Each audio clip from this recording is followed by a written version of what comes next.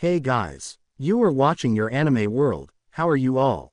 Please support to subscribe this channel for watching new interesting stories. So in this video, we will see what if Deku's Saiyan powers made him a superhero. Here is short summary. Izuku Midoriya, son of a Saiyan father and a human mother. What powers await Izuku in the future and how will he handle his Saiyan nature? Follow Izuku as he goes to Ua to become a hero he always wanted to be. But before we start, if you want more stuff like this, then be sure to subscribe and like this video. And if possible, share this video with your friends. Now let's start the story. I'm sorry, Mrs. Midoriya, your son has a useless quirk, the doctor said as Izuku sat there with his little All Might action, shocked and wide-eyed. What? Can you please explain? Mrs. Midoriya asked, just as shocked as her son was. We ran a number of tests on your son. All came back positive for a quirk, but he displays no real power. In these blood tests we took, we found an anomaly in this blood. In all my years of being a doctor, I never seen this type of cell. Along with white, red, and platelets, he appears to have a special type of cells. I have no idea how he got these cells, but what I do know is that it is unique only to him. There is no record of anyone else having this type of cell. I assume that this is his quirk, this type of cell, the doctor said, trying to make Inko understand without making the situation worse for her son. With a sad expression on her face, she asked, well, what do we do now? It has been his dream to be a hero. Will he still be able to be a hero? The doctor looked at her. As to what to do now, I've sent a sample of his blood to a lab where they can do future tests. And to your second question, turning his attention to Izuku with a sad expression looking down at the floor, he continued, I'm sorry son, but no, you can't become a hero. This broke Izuku. When he got back to his apartment, he didn't say a word to his mother. All he did was walk up to the computer and began to look up All Might rescue videos. After the video had finished, he turned around to find his mom was behind him waiting for him to say something. With tears in his eyes, he asked, can I still become a hero if I have a useless quirk? Having no words, all she could do was run up to him, wrapping her arms around him. Pulling him close, she held onto his small body and started to cry. Only thinking to herself, I'm sorry, Izuku, for not being able to make your dreams come true. Izuku decided if people told him he couldn't be a hero, then he would just have to be a hero without a quirk.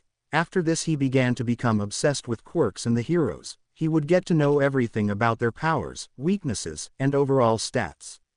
He began to write down famous heroes' names and take notes on how they used their power. Izuku will become a hero with or without a quirk. He would show everyone that he could do it. 10 years later, now in this final year of junior high, middle school, Izuku decided to do the best he could to become a hero. This meant training. He began to wear 10 pounds or 4.5 kilograms wrist-mounted weights during his workout session, which consisted of push-ups, sit-ups, and plenty of juice. He started back in this first year of junior high, so he had built up a decent amount of muscle, not a lot but enough for people to notice that he worked out. Alright, you little parasites, I know it's the end of the year and you are all looking forward to the summer break, but don't forget that you have to start thinking where you will go to high school, his homeroom teacher said, trying to calm his class down. Since you all have dreams of becoming heroes, I would think you will all be aiming to get into UA. Hey teach.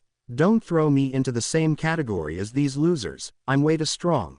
I'm too out of their league, Bakugo said while having his legs kicked up on the desk and leaning back in the chair.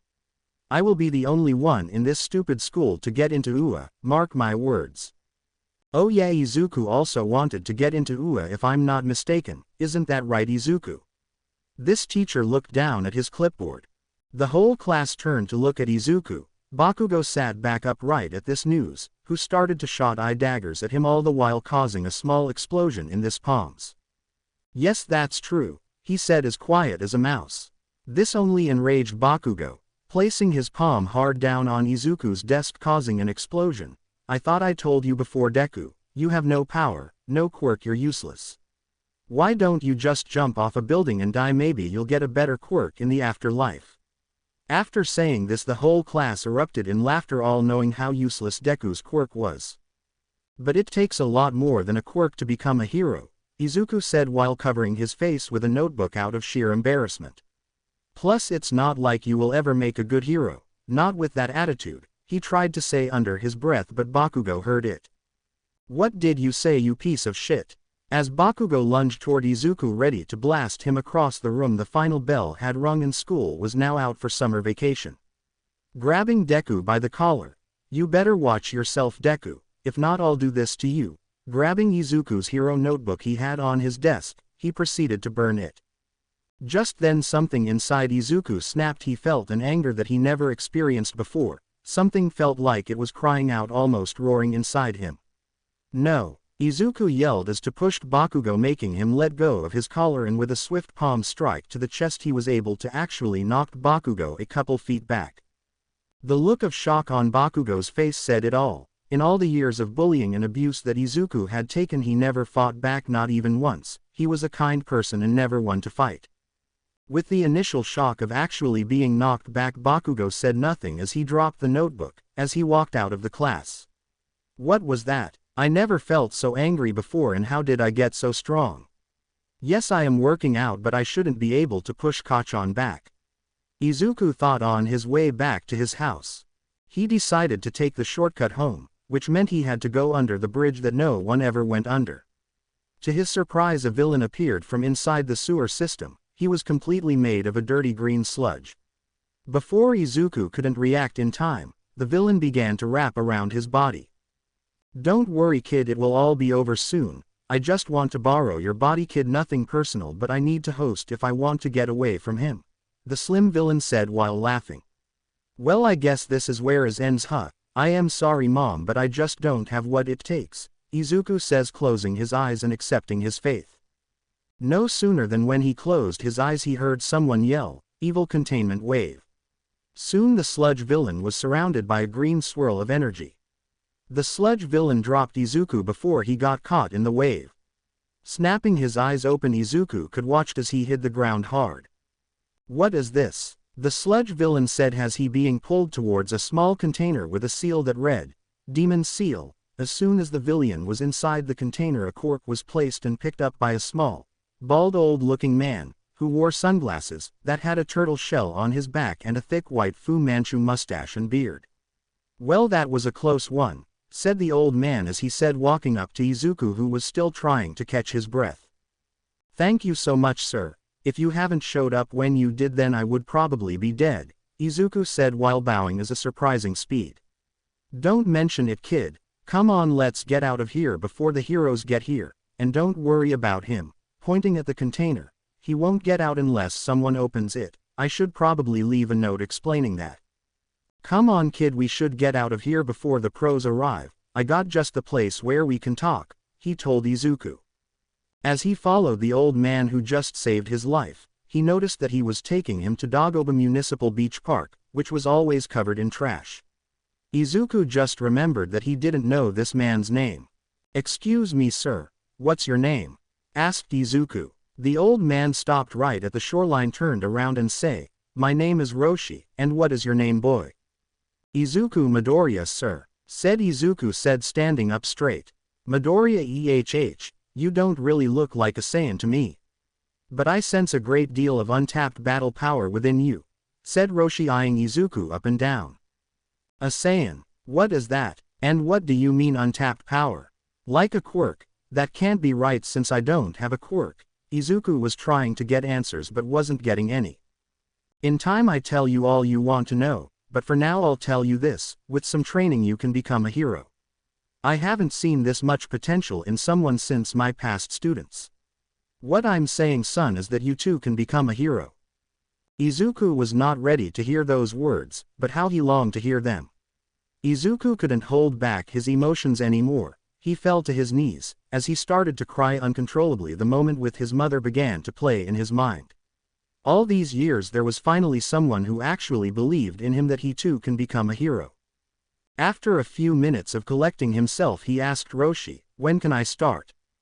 Master Roshi smiled. I like your enthusiasm, kid. Meet me here tomorrow. I'll start by answering all the questions you might have. Till then, go home and rest. Master Roshi told Izuku to go home and meet him tomorrow morning to talk about training and to answer some of the questions he had. Once home and enjoying dinner that his mom had made for him, he decided to go to sleep early to prepare for tomorrow. Dagoba Municipal Beach Park. Izuku walked up to the beach but quickly noticed something. He's not here. He told me to come back here today, where is he? Turns out he was her but a little preoccupied watching some woman jogging. But before he could approach Master Roshi, he saw the woman slap Roshi across the face and walked off. Women today have no respect for the elderly anymore. She didn't even let me see her panties, said Master Roshi with a big hand print on his cheek walking up to Izuku. What? No wonder she slapped you. What are you, some kind of pervert? Izuku thought. Well, Izuku, I know you a lot of questions and you want answers, so go ahead and ask, said Master Roshi, putting down his staff and sitting down on a broken refrigerator. Izuku only had 3 questions for Master Roshi. Alright then. First, what is a Saiyan? Second, what is this power you said yesterday? Third, can I really become a hero with this power? Said Izuku, looking at Master Roshi dead in the eyes. The first 2 questions go hand in hand. A Saiyan is an alien warrior race who long ago conquered planets. OBVI Sally, to do this you need power and Saiyans are powerful. This is where you come in. Someone in your bloodline was a Saiyan, most likely your father, which makes you a half Saiyan. Saiyans also have a strong control over ki, other known as life force energy. Every living thing has this ki. If you are able to draw out your ki, then you can use that for offensive and defensive purposes. Example. Master Roshi extended his arm out and opened the palm of hand towards the direction of a pile of trash. Suddenly a bright ball of yellow energy began to appear. Izuku was mesmerized by this. He's never seen anything like this before. A second later, Master Roshi forced the ball of energy away from this hand and towards the trash. Once it made contact, the trash was vaporized. Izuku could only stare at what he had just witnessed. If I can do that, then I could be a hero too. Turning back to Master Roshi. And there you have it. You have the potential to his and much more.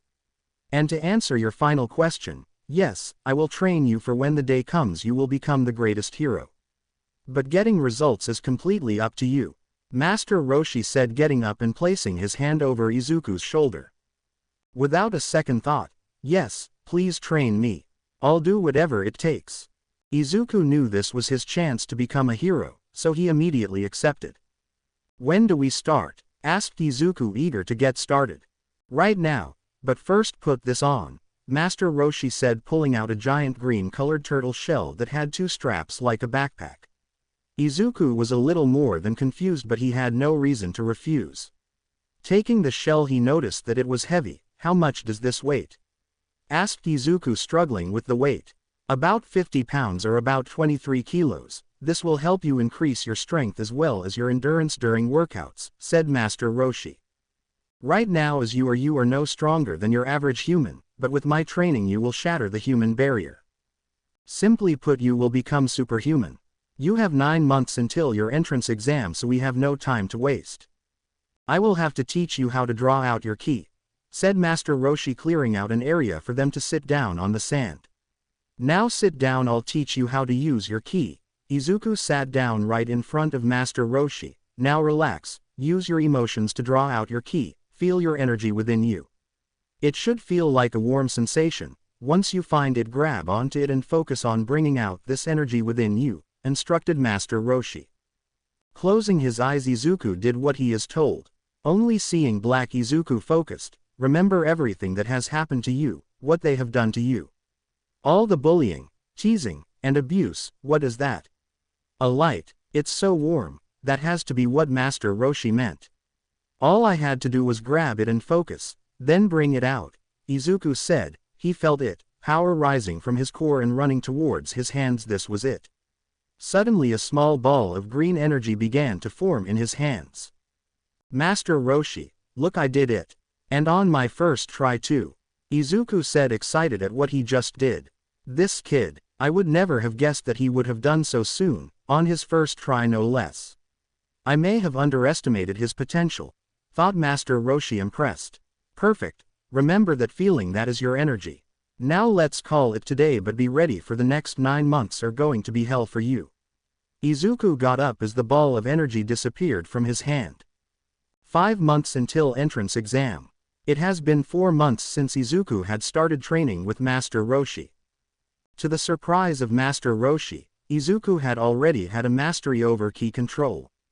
Now it was time to teach Izuku hand-to-hand combat. Listen kid, since you are half Saiyan, you have the natural ability to grow stronger after every fight. I'll teach you pressure point combat, karate, and jujutsu and various other forms of martial arts. Train your body and the stronger and greater ki will become. And if I see you can master these fighting styles, I will teach you a move that took me years to perfect. Izuku would spend the remaining time training his body. His body had to keep up in order to be able to handle his increase in power. 1 month before the exams, Izuku was tired, very tired. Even at school it was hard for him to stay awake.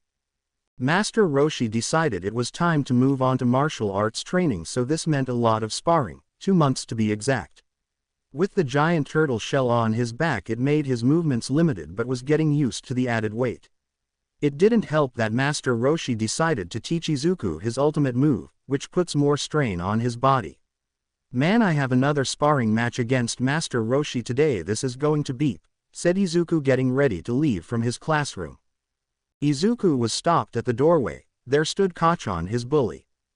Damn it, here we go again, thought Izuku, knowing what was about to happen. Deku, you useless crap. How dare you apply to UA? You have a useless quirk and you think you can get in. Don't even think about showing up or else you will regret it, yelled Kachan, letting off an explosion that knocked Izuku into the wall. Izuku got up, glaring at Bakugo. Oh, what's this? Deku is actually going to fight back. Bakugo mocked him, sparking small explosions in his palm. Izuku gritted his teeth, looking down at the floor in defeat. That's what I thought. The weak should just shut up and listen to the strong, Bakugo said as he walked out of the classroom, leaving Izuku to his own thoughts. Damn it, after all that Master Roshi has done for me, I still can't stand up for myself. One day, I promise Kachan, I will show you that I'm not useless anymore, Izuku thought as he slammed his fist into the wall, causing a crack in the wall. 1 week before the entrance exam. Alright Izuku, time to test yourself. If you can land a single punch to my face, then you win and I'll let you take the week off, deal? Said Master Roshi, preparing himself to fight. Deal, responded Izuku in a fighting stance. Ha! As a green aura began to form around Izuku, he felt his power rise higher and higher. He engulfed Izuku like a flame. He was ready. Izuku charged at Master Roshi, throwing a punch aimed for his head. Master Roshi saw this coming from a mile away. Rookie move. Seeing that this was not going to work, Izuku changed up his attack. He would go for an attack from above. Disappearing from Master Roshi's line of sight, he jumped in with a hard kick aimed down. This caught Master Roshi off guard for a second but smiled quickly after. Going for the quick change. I see, but it's about 200 years too early for you to try to take me head on, Master Roshi thought while dodging Izuku's attack with ease. Izuku was rapidly throwing punches at Master Roshi, but none of them connected. Damn it, why can't I hit him? He's too fast for me, Izuku thought as he felt a sharp pain in his neck. In an instant he was knocked out cold. So much potential. I'm sure you are watching Goku. He reminds me of you when you were a child. This boy, I think, will one day surpass you, Master Roshi said, holding Izuku in his arms. Izuku! Izuku! Izuku, wake up! Called out an unknown voice. Huh, who said that? Izuku said, looking around suddenly but noticing that he was surrounded by nothing but a black void. I must have been knocked out by Master Roshi again. He's too strong for me still. I'll never be able to be a hero if I can't even beat an old man. Izuku was mad at himself for not being strong enough. Hey, enough of that, you're still a kid, it's only natural for your power level to be low, said a man wearing an orange gi with a blue undershirt, but what was most surprising was that he had a halo on his head. Who are you? Asked Izuku curiously. Hey there, I'm Kakarot, but you can call me Goku, and I'm one of Master Roshi's past students, Goku said, smiling at Izuku. It's nice to meet you, Goku. I'm Master Roshi's current student, said Izuku, also smiling. Oh, I know. I can see you training from the other world. Man, you are a natural. I can't wait to see how strong you'll become. I bet you will even surpass me on day. Goku said, showing his excitement upon meeting someone like Izuku. Other world. What do you mean? And why do you have a halo ring above your head? Izuku said, mumbling out. Oh, that's easy, I'm dead. Goku said with all the calm in the world. Dead? What? Then how are you talking to me? Wait, does this mean I'm dead? Oh god no, there's still so much I had left to do. Go to UA, be a hero, key a girl. Izuku couldn't help but panic mumble. Hey, take it easy, you're not dead, just unconscious. Since I'm dead I can't talk to you directly, but I can enter your mind when you are unconscious. Listen, I don't have much time left so I keep it simple. I also see great potential within you and I believe one day you will become stronger than I ever was. So I'll give you the tools you need to make that happen. Goku said, placing his hand on top of Izuku's head. Suddenly a yellow glow began to surround Izuku completely. What is this? It's so comforting and warm. Izuku said, shocked at what was happening. After a few seconds the glow faded away. With a sigh Goku removed his hand. There you go, kid. What I just did was give you the last of my remaining ki, and with it all the techniques I've ever learned and some I've copied from my friends in my lifetime. But I must warn you, some of these moves can be dangerous, so use them wisely. Goku began to fade away slowly but surely.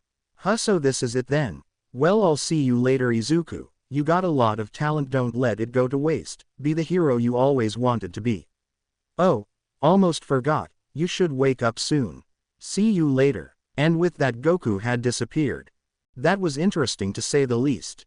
I don't feel any different, but it does feel like I learned new moves. I'll just try them out later. White light began to fill the blackness within the void. Izuku was waking up. To his surprise he was still at the beach. Noticing that the sun was now setting he sat up and looked around.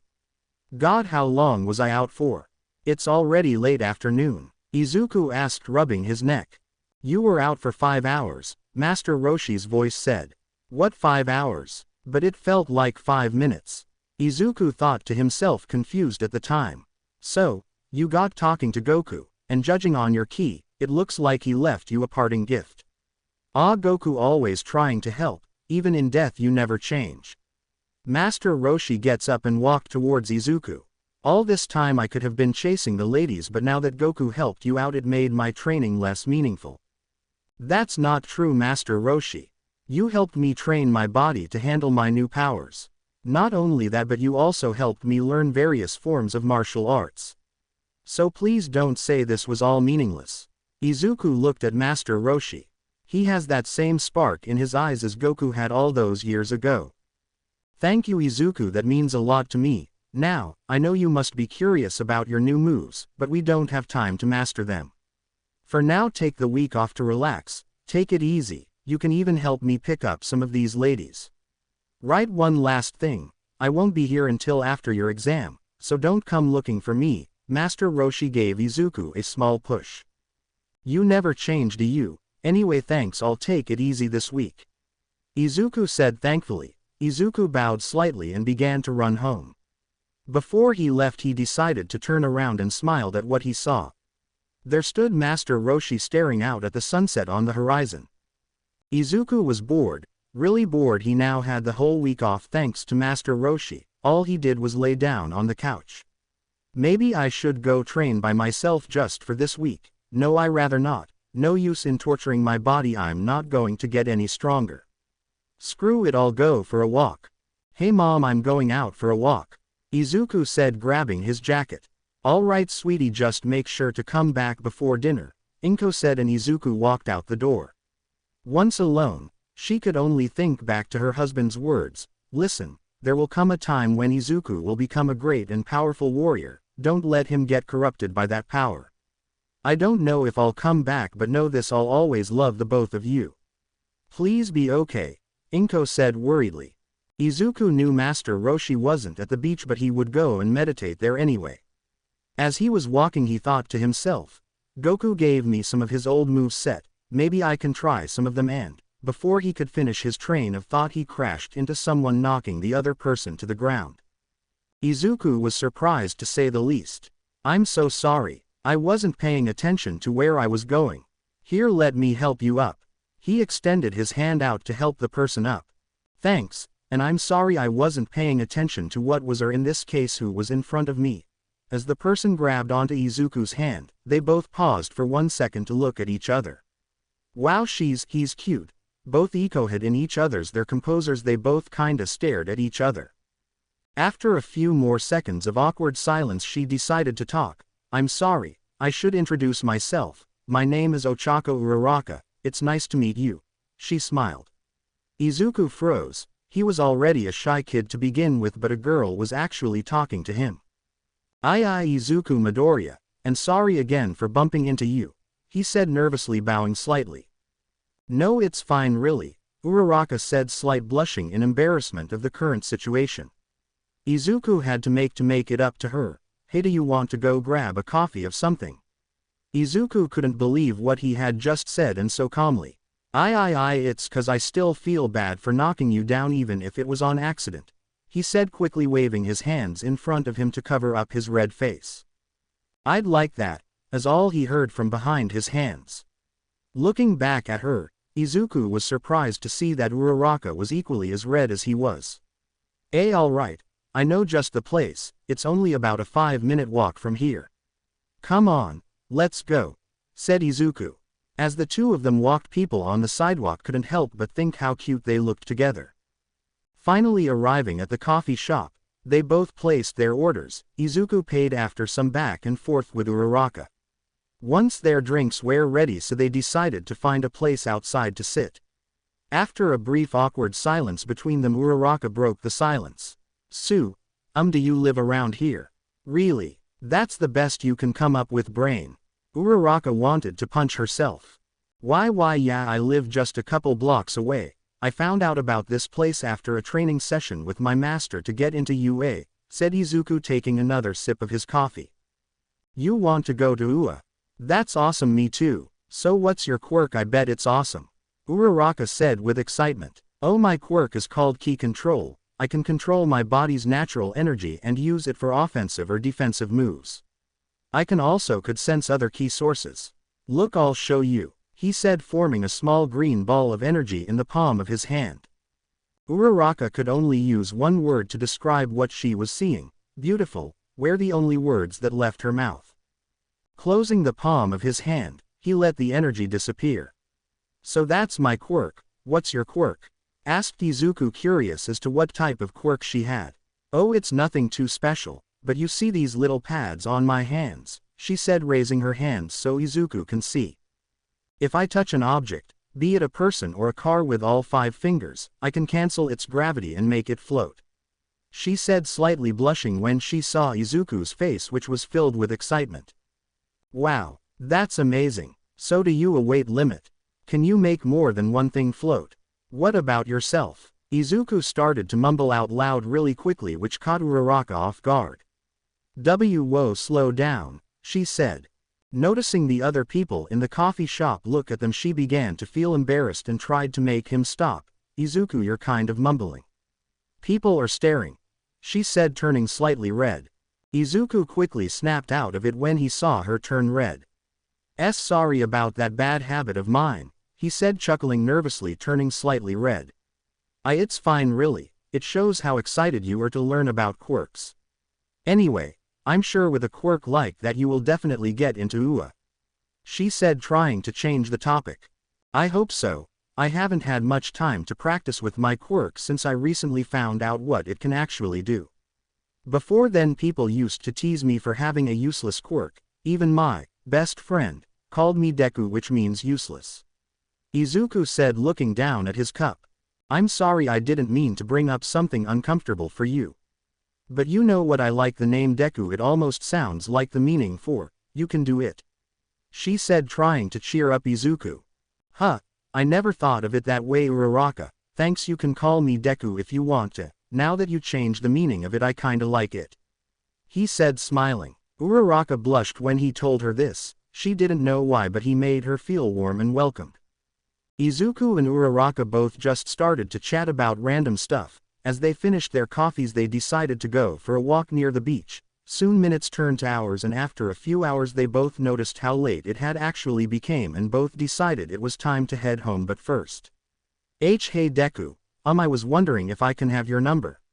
You know, so we can keep in touch before the entrance exam, said Uraraka, blushing slightly. Izuku just stood there with a blank expression on his face. Why, yeah, sure, here, he said, pulling out his phone. She quickly took it and added her number. Giving back his phone, she turned around ready to leave but stopped.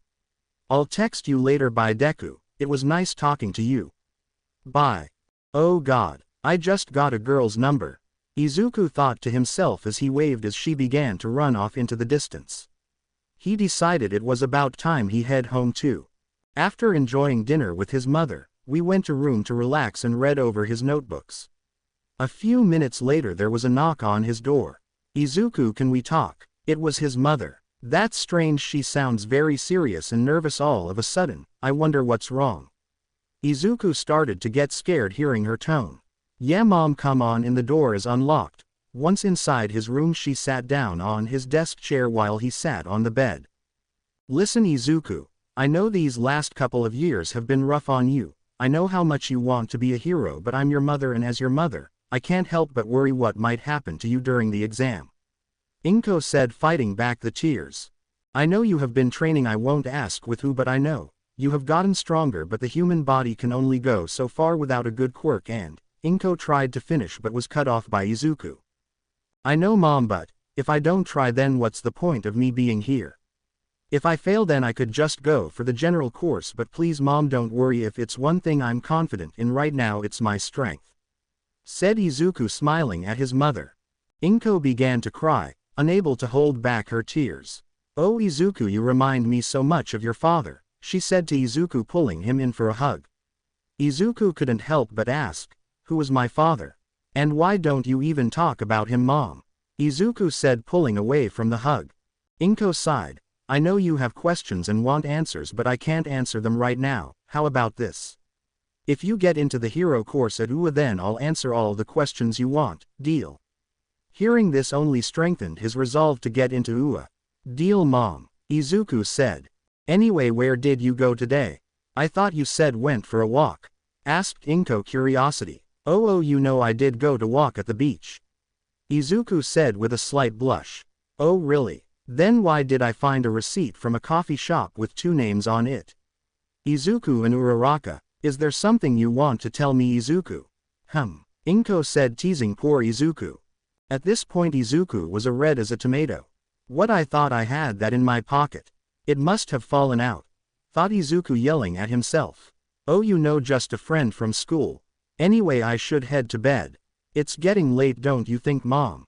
Said Izuku, quickly trying to change the subject. Oh well, then looks like you're not going to talk, but Izuku, just be careful, okay? Izuku could only nod, questioning why she would say to be careful.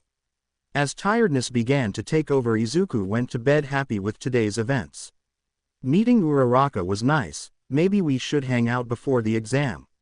Nah, we should both focus on the exam. I'll text her in the morning to see how she is doing, thought Izuku as a small blush began to form. After a little while he had fully gone to sleep. Izuku would soon be taking the entrance exam at UA. The worries of passing began to hit him as the days went on. Izuku got the courage to call Uraraka. This helped him calm his nerves down. He didn't know why, but just being able to talk to her was enough to make him happy.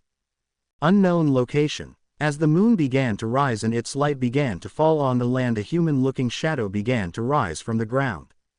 Pulling itself out of the ground, its face began to be lit by the moon. A smile began to form, a twisted one. As the moonlight shined across the figure's face, it revealed red eyes, eyes that rivaled the very earth's magma in color. Soon it will make its move, soon it will take its place above all others, soon there will be no stopping it. Its eyes began to glow red, and with a twisted smile it spoke only a single word, soon.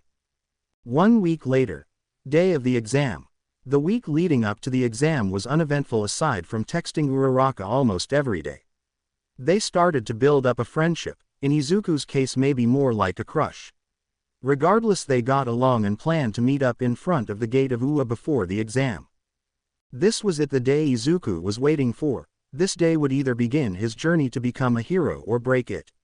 He was ready no matter what the outcome was. But it was about to start off a bit rough when he spotted Kacchan, who made a beeline straight at Izuku.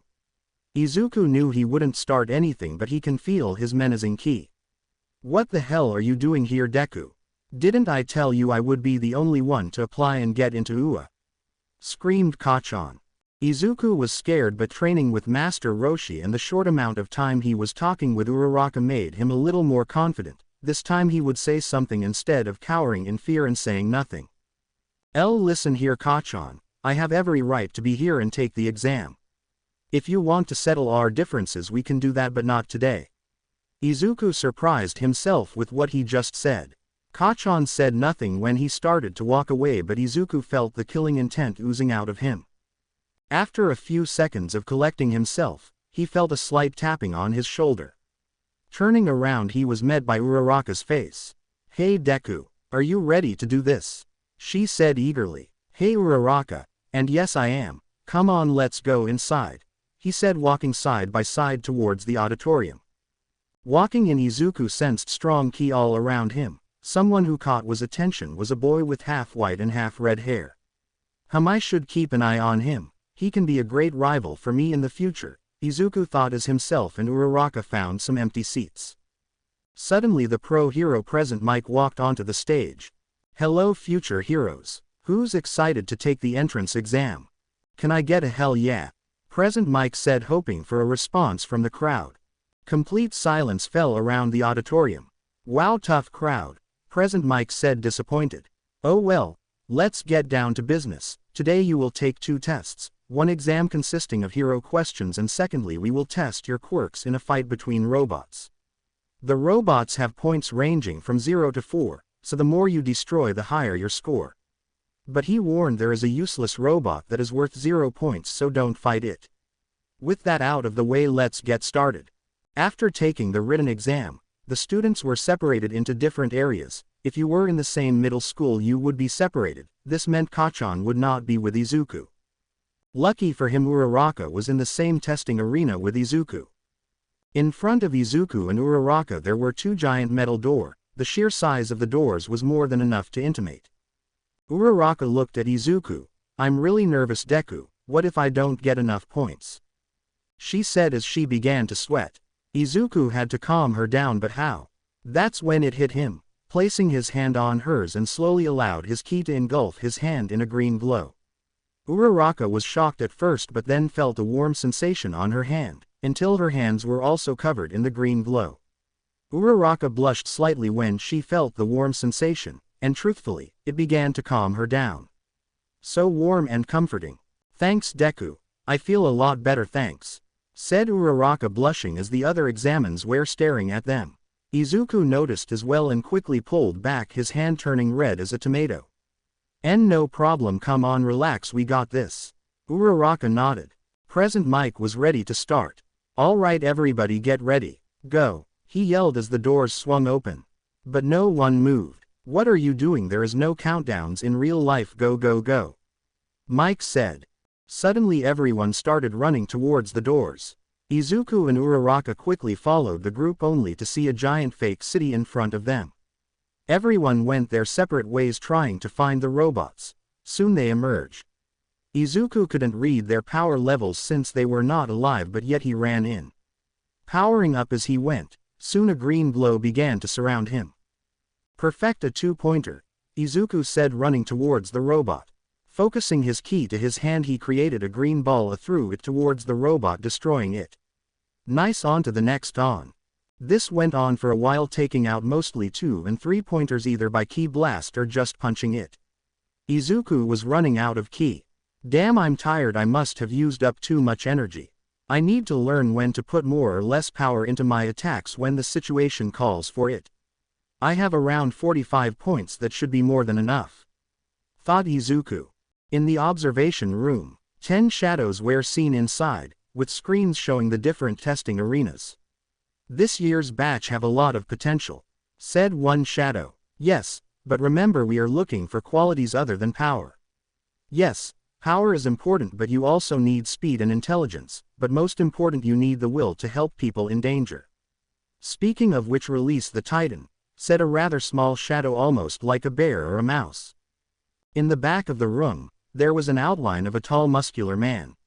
Maybe I will find the perfect person to take on the responsibility of being the next symbol of peace. This person should be a first year, so there will be enough time to train them. Back in the arena, having exhausted almost all of his ki, Izuku decided to take a breather on one of the nearby roofs. That's when the Titan emerged, standing well over 8 stories tall. With a powerful swing it demolished one of the buildings. Then it slowly began to make its way towards a group of examines. Yeah, I'm going to stay away from that, said Izuku, turning around to leave. But that's when he heard it. Help me, it was coming in the direction of where the robot was heading. Izuku focused. This ki, it's familiar. Wait, is that Uraraka?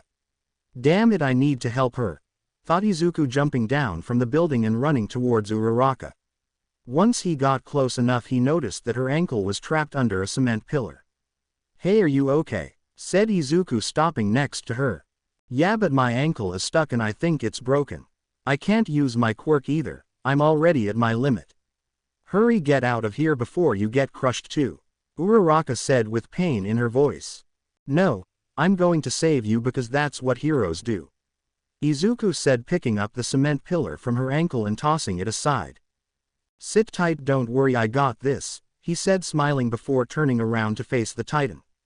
Do I got this? I am almost out of ki, and I'm sure I won't be able to punch it hard enough to break it. Wait, there is one thing I can do, thought Izuku. He knew what he had to do. Planting his feet to the ground, he prepared his attack. Green aura suddenly began to form around him, cupping his hand to his side. As the ground around him began to break apart, the floor rumbled. It all or nothing. Let's hope I can do it. A green ball of energy formed in his hands, growing bigger and bigger with every passing second. Izuku knew it was time. Izuku looked back at the quickly approaching Titan and with a gleam in his eyes he shouted out, Kamehameha. A green beam of energy fired out of Izuku's hands with so much force it kicked up the small debris around him. This powerful attack went straight at the Titan. As the green beam got closer, the Titan raised its arm trying to block the attack, but it was not quick enough. It pierced the Titan's upper armor and went straight through it, leaving a hole in the Titan. After a few seconds the Titan began to fall apart. Tiny explosions then followed by the whole upper body fell off, crashing into the ground. Everyone on the ground all had their jaws hit the floor. This display of power left them lost for words. Only Uraraka could muster up a single word: incredible. A tall boy with glasses was also lost from words but had plenty to say in his mind. That was amazing, but why didn't he run away like the rest of us? Wait, he went to save that girl, but why? Was there another part of the exam that the rest of us missed? Izuku was breathing hard. He put every last bit of energy he had left into that attack. Yes, I did it, is all he could say before blacking out and hitting the ground hard face first, having exhausted all of his ki. Test Arena 5. Bakugo was blowing up another 3-pointer when the giant green beam of Urgari shot across the sky. What the hell is that? He wondered, amazed by it. It seems I am not the only strong one here. This year is going to be very interesting, he said, going back to blow up some more robots. Observation room. What the heck was that? Said the shadow with a scarf around his neck. The mouse-looking shadow was just as surprised as the others were. Then he spoke. It appears that young man just one-shot the Titan, and while rescuing that girl no less. It looks like his name is Izuku Midoriya. Looks like we have a hero in the making, said the female shadow. The buff shadow just stared at the collapsed kid. Could he be the one I am looking for? He said with a smile. Arena. Uraraka tried to stand but failed. She needed to get to where Izuku was to check on him. With the help of a metal pole she found, she managed to push herself up while using the metal pole as a cane and limped her way to him. What she saw was something she will always remember. Izuku had the biggest smile on his face. Sighing, she couldn't help but smile as well. Oh Izuku, you idiot, thank you, I won't forget this. Just then an alarm was heard indicating the end of the exam. Alright everybody, good work. Now if you are injured please tell me now so I can help you, said an old short-looking woman with a needle-shaped cane. Who's that? Asked one of the students. That is the youthful heroine, known as Recovery Girl. She can heal anyone with a key asterisk, said a French-looking student. Walking up to Uraraka and Izuku, who was still knocked out, she asked, "Are you all right, dear? Your ankle?" "I'm fine. I think my ankle is broken," said Uraraka, looking at her ankle. Without a second thought, she keyed Uraraka on the forehead and instantly her ankle was fixed. "There you go, sweetie, all better." Now to the other child. Shifting her attention on Izuku, "What is this? He looks completely fine, so why hasn't he woken up? He must have used all his energy in that final attack." "All right, miss, you have an anti-gravity quirk, right? Can you please use it on him and take him to the nurse's office?" Uraraka nodded and did what she was told. "Nurse's office? Izuku Midoriya, wake up, fool," said a voice. Izuku didn't recognize this voice. Opening his eyes, he noticed he was back in the empty void like when he met Goku. "Who said that?" asked Izuku, looking around. Suddenly a man with tall spiky hair in a blue jumpsuit with gloves appeared in front of him. He was wearing some kind of armor. "Look at you, exhausting all your energy in such a short amount of time. Pathetic, and to think you are a Saiyan. Where is your Saiyan pride?" said the man, scolding Izuku. "Pathetic. Listen here, boy, you are a Saiyan, so act like one. That clown Kakarot didn't tell you anything. You are expelling out too much energy when you power up. All that energy could be used to fight for longer periods of time. Learn to control your power output, then learn to use that reserve energy when you need to," the man said, almost screaming at the poor boy. Izuku was dumbfounded. Why didn't he think about that? "Now wake up and next time we met I'll teach you more." With that, a white flash of light engulfed Izuku. Izuku opened his eyes to find out he was staring at a ceiling. "Where am I?" "A hospital, a nurse's office," he said softly. As he tried to get up, he was quickly stopped by Uraraka, who was waiting for him to wake up. "Hey, slow down, you need to rest." Her calming voice made Izuku fall back onto the bed. "What happened, Uraraka? I remember going to help you, but that's it," he said, trying to remember what happened. "You don't remember? Well, after you came rushing to help me, you took down the Titan in one shot with a beam of energy. After that you collapsed and we brought you here," she said, trying to copy the Kamehameha. Suddenly the old lady walked in. "She's right, son, you should rest now, and you," pointing at Uraraka, "you should head home, it's getting late. Don't worry about him, he will be all right," she said, trying to reassure her. "Go, it'll be fine now, Uraraka, I'll text you later, all right?" said Izuku, reassuring her. "All right, but you better text me," she said, waving as she made her way out. "You got a good girlfriend there, son," Recovery Girl teased him. It's not like that. But maybe one day," he said, blushing at what she had said. "Anyway, I couldn't heal you because my quirk requires the body's energy to heal, and seeing that you had no energy, it would have been dangerous to heal you. You should be fine now if I heal you. Just be careful from now on, all right?" Recovery scolded him. "Yes, ma'am," Izuku replied. Keying him, and once fully energized, Izuku was allowed to leave. On the trip back home, he had time to think about what had happened today. "Hopefully I passed, but I won't know until I get the results back. More importantly, who was that other man? He had to be another Saiyan. I have to train harder, I need strength to protect people." Now more determined than ever, Izuku knew what he had to do. A few days have passed by and still nothing. Izuku was starting to get scared. What if they wrote my address wrong? What if it got lost in the mail? What if I did so bad that they didn't bother writing me? I need to go lay down. Izuku's thoughts were running wild again. Izuku sat at home waiting for the letter to arrive. He had texted Uraraka right after the exam. They had planned to meet up and open their letters together. As he went to his room, his mother suddenly ran inside the house holding what appeared to be a letter. "Izuku, it's here," she panicked as he placed the letter in his hand. Izuku stared at the letter, too afraid to open it. "Well, aren't you going to open it?" asked his mother, snapping bad to reality. "Oh, sorry mom, me and Uraraka decided on meeting up and opening them together," Izuku replied. "Oh, Izuku, such a ladies' man, I see. So who is she?" teased his mother. "Well, all right then. What are you waiting for? Go," she said, almost pushing him out the door. Izuku called Uraraka to see if she received the letter as well, which she did. The place they decided to meet up was at the same cafe as before. As Izuku arrived, he noticed that Uraraka was already sitting down at a table with 2 cups of coffee. "Hey Uraraka," said Izuku, taking a seat across from her. "Hey Deku, I ordered for you already, hope you don't mind." Izuku didn't mind, in fact she got exactly what he liked. "Before we see if we passed Deku, I want to thank you for what you did during the exam," she said, bowing slightly. Izuku blushed. It's okay Uraraka, just looking out for a friend, you know." "Anyway, you ready to find out if we passed or not?" asked Izuku. No, not really, I'm still really nervous. You know what, let's open the letters at the same time, that way we see each other's result if we passed or failed, what do you say?" asked Uraraka nervously. "Sure, let's do it. Honestly, I'm really nervous myself," he chuckled nervously.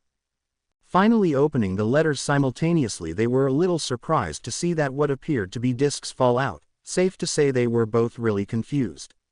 The 2 discs suddenly began to be pulled together, and with a quick motion they were joined together, forming one disc. After a few seconds, a hologram projection appeared on both of the discs. It was All Might. "Hello there, young heroes, it is me, All Might. I know what you are thinking, what is All Might here?"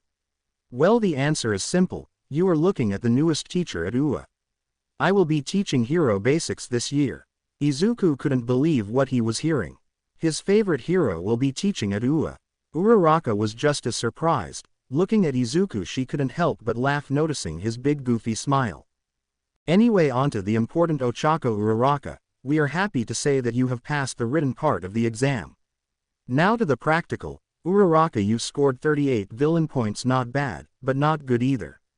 However, there is a second way to score points, we call it rescue points. And you earned 45 rescue points, for a total of 73 points. Congratulations, you pass and welcome to UA." Uraraka screeched in excitement. "I did it, Deku. I made it to UA."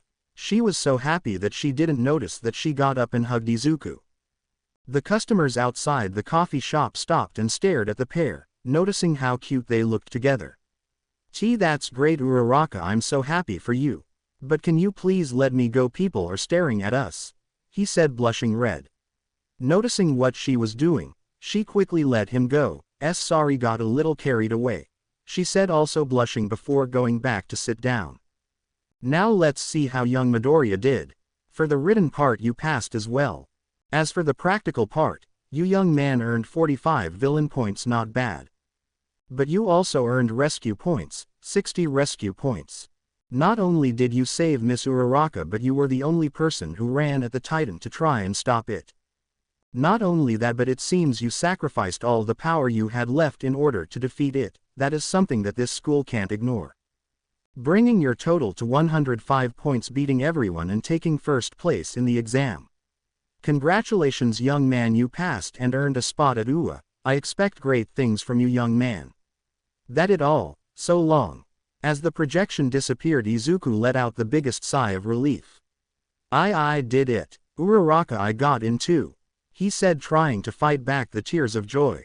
"Well, I guess this means I'll get to see you more frequently, huh?" she said, smiling. "Why yeah, I still can't believe we both made it," Izuku said, blushing slightly. "Anyway, I need to get home, it's getting late. I'll see you in school, alright, bye." Uraraka waved as she left. As Izuku was walking home, he started to think about the deal he made with his mother. He had so much he wanted to know, so much to ask. Where did he even begin? But what bothered him the most is what would the answers to his questions would be. What if I don't ask the right questions? What if I don't like the answers to my questions? Finally making it to his front door. Opening the door, he was immediately greeted by his mother. "Oh Izuku dear, welcome back. So don't keep your mother in suspense, did you make it to UA?" His mother questioned. I made it, Mom. I made it to UA." As all he could say before the tears started falling. That's great Izuku. I am so happy for you. I always knew you can do it." She cried, but also thought back to the time when he was just a little kid. The doctor had just told him he had a useless quirk. "Our baby boy has grown up so much, hasn't he? I bet you would be so proud of him." After a few minutes and lots of tissues later, they finally relaxed and sat on the couch. So Izuku, as I promised, I know you have questions about your father, so ask away, she said, preparing herself for the questions Izuku might have. This was it, all the questions he ever wanted answers, were about to be answered. Well, to start off with, who is my father? He asked, ready for her response. I think the best thing to do is to show you who he was, she said before getting up and going into her bedroom and returning with a picture. Handing it over to Izuku, he couldn't believe what he was seeing. This is my dad. Wow, he has the same freckles as I do and the same crazy hair, he smiled at the picture. This tall, freckled with spiky black-haired man was his father. Wait, is that a tail? Noticing something on the corner of the picture. Yes, it is. See, your father wasn't from around here, and well, he was. Before she could finish, Izuku finished the sentence. A Saiyan. Inko was shocked to say the least. How did he know? I'm sure I never told him anything. Then how? Knowing that she had nothing else to hide from him, she sighed. Yes, he was. But Izuku, how did you know? I met someone who knew who I was. I know I am half Saiyan. So tell me, Mom, how did you meet Dad? He asked, still looking at the picture. You know how I grew up in the countryside, right? Well, one day I was visiting your grandparents while I had the summer off from university. And one of the days I was there, I saw what looked like a shooting star, but I noticed that it was coming straight down and crashed in a nearby field. So I went to look, and what I found was a strange-looking ship. It was a weird ball-shaped object. I went into the crater it created to get a closer look. To my surprise, I saw a man through the window of the ship. She was interrupted by Izuku. It was Dad, wasn't it? He asked. Yes, it was. When the pod opened, he was badly injured and bleeding all over the place. I decided to take him back to my parents' garage where I can nurse him back to health. His recovery was slow and took months to fully recover, and within those months we fell in love, and well, you came into our lives. Sadly, shortly after you were born, he had to leave us. I'll never forget the day when he told me he was leaving.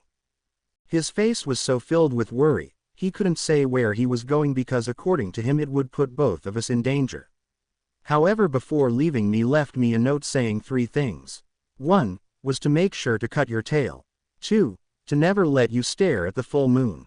3. That he loved both of us and that he'd hoped he would come back to us one day, Inko said, hoping that Izuku will understand. I had a tail, and why can't I stare at the full moon? Izuku said in shock to the news he had just received.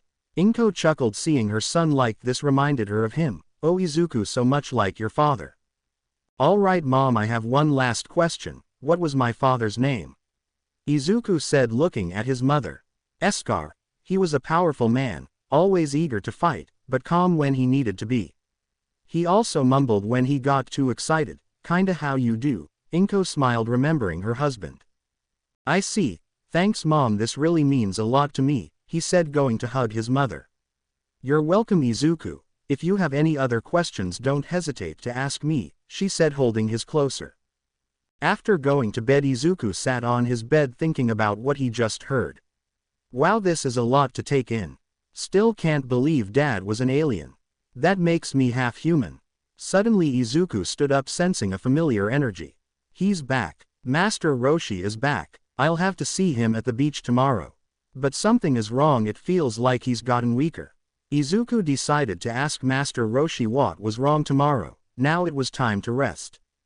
UA Principal's office. Are you sure about this, All Might? Said a small little bear, mouse-looking animal in a suit. Positive, Principal Nezu, All Might said. Nezu thought about it for a good long while. Sighing, he said, very well, it is your choice and I must respect that, but what makes you positive that he will accept? All Might knew that it wasn't a for sure thing, but I have this gut feeling, you know, I can't really explain it. Smiling, he looked straight at All Might. I never questioned your gut feelings and I won't start now. So when do you plan to approach the boy? Asked Nezu. I believe that I still have to see what the boy can do, so I will wait half of the school to make my choice. Said All Might, closing the file that read Izuku Midoriya on the front. Farewells and new beginnings. Izuku woke up at the crack of dawn the next day to see Master Roshi. As he headed down to the trash-filled beach, he noticed that Master Roshi was there sitting on an old broken fridge. Strange, why isn't he looking at all the women that jog past him? Izuku started to get scared. His ki was weak, very weak. As he approached Master Roshi he noticed he looked different, older than he usually did. "Master Roshi, what's wrong? You seem weaker since the last time we met." Izuku asked, hoping everything was alright. "It's almost time for me to go, Izuku." This confused Izuku. Go where? You just got back." He knew what he meant but didn't want to accept it. "I'm going to die soon, very soon. But before I do I have to tell you something. It's about what you can do," Master Roshi said, coughing out a little bit of blood. Hearing that his master was dying shocked Izuku, his eyes widened, he began to breath heavy as well. "Did I? No, that can't be right. You were just fine just last week. You can't be dying. We have to get you to a hospital, maybe they can help you." With pain in his eyes he turned to look at Izuku, who was starting to cry.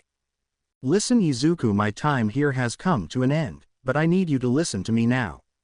You have great power within you. I've sensed it since I first met you, and one day soon I see that you too will transform.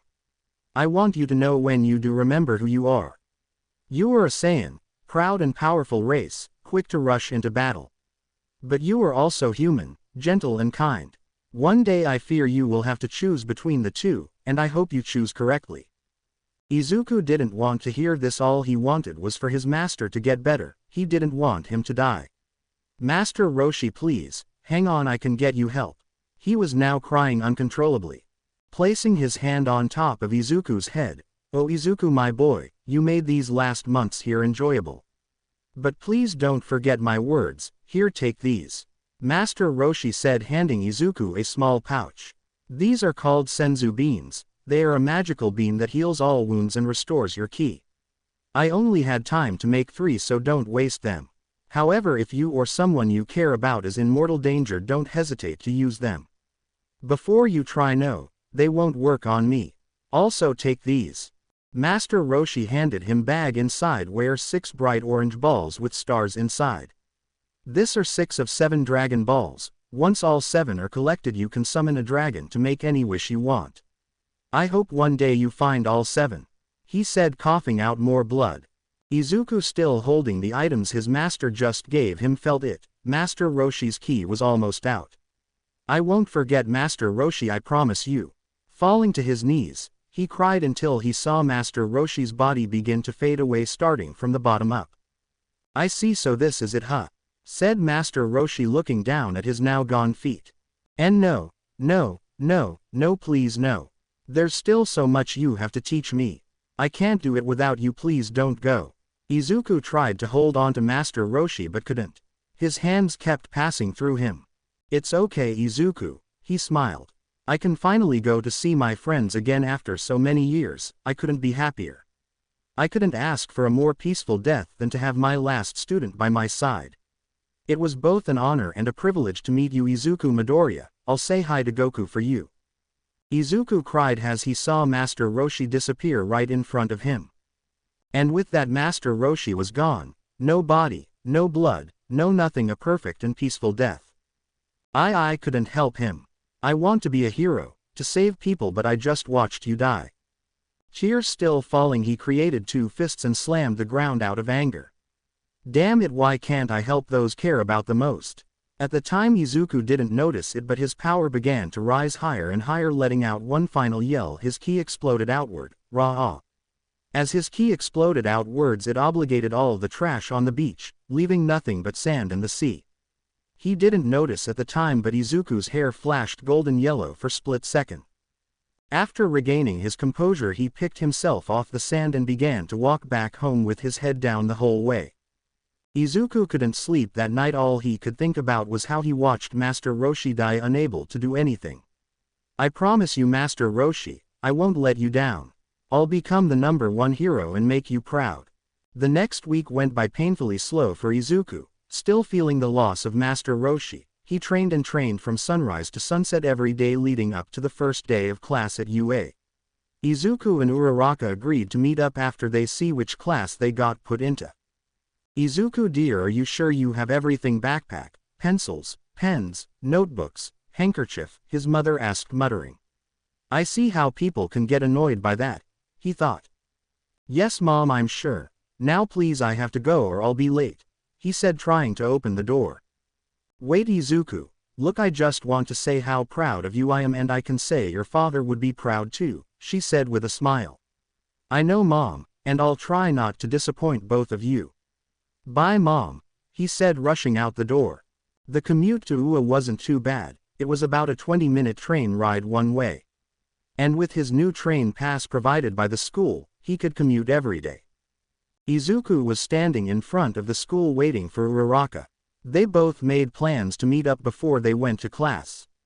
Finally here, I'll make you proud, Master Roshi. Hey Deku, aren't you excited? Today is the first day of class, Uraraka said, walking up to Izuku in her school uniform. Wow, she looks cute in a uniform, Izuku thought. Yeah, I'm excited. By the way, what class did you get into? I got into 1A, he said, blushing. Really? Me too. Wow, looks like we will be seeing each other this whole year. But enough of that, we got to get to class, she said. Izuku nodded and they went inside the school to find their class. As they walked along the wide hallways, Izuku began to feel large key sources. It seems like some of the teachers and a few students he thought arriving in front of a huge door that read 1A. Wow, that's a big door, Uraraka said, surprised by the sheer size of the door. It must be because of some students' quirks, said Izuku. As they walked inside, Izuku noticed a familiar blonde. It was Kachan and a glasses-wearing student that were arguing over Kachan's behavior. He also noticed other students. A girl with pink skin. Another with earphone jacks. A French guy. Does UA have an exchange program? Wow, he looks like a crow. Izuku didn't notice that he was muttering again. Izuku felt a hand on his shoulder. Deku, you're muttering again, said Uraraka, making him stop muttering. Gee, thanks for stopping me, he said, blushing. Without saying a word, the glasses-wearing student turned and looked at Izuku. Suddenly he started rushing at him. It's you from the entrance exam. I must apologize for my thinking towards you after the exam, he said, bowing quickly. My name is Tenya Iida, please accept my apology. What is he talking about? I'll just roll with it. And no, it's fine really, Izuku said, trying to reassure him. That's when a certain duo hair-colored kid caught his attention. It's him from the exam. It seems he is just as strong as I remember him. Just then the doors to the classroom opened. Stepping into the classroom was a man who looked like he needed to sleep, wrapped inside of a sleeping bag. If you are here just to socialize, then leave now. After a few seconds the class quieted down and went to their seats. 7 seconds to shut up and listen. Not bad, but time is precious, especially for us heroes. Now I'll be your homeroom teacher, Mr. Aizawa, but before we do anything, go put on your gym uniforms and meet me on the field in 10 minutes. The whole class looked at each other, not knowing what was going on. 10 minutes later, the whole class was now in front of the field. Alright everyone, right now we are going to be testing your quirks, Mr. Aizawa said, looking like he was about to drop dead. What about the entrance ceremony? Asked Uraraka. We don't have time for stuff like that if you are looking to become pros. Plus it is good to know your own quirks limits, Mr. Aizawa said, taking out a ball and tossing it to Bakugo. Since you got the most valiant points, you got first. What was your distance in the ball toss in middle school? Asked Aizawa. About 75 meters, Bakugo responded. Good, now use your quirk. This'll give a good reading on what you can do. Step inside the circle, do whatever you need to do, just don't leave the circle, instructed Aizawa. Stepping into the circle, Bakugo winded up and with an explosion launched the ball. Die, he said as he threw it.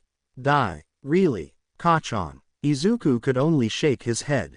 After a few seconds, Mr. Aizawa turned and showed the device that read 754 meters. This way we can accurately calculate your full potential. Oh wow, this looks like it's going to be fun. We get to use out quirks and everything, said a pink-synced girl. Heck yeah, UA is awesome, said a red-haired kid. Fun you say? Izuku knew something was wrong from the tone of his voice. Alright then, since it's so fun, the person who places last in the exam will be expelled from the hero course, Aizawa grinning, which scared some of the students. But you can't do that, can you? It's only the first day, plus it's unfair, Uraraka said in a bit of a panic. Life's unfair. If you don't like it then leave now. Aizawa scanned his students and no one moved a muscle. No. Alright then let's begin, shall we? Aizawa said. Alright, it's time to prove that my time with Master Roshi was not wasted. Izuku thought to himself. Up first was a 50-meter dash. They went in pairs of 2. Unfortunately he was paired with Kacchan. As they got ready at the line, Izuku channeled his ki through his body. Boom! The starting gun fired. Izuku sprinted forward before Kacchan could even leave the starting line. He finished in 2.2 seconds. Kacchan on the other hand finished in 4.8 seconds with the help of his quirk. Wow, he's fast, thought the other students. I probably should have increased my energy more. Half strength was enough, Izuku thought to himself as he made his way back to the group. Is this kid holding back on me? Asked Aizawa, eyeing Izuku. After the basic strength training tests such as push-ups, sit-ups, and side steps, it was finally time for the ball throw again. After a few students have gone, it was down to 2 people, Izuku and Uraraka. Stepping into the circle, Uraraka simply used her quirk on ball and threw it lightly. To the surprise of everyone except Izuku, the ball never came back down. Aizawa shot the distance, which marked as infinity. Alright, last but not least, Midoriya, you're next. Izuku nodded and made his way to the circle. Before Izuku could throw the ball, he sensed something or someone glaring at him. But before he could turn around to see who was glaring at him, he heard a loud voice behind him. It was Mr. Aizawa. Listen, Midoriya, if you hold back on the test you will expelled, understand? I want everything you got.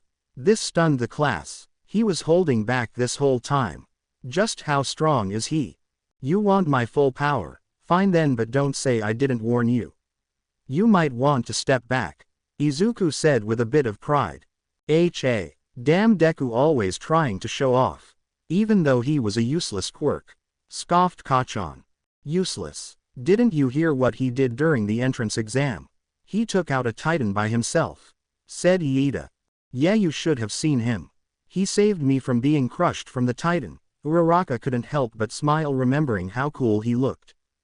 Before Kacchan could say anything, they were interrupted by a blast of wind hitting him. The whole class witnessed Izuku begin to glow green with energy. As his power grew, it started to create wind, strong wind. The wind was getting stronger. It was to the point the students had to take cover behind a wall one of the students created. Izuku was ready. Turning to Aizawa, this is my full power. Izuku looked like he was on fire. Green aura surrounded him. The stare he gave Aizawa was enough to send chills down his spine. His face was serious, dead serious, lacking all emotion, focused purely on the task ahead. This kid, you really are something else, Aizawa said, smiling. What the hell? Deku, you bastard, were you just pretending to be weak this whole time? Kacchan said, trying to shield his eyes from the dust. Izuku gripped the ball tightly, making sure that it won't slip out when he threw it. Izuku threw the ball. The sheer force of the ball leaving his hand created a small shockwave that picked up dust. As the ball left his hand, a loud boom was heard. The whole class was stunned. The kid looked really weak. But yet he is strong enough to do that. How far did he throw that? Asked the pink-skinned girl. He was strong enough to create a sonic boom with just a throw. I'd say about 2,000 meters, answered the black-haired girl. Everyone waited for Aizawa to show them how far. It took a couple seconds for the ball to reach the floor, but when it did, it shocked Aizawa. 2,300 meters, reasons the device. The whole class just stood there with their jaws dropped. So how was that, Mr. Aizawa, or should I go again? Asked Izuku. No, that won't be necessary. Just go back to the group, I'll show the results in a second. Aizawa said. Izuku nodded and went back with the rest of class. That was amazing, Deku. I didn't know you were that strong. Uraraka said, running towards Izuku, getting up close. Oh, it was nothing, I just got lucky, I guess. Izuku blushed, seeing how close she was to his face. Lucky my ass. Deku, you've been hiding your true power, haven't you? Bakugo thought as rage filled his mind. Alright, these are the results. Aizawa said, pointing at a board with all the students' name. Izuku had gotten first place, followed by Shoto Todoroki, Momo Yaoyorozu, and Bakugo. I actually got first place. Izuku thought. Sadly, there was one kid who was not so happy. Minoru Mineta, he had gotten last place. It shouldn't come as a surprise, but you're not getting expelled. That was just a lie I told so you can go all out. Aizawa said, grinning. Now hurry up and go change, we got an orientation to get to. After the orientation, the day had ended and Izuku was exhausted. As he was walking out of the school he was stopped by Iida, who wanted to talk. Today was an interesting day, right Midoriya? Iida said, straightening his glasses. That power you demonstrated was amazing. It was nothing really, just trying to be a hero, Izuku said, rubbing the back of his neck. Hey, Deku, Iida, wait up, you guys are heading to the station, right? Mind if I tag along? Uraraka said, running behind them. Uraraka, sure, let's all go to the station. But I must say, why do you call Midoriya Deku? Doesn't that mean useless? Iida asked. Oh well, the thing is, I hear is it meaning, you can do it, so it has another meaning. Plus I think it's kinda cute, Uraraka said, turning slightly red. I see. Well, if it's all the same, you all keep calling Midoriya, said Iida. Izuku nodded. Wow, first day of school and I already have more friends than I ever did when I was little. Izuku smiled as he walked to the station with his new friends. It was now the second day of class, and Izuku was just as excited as the first day. Making his way to class, he suddenly felt an evil presence. Snapping his head up, he quickly looked around but found nothing. The presence disappeared as quickly as it appeared. I get the feeling something is going to happen soon, Izuku thought as he entered his class. Hey Deku, what do you think we are going to do today? Whatever it is, I can't wait, Uraraka said energetically, which made Izuku smile. Why does she make me smile? He thought. Hey Uraraka, I heard we are going to do some combat training. And yeah, I can't wait either, Izuku said. Just then the Izuku eyes widened as he felt a huge power level appear out of nowhere. What, or rather, who is that? His power level is unbelievable. Wait, there is only one person that energy can belong to, Izuku thought, trying to regain his composure. I am coming through the door like a normal person, boomed a loud voice who was wearing a bright red and yellow costume. It was All Might. How is that normal? Thought the whole class. Wow, it's All Might, asked Mina Ashido, quirk acid. Isn't that his Silver Age costume ribbit? Asked Suyu Asui, quirk frog. Wow Deku, it's really All Might. He actually is teaching here at UA, Uraraka said, turning to Izuku. I know, it's amazing to see him in person. I wonder if he would sign his name in my notebook, he said, smiling. His power level is off the charts. I can see why they call him the #1 hero. Alright everyone, settle down, I need to get class started. Now today we will be testing you on battle situations. You will be broken into teams of 2 and will have heroes and villains. But first, every good hero needs a costume. Suddenly suitcases started appearing from the wall, all numbered. These are your hero costumes you all submitted to the school. Now grab your respected case and meet me, I ground alpha. This will be the perfect chance to test myself against strong people, thought Izuku as he made his way to the boys' changing room. Outside ground alpha, All Might stood there waiting for his class. This will be a great opportunity to see if he is really worth inheriting my quirk. A couple seconds later the students started to come out of the locker rooms. Izuku was waking out of the locker room. Izuku was wearing a gi similar to what Goku was wearing in the dream, but made some modifications with the color. Instead of orange he changed it to green. It was now an emerald green color like his eyes. The blue undershirt was now a solid black shirt. He also had the 2 wristbands which were also emerald green. Basically it's Goku's uniform but green and black. Izuku made his way to where All Might was but couldn't help but notice the girls' uniforms. Wow, her costume is really revealing. Must be because of her quirk. If I remember correctly, her name was Momo Yaoyorozu. Deku, wow, you look so cool. You really look like a hero, said Uraraka in her hero costume. You, Uraraka, you are wearing a spacesuit? Asked Izuku, blushing at the sight of her. Wow, she looks amazing in that. But does it have to be so skin tight? Not that I'm complaining. Why yeah, it's really nice, but there must have been some kind of mistake with the support department because I didn't want it so skin tight. I probably look super weird, huh? Uraraka blushed. Actually you look really cute, said Izuku turning away and exploding red. Damn it, did I really say that out loud? He didn't notice that Uraraka also exploded red. He thinks I look cute. All of you look amazing. Now for the fun part, battle training. As I said before, you will be split into 2 teams of 2, 1 hero team and 1 villain. I have put all your names in this box and I will choose randomly. There will be a bomb that the hero team will have to touch in order to win, however if the villain team manages to capture or stall the heroes, the villains win. Now let's get started. Teams are the same, no changes from the anime. Izuku was happy that he was on the same team as Uraraka and Uraraka felt the same. Given 15 minutes to prepare, they decided to talk strategy. So Deku, how do you want to do this? Asked Uraraka. We should head straight to the bomb. Iida will probably stay guarding it, while Kacchan will probably go after me, he said. I've been meaning to ask about that. Why does he hate you so much? Uraraka asked. I haven't said this to anyone, but I know I can trust you. It has to do with my quirk.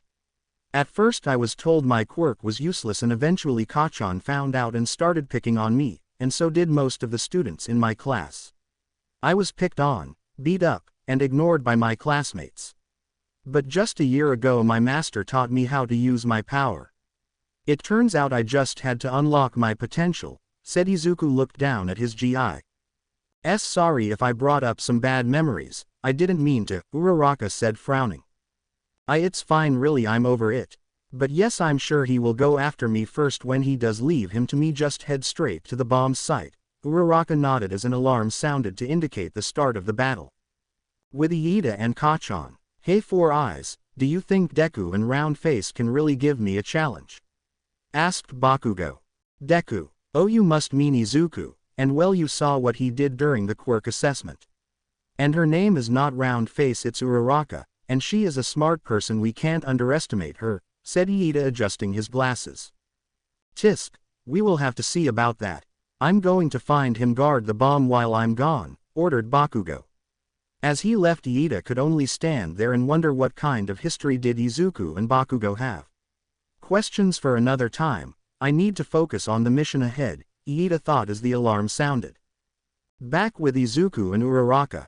Izuku and Uraraka both made their way into the building. There were a lot of turns in the building, making it easy for someone to take them by surprise. Damn it, I can't get any accurate read on their ki with All Might here. Kacchan could easily sneak attack us, Izuku thought as they turned a corner. Almost 1Q. Izuku felt a sudden spike of energy. It was Bakugo about to blow them up. He jumped back to pulling Uraraka out of the explosion, but he didn't get out unscratched. Uraraka, watch out. The explosion managed to catch Izuku in the face, drawing blood from his lips and throwing him to the ground. Deku, alright, you alright? Uraraka asked, worried about her teammate.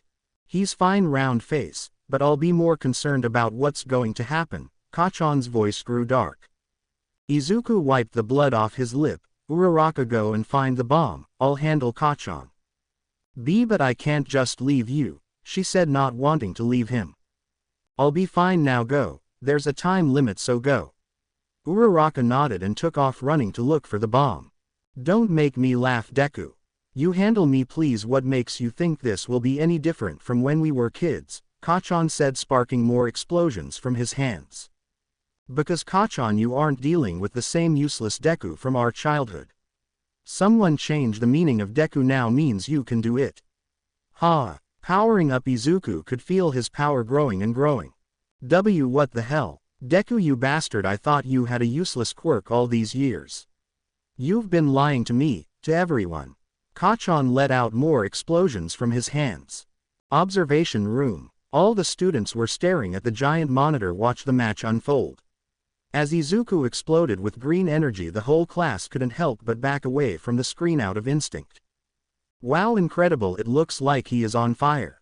How manly is that? Said Eijiro Kirishima. Quirk hardening. I know, right, it almost looks like a power-up from an anime. Said a pair of gloves. Toru Hagakure quirk, invisibility. Remember kids, the fight has just started, so it can go any way, so both of them need to be careful if they don't want to lose, All Might said, looking at the screen. A certain duo-colored hair kid was in the back of the room staring at the monitor. This could be interesting. Back with Izuku and Kacchan. Kacchan ran towards Izuku. He swung his arm wide ready to punch Izuku in the face, but to his surprise Izuku grappled him over his shoulder and threw him on the ground, making Kacchan spit up some blood. You always start with a wide right swing, Kacchan. After all those years of bullying I can now use those moves against you, Izuku said with a smirk.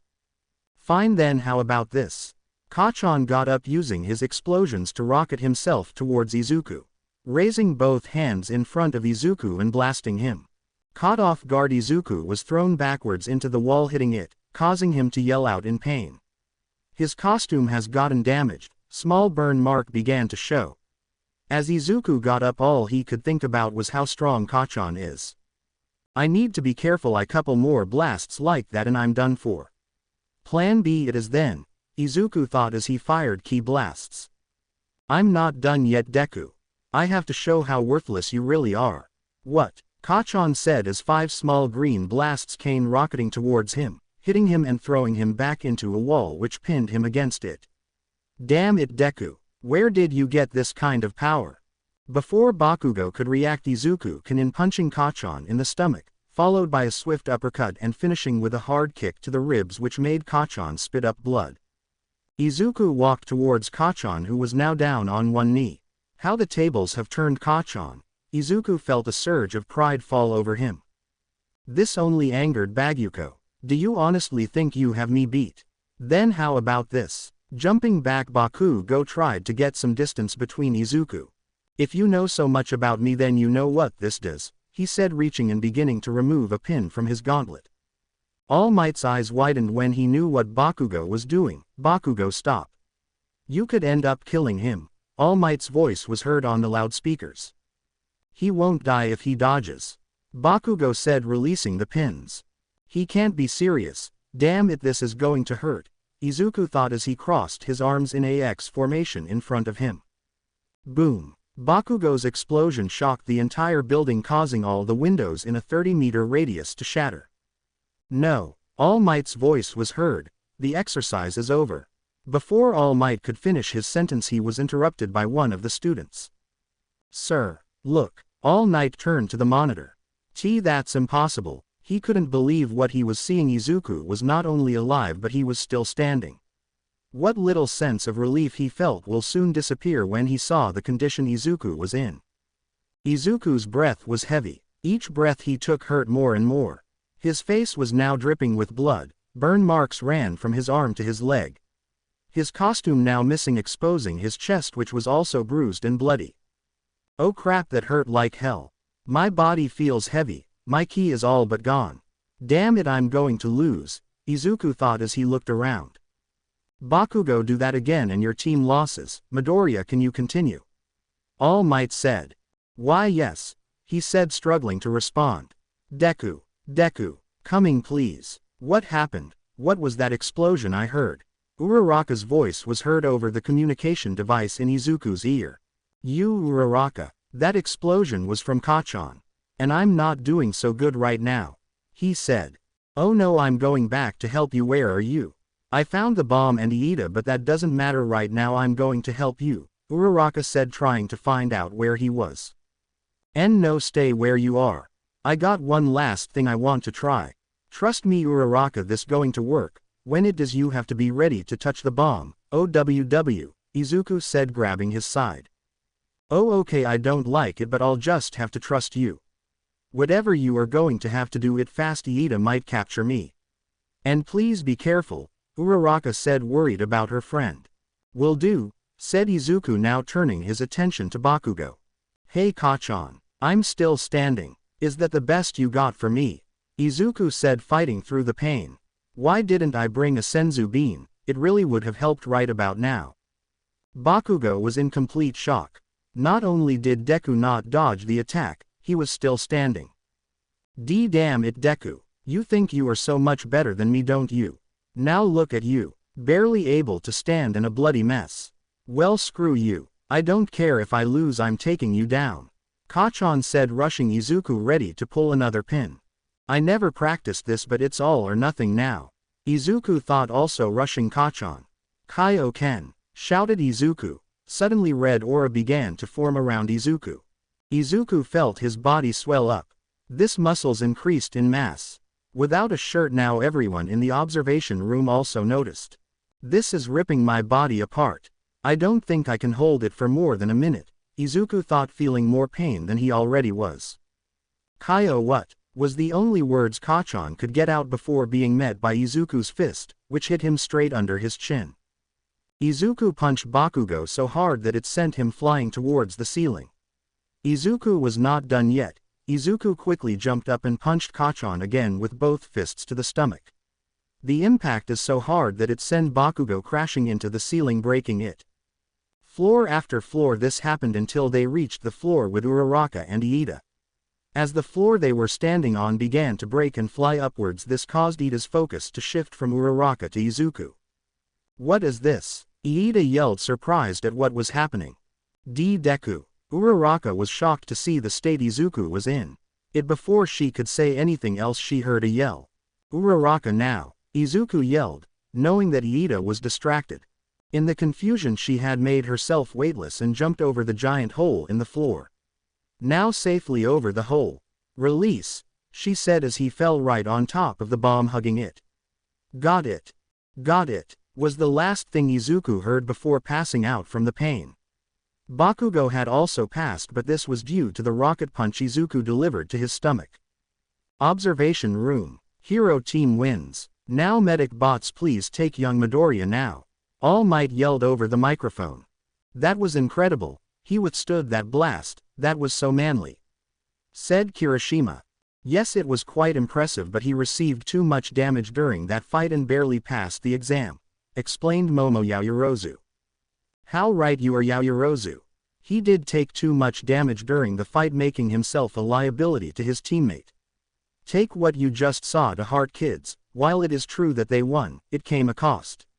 And always remember to go beyond, said All Might, turning his attention to the class. Plus Ultra, shouted the whole class in unison. Now if you excuse me, I have to go help young Midoriya, he said, running towards the arena. Back on the test field.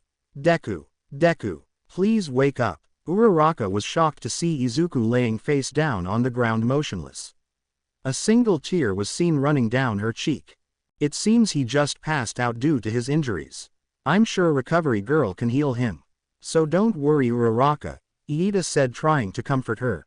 As this was unfolding, Bakugo began to wake up. What the hell happened?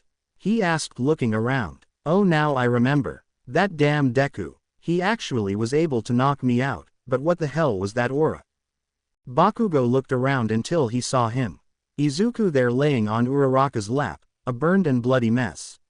His eyes widened, an expression of pure shock fell over him, then one of anger. I swear, Deku, I will make you never want to play heroine again, he thought before walking out of the building without saying a word. As the medic bots came in, a carefully placed Izuku on a stretcher. Uraraka could only watch as they carried him away, hoping that he will be alright. Please be alright, Deku. All Might walked into the building. Alright kids, please make your way to the observation room, we still have others who need to take the test, he noticed Uraraka, who was frowning. Walking up to her, he placed his hand on her shoulder. I know you are worried, but trust me when I say he will be just fine. Recovery Girl will patch him up, he smiled. Uraraka nodded and proceeded to follow him out of the building. Izuku did not know what was going on. He was knocked out and awoke once again to an empty black void. Looks like I'm back here again. I wonder if I'm going to meet someone else here. Looking around, he noticed a bright light. At first he thought it was a sun, but it got closer and closer. That isn't a sun, he said, trying to make out what it was. Is that a man? He's wearing an orange uniform. Wait, it couldn't be Goku, he said, jumping with excitement. As the bright white light stopped in front of him, it began to materialize into Goku. Hey there, Izuku. It's been a while, huh? Goku said, laughing. Goku, it really has been, Izuku said. So I heard you got talking to Vegeta, huh? Yeah, he can be really mean sometimes, but he's a good guy. Anyway, I'm here to tell you something. Goku turned serious as he said this. Izuku swallowed nervously. What does he want to tell me? Listen Izuku, you are strong, but don't forget you are not invincible. We all have our limits. You are young, so your power still hasn't fully been unlocked. I know you want to get stronger, but remember this. Power comes in response to a need, not a desire. Goku sighed. I also saw what you did to your body. Taking hits like that will only make you less effective in a fight. Not really smart. You're lucky you are half Saiyan. You see, we Saiyans have a unique ability to grow stronger every time we get close to death. So you will probably be a little stronger than before. Goku said. Izuku couldn't believe what he was hearing.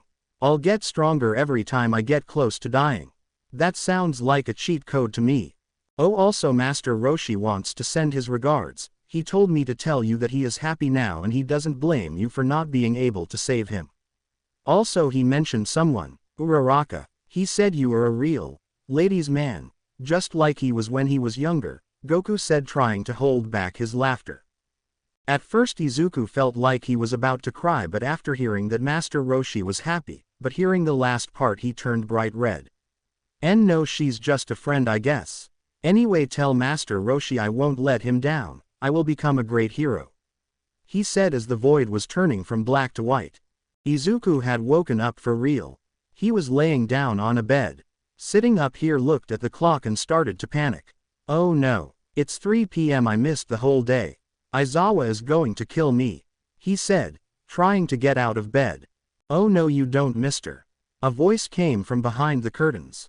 You get back on that bed and let me heal you properly and then you can go. It was Recovery Girl. Sorry about that, I just panicked for a second, Izuku said, rubbing the back of his head. Anyway, let's get you patched up, she said, keying Izuku on the arm. As the wounds began to close, Izuku only watched in amazement. Alright then, off you go. You should be able to catch the tail end of your last class if you hurry. Now please keep those bandages on for at least the night time, she said. Izuku thanked her and rushed out the door, feeling different. Wow, I feel great. Looks like Goku was right, he thought as he ran to his class. Making his way to class, he stopped just before he opened the door. What if Kachan is mad at me for knocking him out? I don't want to get injured again. Oh well, there's nothing I can do now, he thought as he opened the door to his class. Once he opened the door, he was immediately swarmed by some of his classmates. Hey, it's you. You're the guy who withstood Bakugo's attack. So manly. Oh, I'm Kirishima, by the way. That was amazing what you did. You were so awesome with your blasts and moves. My name is Mina, nice to meet you, she said, getting a little too close for comfort. Izuku gave them an awkward smile. Whoa, I wasn't expecting this.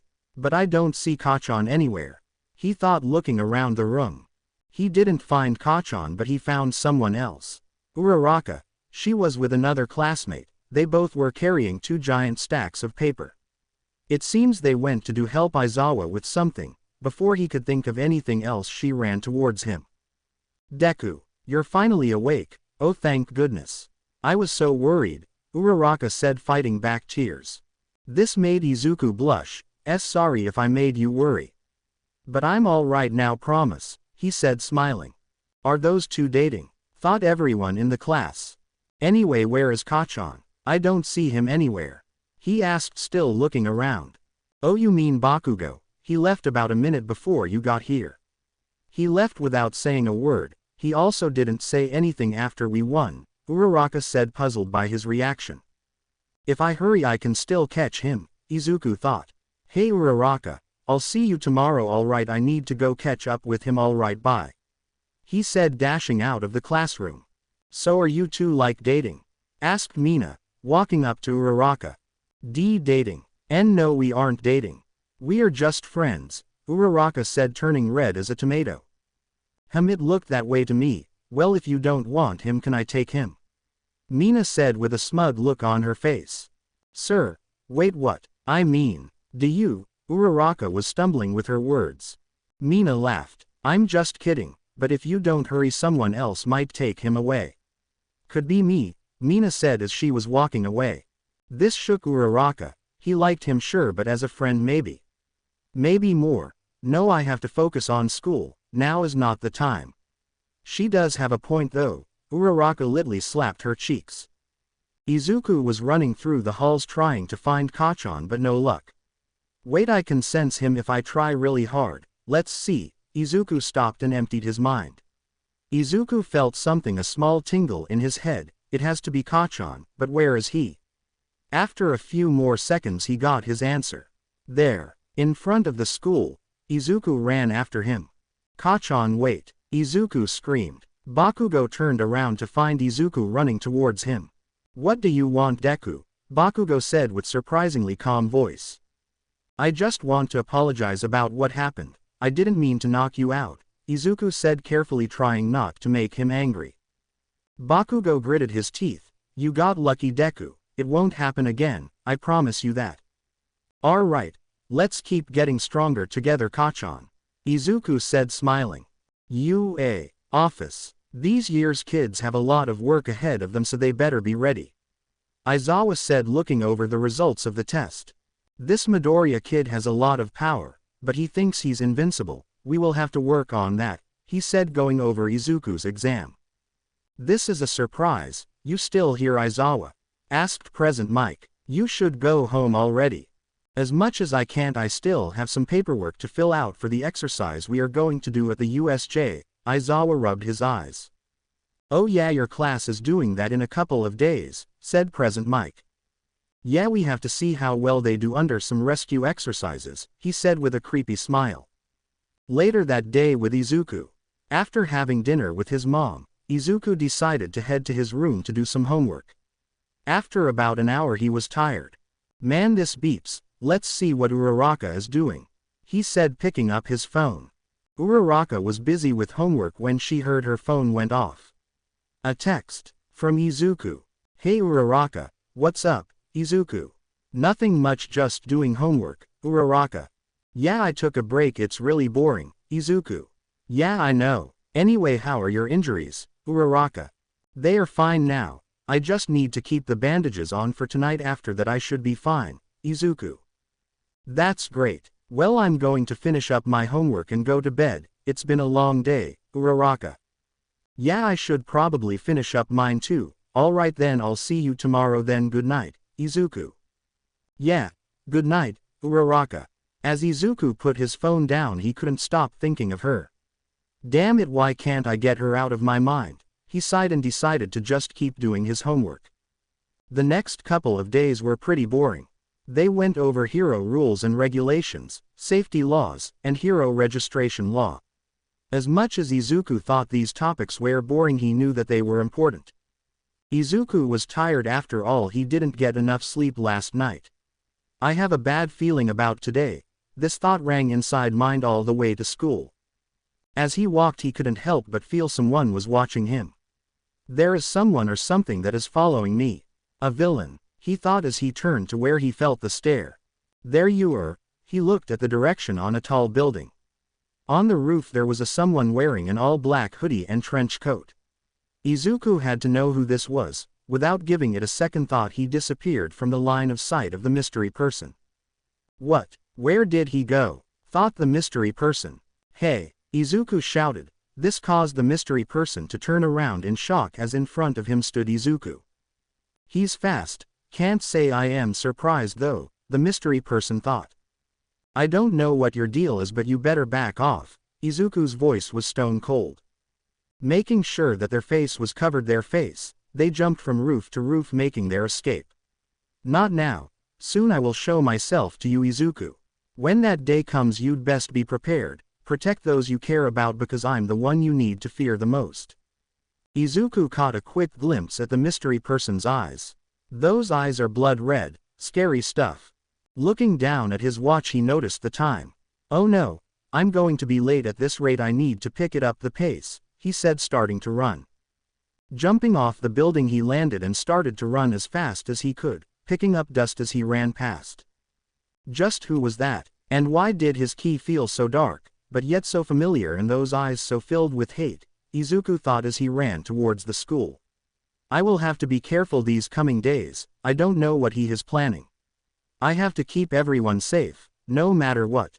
Izuku had some trouble getting into the school. The press had gotten wind of All Might's acceptance as a teacher at UA and they wanted an interview.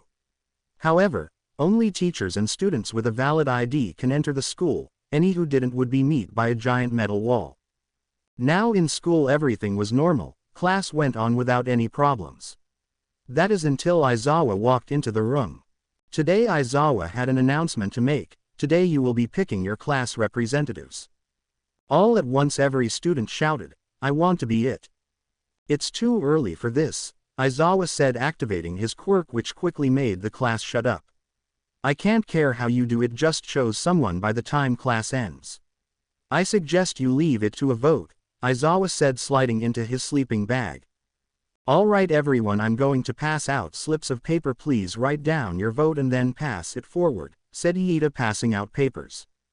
After collecting, Momo tallied up the votes. The results: Izuku Midoriya 5 points, Momo with 3, and Iida with 2.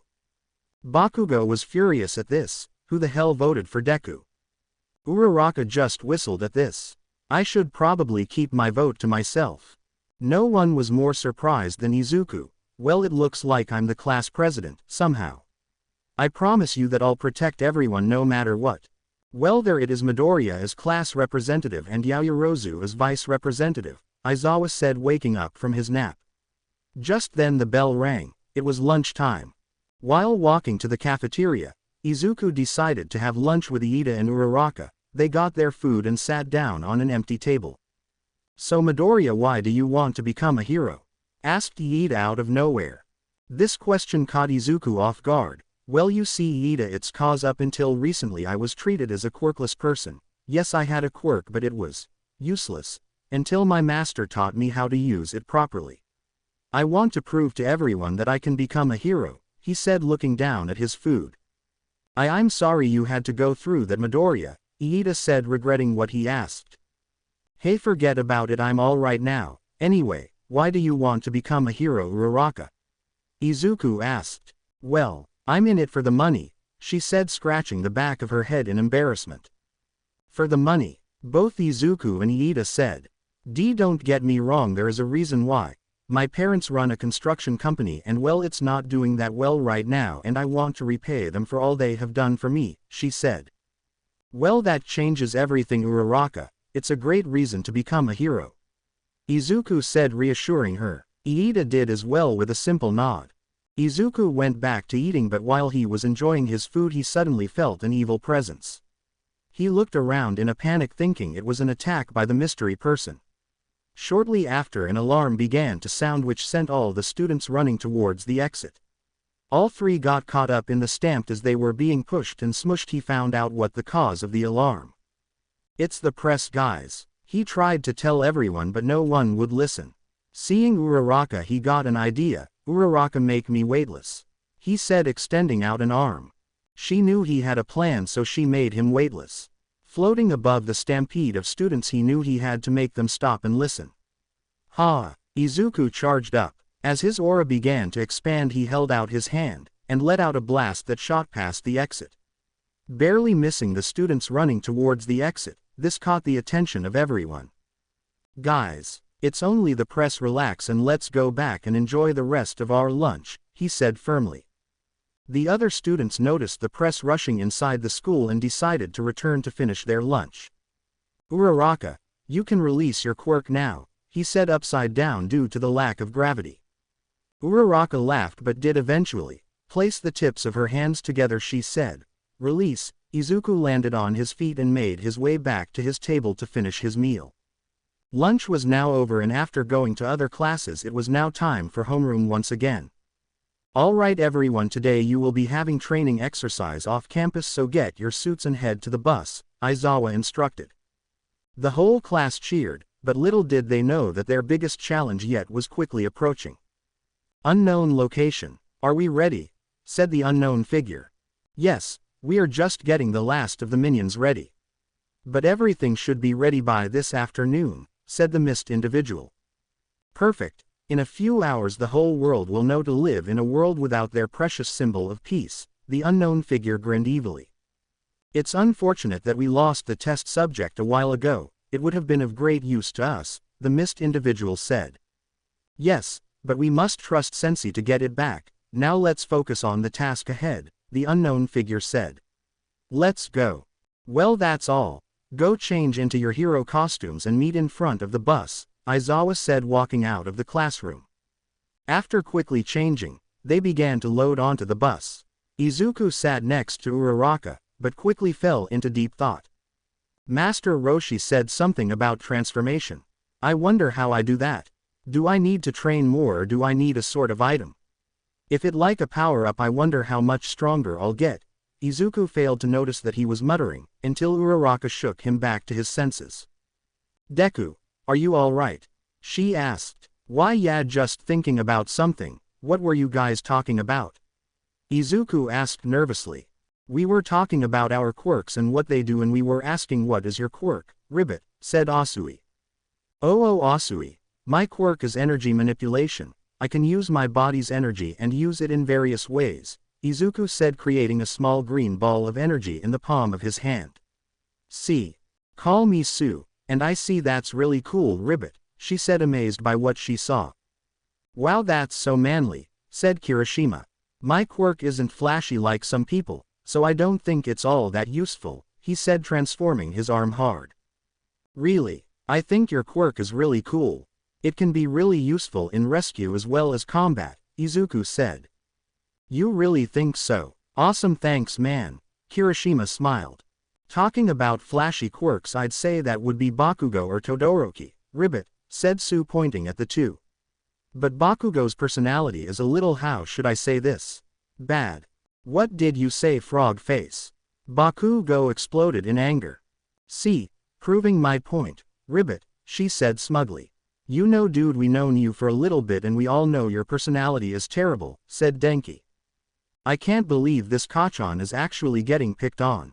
Izuku was surprised to see this.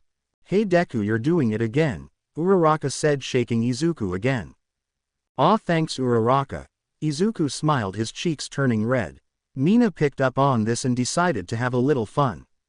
Sue, are you two like dating or something? Mina asked, which made the whole class stop and stare at the pair. Both of them turned bright red. No, we aren't dating or anything like that, we are, Uraraka couldn't think of an answer. Friends, they both said in unison. I get it, well then Izuku, want to go out with me? Mina asked with a smug look on her face. Izuku's face turned white, not knowing how to process what just happened. Well you see that's, he turned to see Uraraka's face only to find her face expressionless. I'm just kidding Midori, you're so easy to mess with, Mina laughed at their expense. Did she just call me Midori? Izuku let it slide. Alright, quiet everyone, we have arrived, said Izawa. Once everyone was out of the bus, the students were completely amazed by the sheer size of the facility. Making their way in, they were greeted by the space hero, 13. Oh my god, it's 13. My all-time favorite hero, yelled Uraraka. Izuku smiled seeing her smile. Her smile was contagious and always made Izuku feel happy. Hey 13, where is All Might? He's supposed to be here right now, Izawa asked, to which 13 only responded, holding up 3 fingers. I see, well no helping it, go ahead 13. Alright everyone, I just want to go over something with you before we start, and that is your quirks and how they can be easily be used to hurt someone. 13 said. This confused some of the students. As some of you may know, my quirk is Black Hole. I can take anything, I beep up anything and dematerialize it down to its atoms. Perfect for rescue missions but also very dangerous. I could easily use my quirk to kill, but thanks to training it never has happened. What I'm saying is treat your quirks as weapons, learn to control and use them correctly. Alright, with that out of the way, let's get started, 13 said. As Izuku was still processing what 13 said, he began to sense something. What is this? So strong and so evil. His eyes went wide, his face turning white. He couldn't believe the energy he was sensing, it was mind-boggling. Deku, are you alright? It looks like you just saw a ghost or something, Uraraka noticed his panic look. Mr. Izawa, something is coming, Izuku said, turning his attention to the fountain in the center of the USJ. As a black mist portal began to form, out walked a lot of villains, all with different quirks. But Izuku was not concerned with them, it's what followed that scared him. A giant creature with a bird-like head emerged from the portal, his brain visible. That can't be possible. What is that thing? It's so strong. If I'm feeling this right, that thing is just as strong as All Might. Izuku stepped back in fear. Are those robots or something, Mr. Aizawa? Asked Kirishima. No, those are real villains. Everyone group up. 13 protect the students, and Kaminari called for help, Aizawa ordered. I'm going to buy you some time to get away, now go. He said, jumping down the stairs towards the horde of villains. With Aizawa was making quick work of the low-class villains. Using his capture weapon and the use of his eraser quirk. Punching, kicking, and slamming villains into the ground left and right. Why don't we have a little fun? What do you say, Nomu? The giant creature stretched and ran towards Aizawa, who quickly activated his quirk. But it had no effect. What? Did I miss? No. This is his natural speed and power. If that's true, then that thing is almost as strong as All Might, Aizawa said, jumping out of the Nomu's reach. But of course he was specifically designed to kill All Might. Kurogiri, go after the kids. If things don't go your way, take a hostage and bring them to me. Nomu will handle Eraserhead, said the villain with a ton of hands attached to his face and arms. Yes, Shigaraki at once. Kurogiri teleported away. Back with the students. He won't be able to hold them off for long, we got to help him. Izuku said as he ready to jump down there to help, but was stopped when he noticed a black mistake form in front of the class. It would be in your best interest if you paid attention to who's in front of you, said a tall dark mist person. Allow me to introduce ourselves, we are the League of Villains, and you lot have the great honor in becoming our first victims in our grand plan to take down All Might. Before he could continue, he was jumped by Bakugo and Kirishima. Both of their attacks have no effect on him. How rude of you. I'll deal with you later, but first the hero. The mist guy said, activating his quirk, aiming for the hero.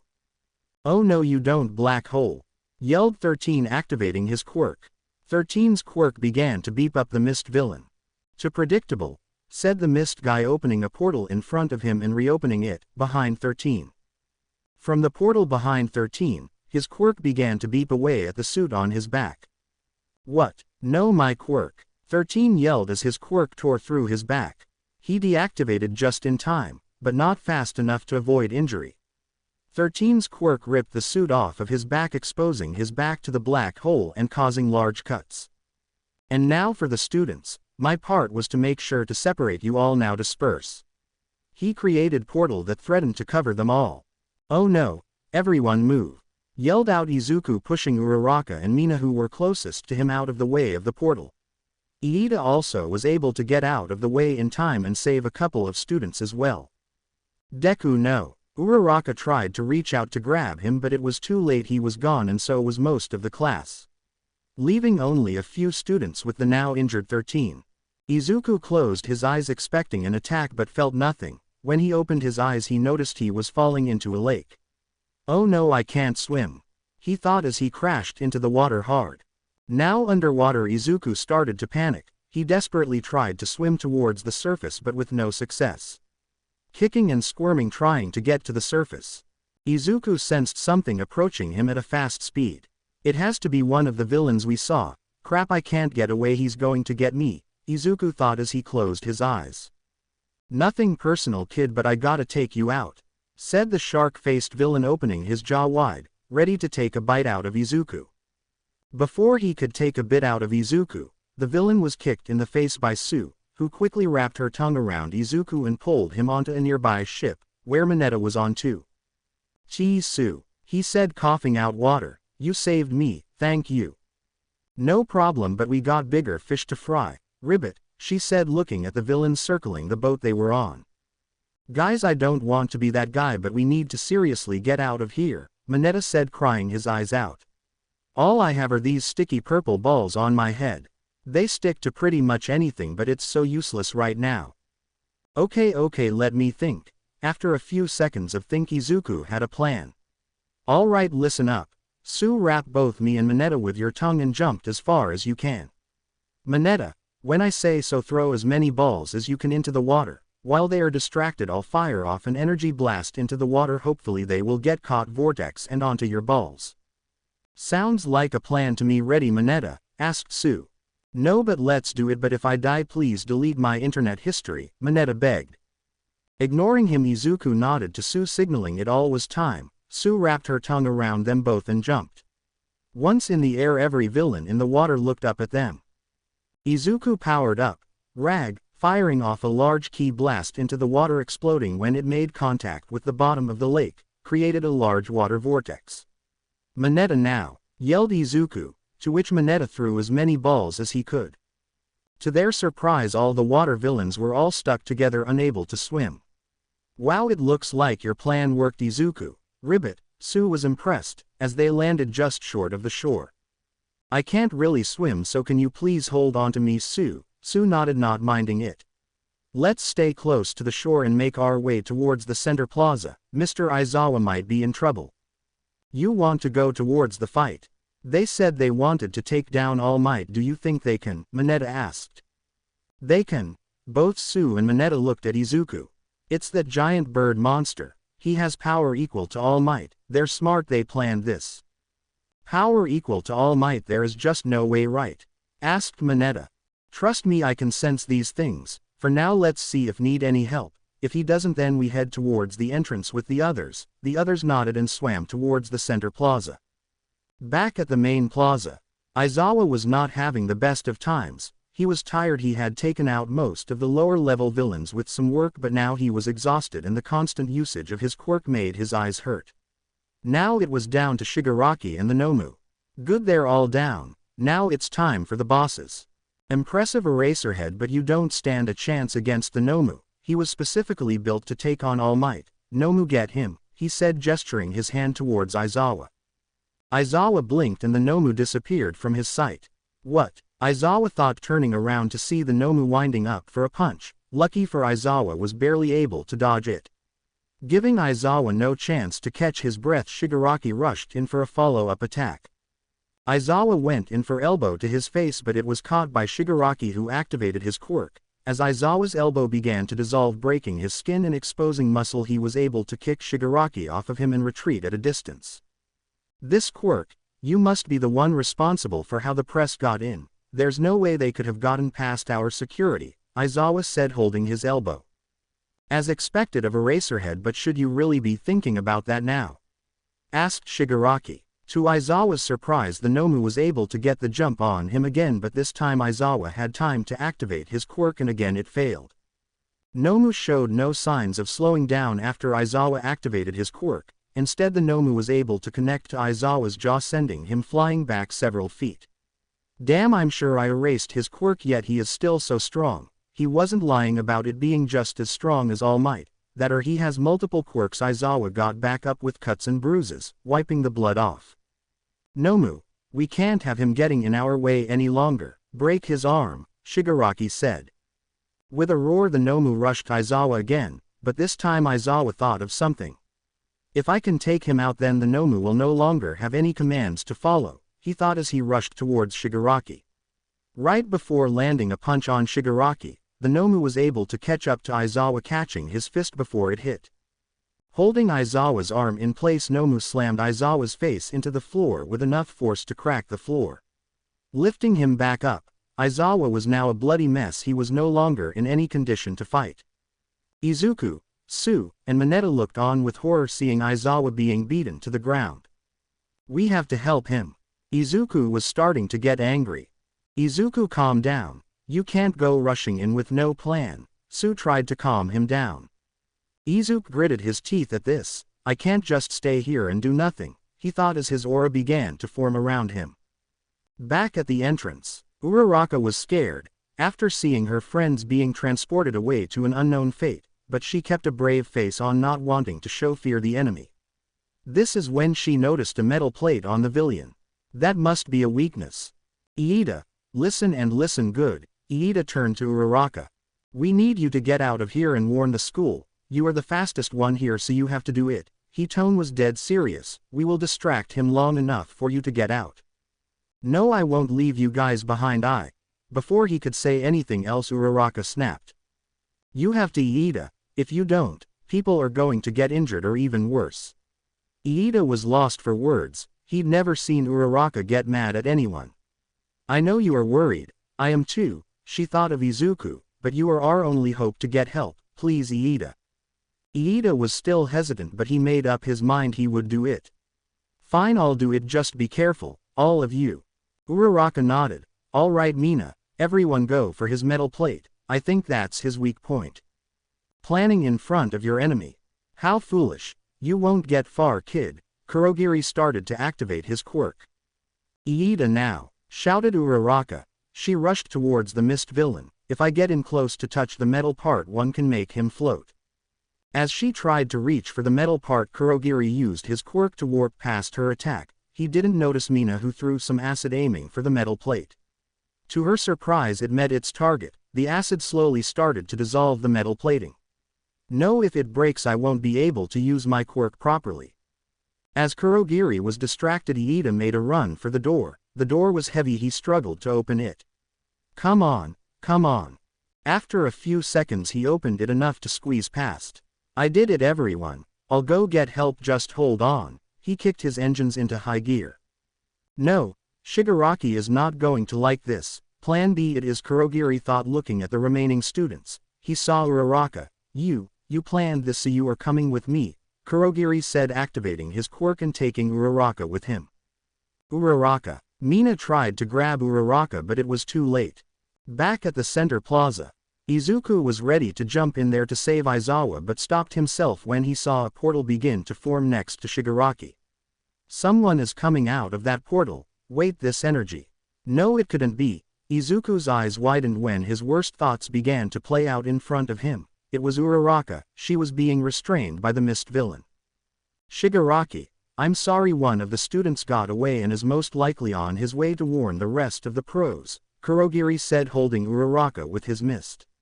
I got a hostage just like you said when things went south. She's the reason why the other student escaped. You were lucky, Kurogiri. If you weren't our way out I would have killed you by now. But this is your fault. Thanks to you it's game over now.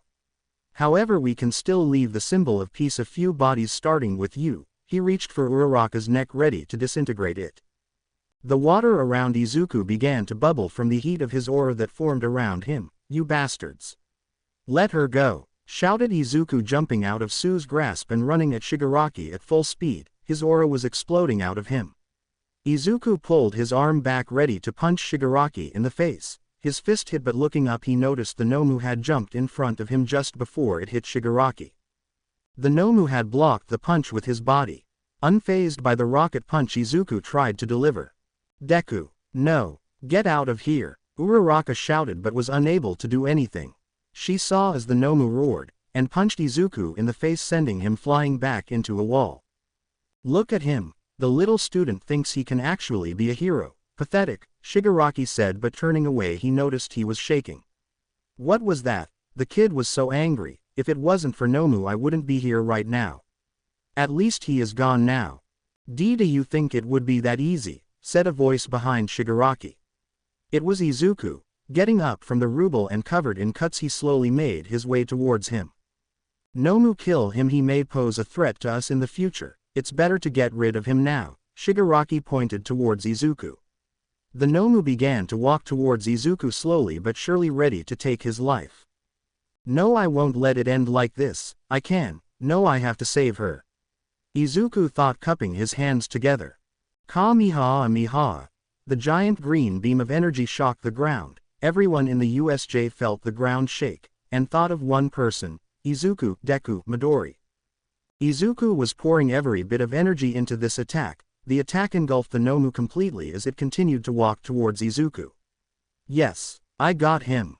Izuku was horrified when a giant hand reached out to grab him from inside the blast. What? That's not possible. The giant hand grabbed onto Izuku's head and lifted him off the ground. The Nomu squeezed hard on Izuku's head, causing him to scream out in pain. Uraraka couldn't bear to watch what was going on, but she felt every drop of pain in Izuku's voice. Stop it please, you're killing him, she cried out. Seeing Uraraka crying only made Shigaraki mad. Nomu, make him suffer a little more. Following this order, the Nomu punched Izuku in the stomach, causing him to spit out blood. Nomu continued his punches on Izuku, going for his face and stomach. The Nomu let go of Izuku, who crashed onto the floor motionless. Going in for the finishing blow, the Nomu roared out and began to bring his fist down on Izuku. Nomu, wait, bring him over here, I want him to see when I make his friend here disappear. Nomu grabbed Izuku by the arm and dragged him over to Shigaraki. Nomu grabbed his face and made him watch as Shigaraki began to place his hand on Uraraka. Slowly each finger began to make contact with Uraraka's neck. 2 fingers, 3 fingers, 4 fingers.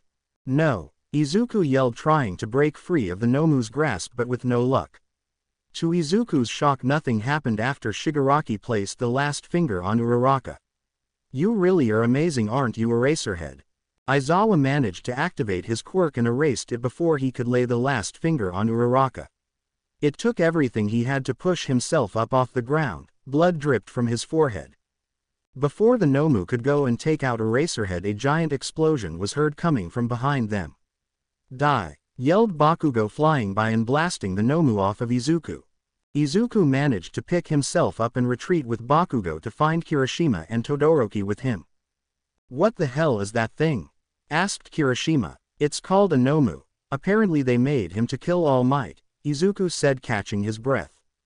Midoriya, can you still fight? Asked Todoroki. Yes, but not for long. I'll have to use the Kaioken to distract that thing, when I do get her out of there, Izuku said, readying himself to fight. His aura formed once again around him. Todoroki nodded. Bakugo, ready your strongest blast, Kirishima, once we get Uraraka out of the way to protect her, got it? Kaioken, Izuku shouted. As his green aura turned red, his muscles bulged up, causing his wounds to burn from the energy he was putting out. I don't need to take it out, all I need to do is distract it long enough, Izuku thought as he got himself ready. Go! Yelled Todoroki. Izuku was quick to jump straight at the Nomu, punching it in the stomach repeatedly. As the Nomu was distracted, Bakugo and Todoroki went to rescue Uraraka, who was still being held by Shigaraki. Todoroki created an ice wall separating Uraraka from the villain's grasp. Mr. Aizawa, noticing that his student was now free, deactivated his quirk. Don't die, he said before passing out. Uraraka made her way towards where Kirishima. The plan worked. This caused Shigaraki to stumble backwards. The wall of ice appeared in front of him. That's when Bakugo came in, ready to blast Shigaraki with all he had. Die. Damn this kid, he's strong. If this blast hits me, it's over, Shigaraki thought, bracing himself for the blast. Lucky for him, Kurogiri was able to open a portal under him and teleport him away from the blast. Damn it. Bakugo had missed his chance to take him down, and he didn't know if he would get another chance to. Izuku was quickly losing ground against the Nomu, and he knew it. Damn, I can't keep this up much longer, the strain on my body is too much. Izuku glanced over to Kirishima and saw that Uraraka now safe with him. Yes, she got away. This moment he lost his focus on the fight, and the Nomu took advantage of this, punching Izuku in the face, sending him back towards Kirishima and Uraraka. He no longer had the stamina to keep Kaioken going. The red aura faded as he slid to a stop in front of Uraraka and Kirishima. Deku. Uraraka rushed to his side, noticing how badly injured he was. It's all right, Uraraka, I'm fine now. How are you holding up? He asked. I'm going good, so fa. She was cut off by a giant fist hitting her in the side of her head. Crack. Izuku heard her neck snap as she flew back towards a wall. Bakugo, Kirishima, and Todoroki both were wide-eyed, slowly processing what happened. Sue and Mineta didn't see what happened. The Nomu moved too fast for them to track him. All they heard was a crack in the body of Uraraka hitting the wall. No! Izuku yelled, running to where Uraraka was, her body just laying there, showing no sign of movement, pieces of the wall covering part of her body. Izuku felt her energy disappear fast. His face was filled with horror seeing her. Looking away in a fight could get you killed, kid, Shigaraki said with an evil smile. Izuku quickly got the pieces of ruble off of her. Deku. Uraraka's voice was quiet and fading. I'm here, Uraraka. I'm here. Please stay with me, please. He grabbed the back of her head, trying to keep it from hitting the floor as the tears started to run down his face. Uraraka smiled and placed her hand on his cheek. It's okay, Deku. You have to keep on living. Please get out of here. Those were the last words Izuku heard as her hand fell from his face and hitting the ground motionless.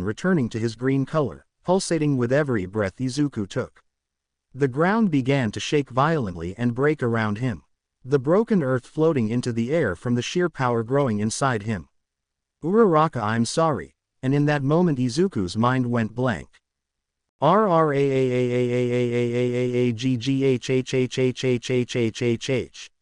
What is this? Shigaraki said, not knowing what was going on. Izuku transformed. His body changed, growing in muscle mass, and his hair was no longer the emerald green. Instead it turned golden yellow. His eyes turned into a teal color. The once green aura that surrounded him was now also golden yellow, like the very sun itself. He was finally ready to take on the Nomu, but would it be enough to take down this monster? Back at the UA campus. I used too much power today, coughed All Might in his normal state. Just then the door opened and in walked a Principal Nezu. Ah, All Might, how are you? Care for a cup of tea? Green tea is your favorite, if I remember correctly, he asked, walking towards the table. Yes please, I'm supposed to be at the USJ today with Class 1A, but I'm already at my time limit, he explained. I see, well there is no helping it then, I'm sure they are doing just fine without you. Here, Nezu said, handing All Might a cup of tea. As All Might was about to take a sip, the ground began to shake around them. What the? An earthquake? Said All Might, getting up from his seat. No, this is different, the waves didn't slowly build up, this is from an explosion, Nezu said, grabbing onto All Might's leg. After the shaking stopped, the door to the room exploded open, nearly giving All Might a heart attack as he buffed up ready for an attack, but it never came. There was Iida sweating and breathing hard, his engines puffing out black smoke from the long run. We need help. USJ attacked villains. Both Nezu's and All Might's eyes went wide. Then that was from the USJ, my god. All Might said. Nezu, inform all available teacher and have them go to USJ now, I'll go on ahead. As All Might ran out, Nezu nodded and quickly ran over to the desk with a speaker. Attention all teachers, we need immediate backup at USJ. Villains have attacked. This is not a drill. I repeat, this is not a drill. Converge to the USJ now. He voiced echoed through the halls of campus. Students, please be all right. I am on my way, All Might thought, running towards the USJ at top speed. Bakugo, Kirishima, and Todoroki all stood there, not knowing what had happened to their classmate. Izuku turned to them with rage in his eyes. Guys, take Uraraka and Mr. Aizawa to the entrance and get out of here. I'll hold them off as long as I can. That means you too, Sue. Mineta, go now. Izuku got no response, which only made him snap. Get Uraraka and Mr. Aizawa to the entrance and get out of here now. This snapped them back to reality. Alright, let's go guys, Kirishima said, picking up Uraraka and began to run towards the entrance. Sue and Mineta quickly got out of the water and picked up Mr. Aizawa and ran towards Kirishima, who was holding Uraraka. Sue was horrified when she looked at Uraraka's face, expressionless and white as snow. Bakugo, however, refused to leave. You're crazy, Deku, if you think you are going to stay here and fight them alone. Bakugo, we have to go. We will only get in his way if he has to worry about protecting us too, Todoroki said, placing his hand on Bakugo's shoulder. I don't like it any more than you do, but I have a feeling with this transformation, he should be able to stall them long enough. Now come on, we have to go. Bakugo knew this was true, he would hold back if they were to stay. Fine, but you better get back in one piece, alright Deku. Ha ha ha, you think I'll let them get away? Nomu, go after them, Shigaraki ordered. The Nomu started to run towards them only to be sent flying back towards a wall. What the hell was that? Shigaraki said, looking around only to see Izuku standing where the Nomu once was. Izuku felt it, the adrenaline running through his veins, the pulsating in his fists. So this is real power. The Nomu got back up more pissed than anything else. Shigaraki, we have to leave, we can't lose the Nomu here, plus I think the pros have been alerted, said Kurogiri. No, not until we take him down. If we don't he will only get stronger and ruin our plans for the future, Shigaraki said, scratching his neck. Your first mistake is thinking I'll let you get out of here, Izuku said with a stone-cold look on his face. Damn it, Nomu, rip him apart. The Nomu screeched and ran full force towards. As it threw a punch, Izuku dogged it. After repeated tries and Izuku dodging, the Nomu got frustrated and slammed the ground, causing it to break into pieces. Izuku calmly jumped back like nothing. Izuku saw the metal plates on Kurogiri. Ha! Izuku fired a key blast at the metal plate, shattering it. Getting out just got a whole lot harder for you, said Izuku with a grin on his face. Nomu, kill him. The Nomu once again ran towards Izuku, but this time he wasn't going to dodge. Instead he cupped his hands together. Kamehameha. The Nomu screamed out in pain as the beam engulfed him again, but this time he wasn't going to walk away from it unscratched. Shigaraki was able to grab Kurogiri out of the way of the blast. Turning back to the Nomu, he noticed the Nomu covered in burn marks and missing an arm. Izuku smirked. But to Izuku's surprise, Shigaraki started to laugh. What's so funny? The words from Izuku were like venom. Haha, do you honestly believe super strength was his only quirk? Shigaraki said, looking at the Nomu, as it started to grow back its arm and healing the burning marks around his body. Izuku's eyes twitched. Looks like I'll have to try harder than won't I, he said, readying himself. Damn it, I didn't think he would be able to regenerate. This is going to be harder than I thought, not to mention that thing seems to absorb all my punches. Izuku's eyes widened. What is this power? It's so strong and approaching fast. Wait, I've felt this energy before. It's All Might. Ha ha ha, you guys are so screwed now. All Might is on his way here, Izuku laughed. He's what? Perfect, Shigaraki said, smiling. Let's give him a surprise when he gets here. I'd say 2 dead students should be fine. All right, Nomu, playtime is over. Take this seriously now. No way he's bluffing, there is just no way, Izuku thought. Before he could think of anything else, he saw a giant fist in front of him. With so little time to react, he managed to get his arm up to block it, but it wasn't enough. Izuku flew back, bleeding from his nose. What? His power level just exploded. Holding back all this time, huh? I can see why he would be able to kill All Might, but unfortunately for you, I'm not All Might. Ha! The aura around Izuku grew larger. Damn it, I hate to admit it, but I don't think I can win this fight. Izuku charged the Nomu, punching it repeatedly in the chest, causing it to scream. It soon countered by grabbing one of Izuku's arms and slamming him into the ground, then throwing his into another wall. Izuku spit out blood and rushed back in, firing small key blasts to distract the Nomu as he went in to punch him in the head.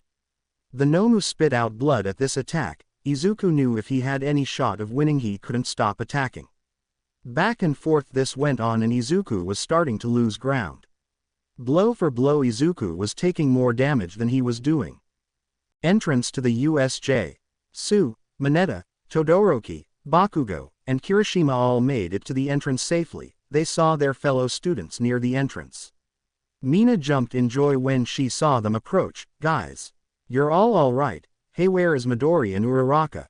Her joy quickly turned to shock when behind Bakugo was Kirishima holding Uraraka, her eyes closed and not moving.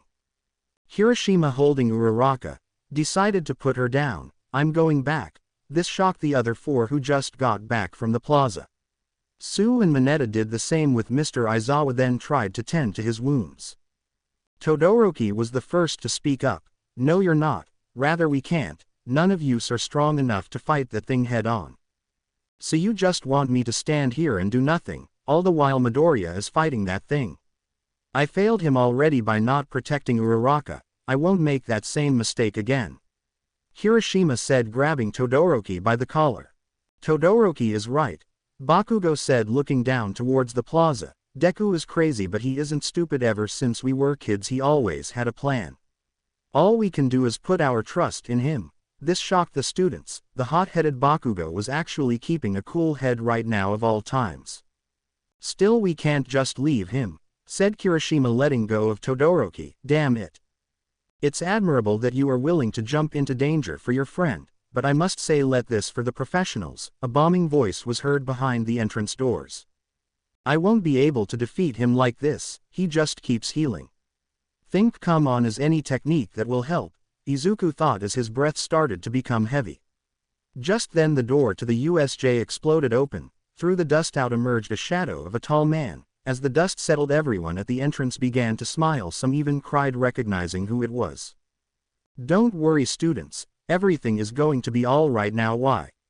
Because I am here, All Might said, ripping off the tie on his shirt. All Might, go help Izuku, he's fighting right now down at the plaza. Please, Sue begged All Might. He turned to her and placed his hand on her shoulder. It will be all right young Asui, I won't let anything happen to you. All Might's eyes went wide when he saw Uraraka laying down on the ground motionless and Aizawa on the ground in a pool of blood. Is she? He asked, gritting his teeth, walking towards her to check her pulse. Wait, she is still alive but only barely. He sighed in relief. Don't worry students, she has a pulse but it's faint, she won't last for very long. We need to get here help now. The other teachers will be here shortly, but in the meantime I need to take on the villains. He turned and jumped down towards the plaza. Landing hard on the floor, All Might noticed Izuku had changed his hair, now spiky golden yellow, and his eyes no longer the emerald green, now it was teal color. Midoriya, my boy, what happened to you? All Might noticed his body covered in cuts and bruises. They killed her. They killed her. Uraraka, Izuku said, fighting back the tears. Young Midoriya, Uraraka is still alive but only barely, explained All Might. Izuku was shocked but decided to focus on sensing her ki. There she is alive, barely but alive, thank God. Wait, I have a senzu bean. I can still save her but I have to finish this quick. This time the tears started to fall, but not out of sadness but of pure relief. All Might, if you can distract him for a minute, I may be able to blast him and end this. Be careful, he is just as strong as you, or if not stronger. Also he heals and can tank hits like it's nothing, Izuku told All Might. Very well young Midoriya, get back and get ready, All Might said, running towards the Nomu, which screeched as it also ran towards All Might. As their firsts collided, the wind pressure pushed back the two villains back. It seems he has shock absorption. I see why young Midoriya had trouble taking you down. But it's not shock nullification. Then that means there is a limit on how much you can take. That means I just need to reach that limit and he can finish the rest. The shock wave of their fists colliding grew more intense as they began to punch harder and faster. Amazing, thought Izuku as he charged his ki. Damn it, I can't get in close to help the Nomu, and with my metal plate destroyed I can't accurately open warps, Kurogiri said, trying to keep himself from being blown back.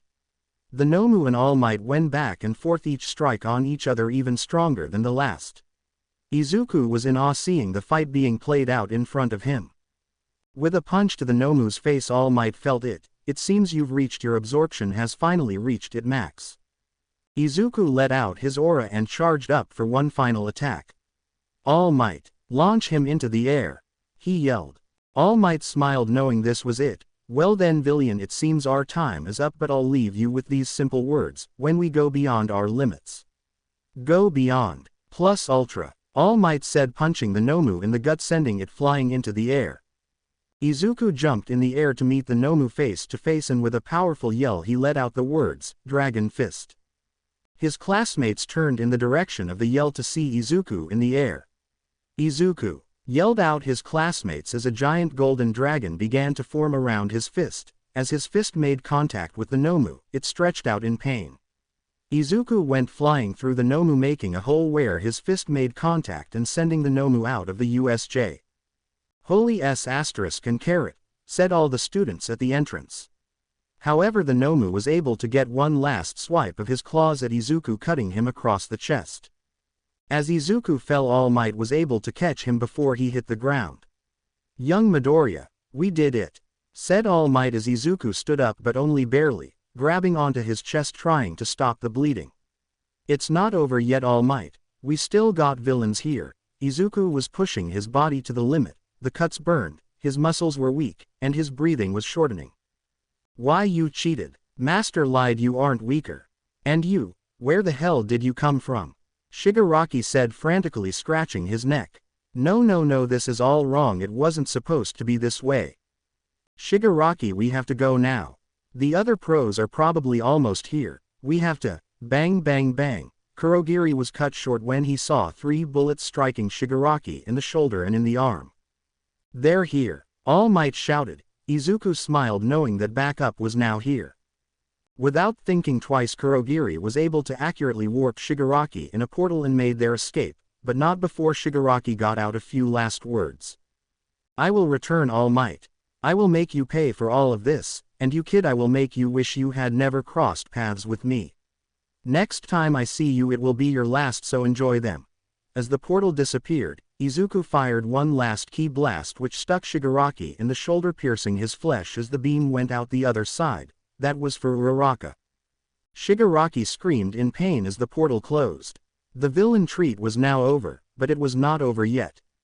Izuku fell to his knees still in his transformed state, but he couldn't collapse now, he still had something to do. All Might, get me to Uraraka quick, I can save her. All Might saw the desperate look on his face, he nodded and picked up Izuku and jumped towards the entrance.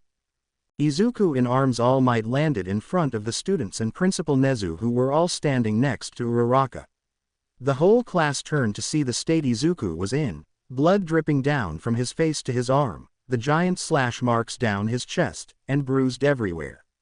But the thing that caught their attention the most was his hair and eye colors were now different.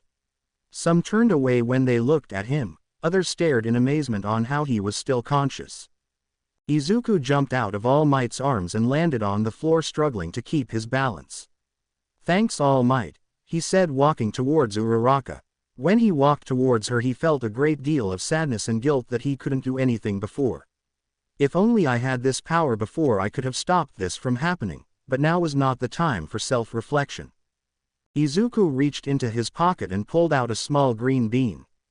Please let his work, he whispered. What is that, Midoriya? Asked Nezu. Don't worry, Principal Nezu, this should heal her up, he said, placing the bean in Uraraka's mouth. Uraraka, can you hear me? If you can, you have to eat the bean, I promise it will heal you up. Uraraka slowly began to bite down on the bean, slowly but surely she managed to eat it.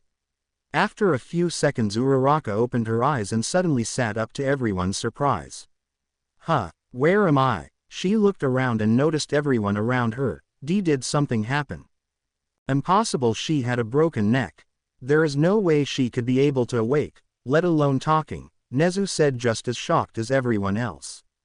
Izuku smiled. He did it, he managed to save her. I'm sorry everyone, I wasn't strong enough, he said as his hair and eyes reverted back to their original color, then collapsed on the floor, knocked out. Deku. Hey Deku, wake up. We need to get him help now, Uraraka said, rushing towards him. Get him to Recovery Girl now. Also grab Aizawa. All Might take them. I'll handle things from here, Nezu said, and All Might just nodded, grabbing them both. He was about to take off when Uraraka jumped in front of him. I'm going with you. I won't leave him alone, not after he saved my life. All Might looked over to Nezu, who just nodded. Very well then. Let's go, he said, grabbing her and running towards the school nurse's office. Izuku was in critical condition. He had broken multiple bones in his arms and legs, 4 broken ribs and a punctured lung, multiple cuts and bruises, not to mention the giant claw marks on his chest. Recovery Girl was able to heal most of his injuries. The bones would heal after a few more treatments, but the wound on his chest was a different story. The wound was too deep. Even with Recovery Girl's power it would still leave scars behind.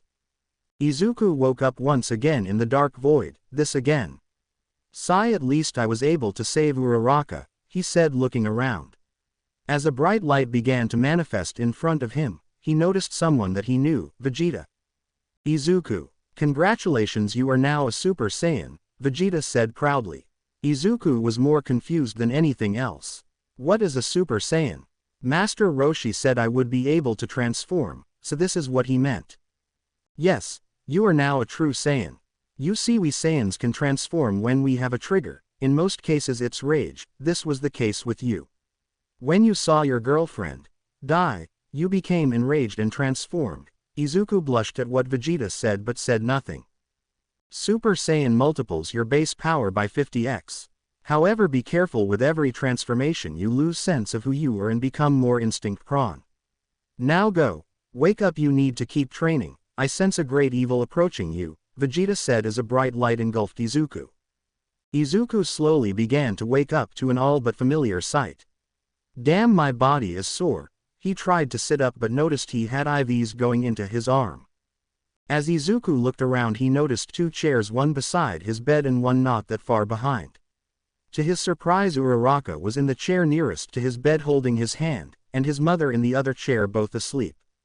Izuku blushed as he looked at Uraraka. I may have failed to protect you, but I won't let it happen again, I promise. Izuku began to cry as he remembered her body motionless on the floor. The quiet sobbing noise was enough to wake Uraraka up. As she rubbed her eyes, she noticed Izuku was awake. Izuku, she yelled, getting up and hugging him. Thank God you are okay. I thought I lost you back there, she said as tears fell from her eyes. Inko also had woken up to Uraraka's voice. Once she saw her son awake and alive, she too couldn't hold back the tears. Excuse me, miss, but we have to let him rest. How are you feeling, Izuku? She asked. I feel great, mom. A little sore, but other than that just fine, he said, pounding his chest.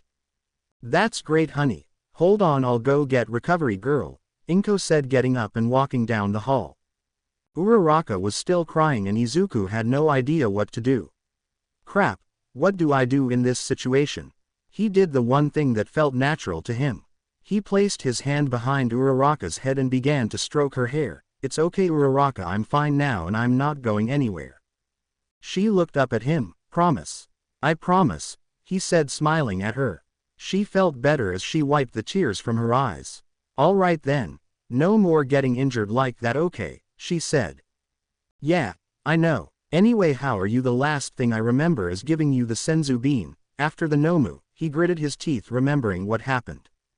I'm fine, Deku. From what Su told me, you passed out after giving me a strange bean. Everyone is fine, just minor injuries, well except for yours. Recovery girl had to use her quirk on you multiple times to heal you properly. They didn't catch the two villains in the plaza, but they did get the Nomu. Listen, Deku, this is the second time you saved my life. If it wasn't for you I wouldn't be here, so thank you. One day I hope to repay you, but for now, *key*****, she said, blushing while planting a key on his cheek. I hope this will be enough for now, Uraraka said, blushing. Izuku's mind went blank once again. This time it wasn't from a fight but from embarrassment. It's nothing, Uraraka. I just did what any hero would do, you know, he said, still red-faced. You're wrong, young man. What you did was nothing short of a miracle. Not only did you help save the lives of your fellow classmates but also some pros. Entered recovery girl followed by Izuku's mother. Also, whatever you gave it healed her wounds instantly.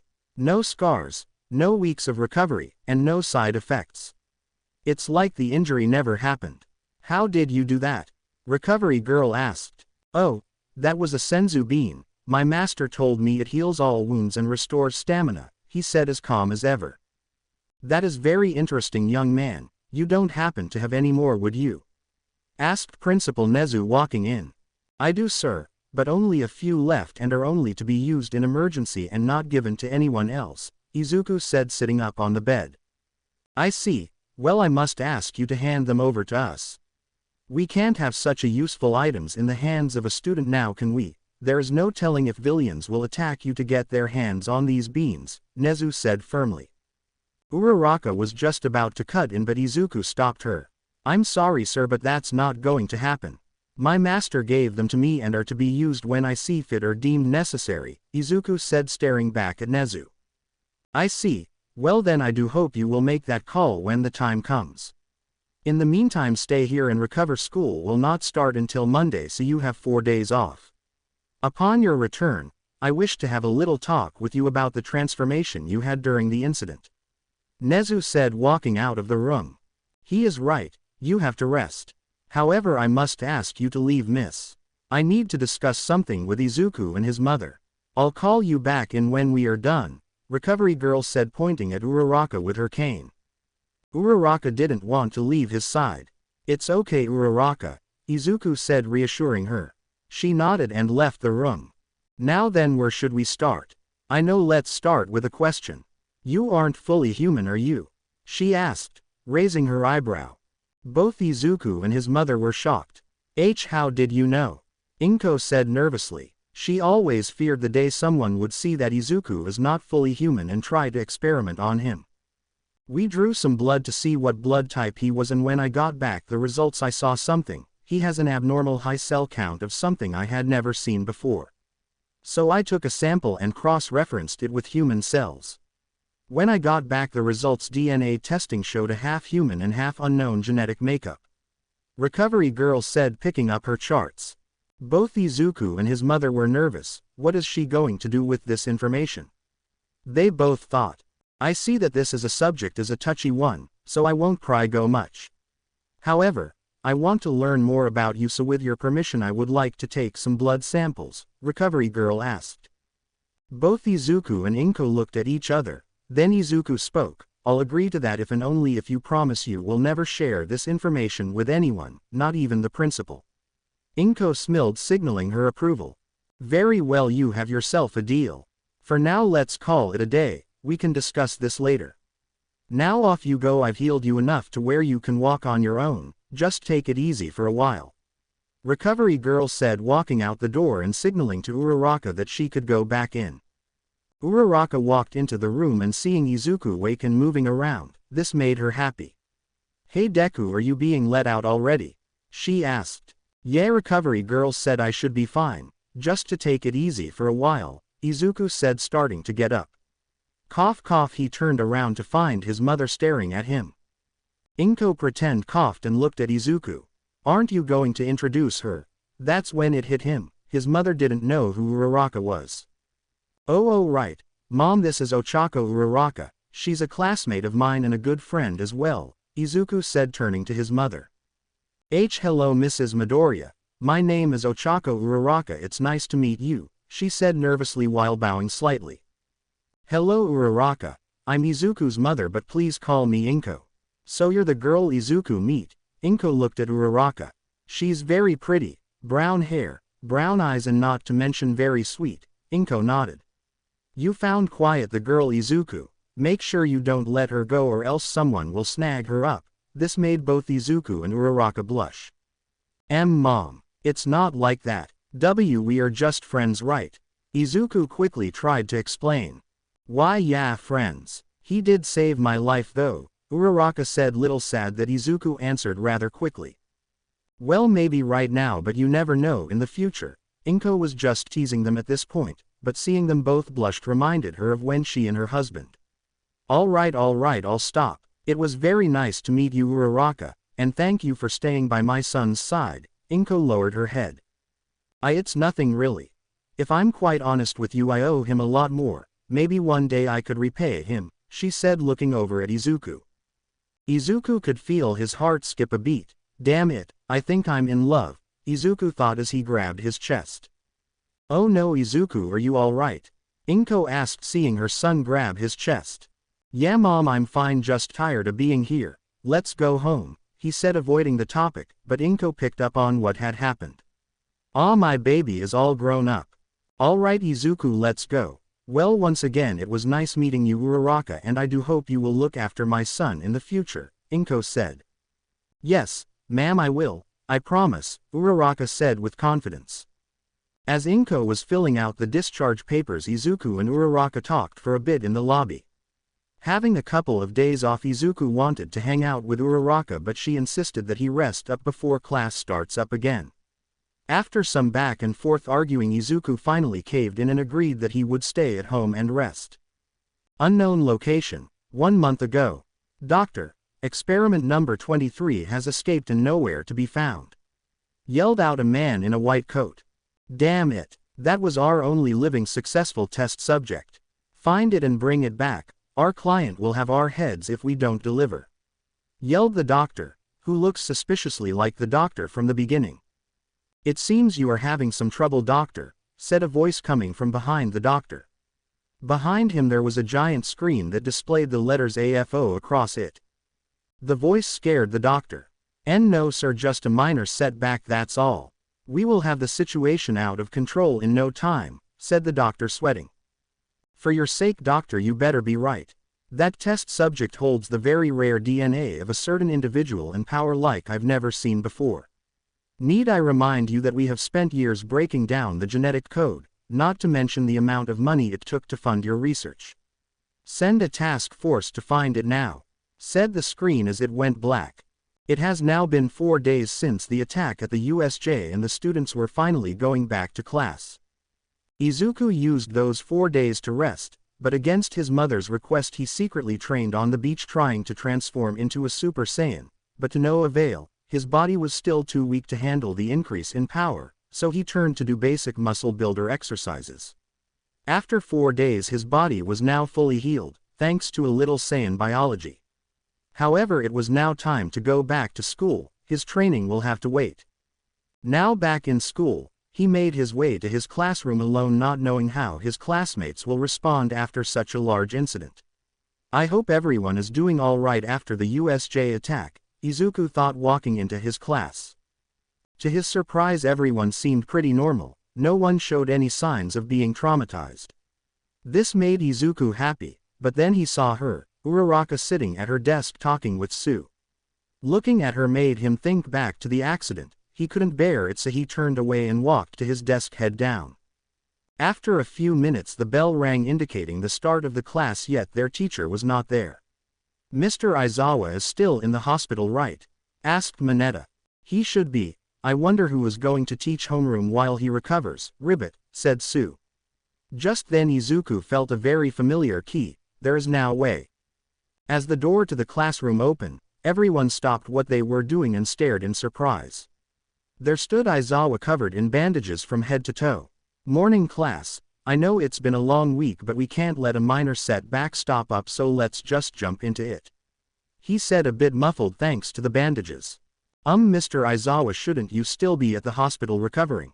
asked Sue. "Right, he should be in bed," thought Izuku, as well as the whole class. "Time is a valuable thing. I can't spend time in a hospital bed when I could be here teaching. I hope you are all ready because your battle is still not over." The room almost froze in place hearing this. "You have the UA Sports Festival coming up." The class erupted in cheers upon hearing this. "As many of you know, this will be the perfect time to show off what you can do. Use this opportunity to show the world what you are made of. At the end of the festival you will receive offers to work with an agency. The better you do in the festival, the more offers you will be receiving." "Mr. Aizawa, are you sure having the sports festival so soon after a villain attack is a good idea?" asked Momo. "That was a concern, but Principal Nezu wants to show that we won't take anything sitting down. He wants to show everyone that if you mess with UA, you won't hold us back," explained Aizawa. "Now, you have 1 week to prepare, so take this time to train your bodies and quirks. Most importantly, remember it's not all about power, use your minds as well." Aizawa finished his little speech. He walked out the classroom before the final bell rang, so this let the students talk among themselves. Izuku knew this was his chance to show the world that he can be a hero, but before he could say anything he felt something behind him. Izuku thought it was an enemy. Turning around quickly he noticed that it was Uraraka. Her face so filled with determination, he will to fight was showing. "Are you ready, Deku? 'Cause I'm going to win," Uraraka said, punching the air. "Wow, you are really pumped up, aren't you, Uraraka? What's up? You are usually the most chill girl here," Mina asked, amazing with her sudden transformation. "Oh, nothing, I just really like winning, you know. Also, back in the USJ it became apparent that I need to become stronger." Izuku picked up on something. The way she said that, she is feeling bad about something. He questioned himself. As the day finally came to an end, everyone went home. They began to train before the sports festival. Izuku had one goal in mind, to be able to transform at will into his Super Saiyan state. Going down to the beach where he trained, he began his training. If rage was my trigger, then I should think of stuff that makes me angry. Izuku closed his eyes and began to think of all the bullying he endured when he was little. This aura flared up, but not the yellow color, instead it was his normal green aura. Damn it, this is harder than it looks. Izuku wasn't getting mad enough. I need to focus on that rage, but if I let it take over I might lose control. Man, this is difficult. He let his aura die down. I got to think back what made me go into a rage. It was when Uraraka. He remembered Uraraka's body on the ground motionless. Then he remembered his face, Shiraki. He was the cause of everything. If it wasn't for him, Uraraka would have never been hurt. Izuku felt his anger build up deep within him. Flashbacks of the USJ began to play in his mind. The Nomu breaking Uraraka's neck, the bloodthirsty screech of the Nomu, and the face of the man responsible. You failed. Izuku clenched his fists hard. Izuku couldn't take it anymore. His anger peaked. As his aura began to flare up, his hair began to change. His hair pulsating golden yellow. With every memory, it pulsed faster and faster until finally his ki shot out, engulfing Izuku in a golden aura. His hair now pure golden yellow, his eyes now a teal color, and his power grew massively. Alright, time to calm down. Don't let the rage consume you. Izuku gritted his teeth. He thought of Master Roshi, his mother, and especially Uraraka. As he began to calm down, he walked down to the shore to look at himself in the water. So this is Super Saiyan. Incredible, so much power, but it drains my energy quickly. I won't be able to maintain it for very long. The transformation itself takes a lot of stamina. I need to be able to keep his form for longer. If I train as a Super Saiyan, it will make the transformation less energy taxing, he said, looking at his reflection in the water. Izuku would spend the week leading up to the festival training. Izuku found a secluded part of the beach where he could train without hurting anyone. It was near a cliff, so he would bother anyone either. Izuku fired ki blasts into the ocean to increase his maximum output. He used the cliff to punch, polishing his fist to make them faster and stronger. Day after day he would train in his Super Saiyan form. With every passing day he would maintain it for longer periods of time. Before Izuku knew it, he was able to maintain his transformed state all day. He gave his mother a good scare when he walked into his house with a different hair color. But after some explaining she was able to calm down. I should tell her these things beforehand. The week went by fast, and before Izuku knew it, the day finally came. It was time for the sports festival. Everyone was told to put on their gym uniforms and meet in the waiting room before they were called into the arena. This gave them time to talk amongst themselves for a while. Man, it beeps I won't be able to use my costume. I really wanted to wear it, Mina complained. Yeah, me too, but I get why they do it. It's so no one has an edge over the other. It makes sense, Kirishima said. Izuku was quietly meditating on the bench when he was interrupted by Todoroki. Midoriya. Izuku opened his eyes and looked at Todoroki. Generally speaking, I'm better than you. We all know you did a little transformation, but all you really did was change your hair. Any hope you might have had of winning, forget it, cause I'm going to win. The whole class went quiet. Izuku on the other hand got up and got into Todoroki's face. If that's what you really think, then you are sorely mistaken. You are strong, but never underestimate me. The last person who did that well. Just asked Kachan and what I did to him in the hero versus villain exercise. This made the whole class go wide-eyed. Izuku was usually so calm and collected. Hey now guys, come on, relax, we all know you guys are strong. No need to start a war now, said Kirishima, getting in front of them both. Todoroki said nothing before turning away. Izuku continued to stare at him. Plus, you won't beat me with only half your power. Would Class 1A please make your way to the arena, said a voice over the loudspeaker. This is it, time to show the world what I can do, Izuku thought as he walked to the arena with the rest of his class. Welcome everybody to the UA Sports Festival. I'm your commentator for today, Present Mike. Joining me today is the one and only Eraserhead. Present Mike yelled out. It looks like the students are making their way towards the arena now. Oh, what's this? It's Class 1A. The crowd cheered as they made their way to the center of the arena. Wow, there are a lot more people than I thought there would be, Uraraka was amazed by how many people there were in the stands. Yeah, it just goes to show that UA is really popular. You aren't nervous, are you, Uraraka? Asked Izuku, making sure if she was alright. Why, yeah, just a little overwhelmed, that's all. Thanks for asking though, she blushed. Thanks for worrying about me, Deku. Making their way to the center, there was a platform. Alright everyone, let's meet your on-the-field host for this year's festival. You've known her as the R-rated hero Midnight. Midnight walked onto the platform with a whip in hand and in full hero costume, which left nothing to the imagination. Someone should tell Midnight that her appearance is inappropriate for this type of event, said Tokiyami. I mean, he's not wrong, but she does look good in it, thought Izuku, nodding his head, but stopped when he noticed Uraraka looking at him. Oh crap. With a crack of her whip she silenced the students. Alright everyone, quiet, it's time to begin, but not before we get a speech from Class 1A's representative, Izuku Midoriya. Wait, me, why didn't anyone tell me this? Izuku was screaming inside his mind while making his way onto the platform. Now standing in front of the mic, he didn't know what to say. I have to think of something. He took a deep breath. We are here today to show the world what we can do. For many of us it's been a lifelong dream to become a hero, me included. However, getting here wasn't easy. We had to battle our fellow students for points in the entrance exam and score high enough in the written exam. Not everyone can be accepted into the hero course, but anyone can be a hero if we just believe in ourselves. For a moment the crowd fell silent as Izuku walked off the platform. Then an eruption, cheers and whistles was heard all around the stadium. Looks like I did pretty good.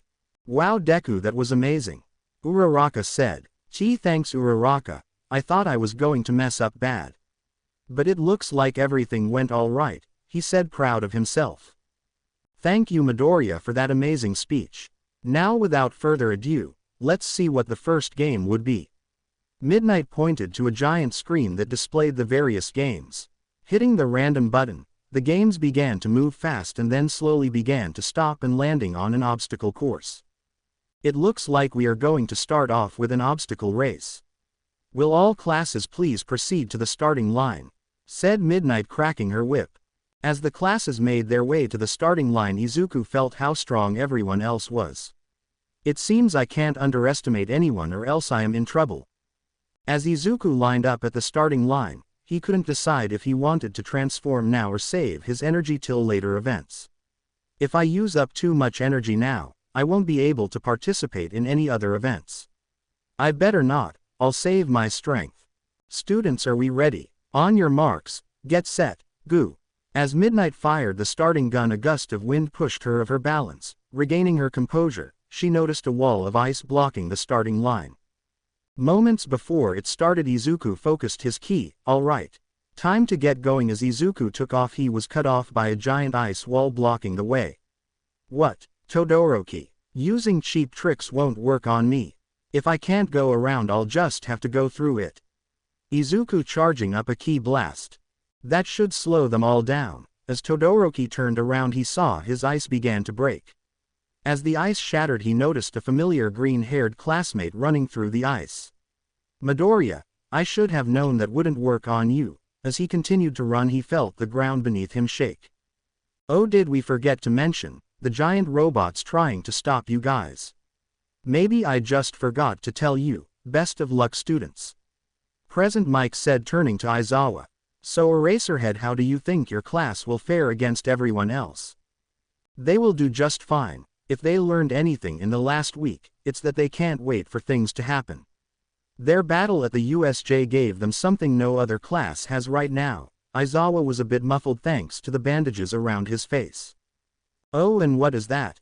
Asked Present Mike, but before Eraserhead could answer, the giant robots on the field were completely covered in ice. What the heck? My students learn to face whatever is in front of them head on, Eraserhead said, smiling under the bandages. As the giant robots slowed down to a halt due to the ice, Izuku took advantage of his to fire ki blasts at the giant robots, knocking them over. As they fell, they shattered into pieces. Izuku looked back and felt a little bad for the rest of the students. Probably overdid it there. Oh well, I'll apologize to them later, he said, running after Todoroki. Deku, you bastard. You think you can outdo me? Yelled Bakugo, jumping out of the way of the falling robots with the help of his quirk. I won't let you win this one, Deku. Oh no, I better get out of here before he catches me, Izuku said, running faster.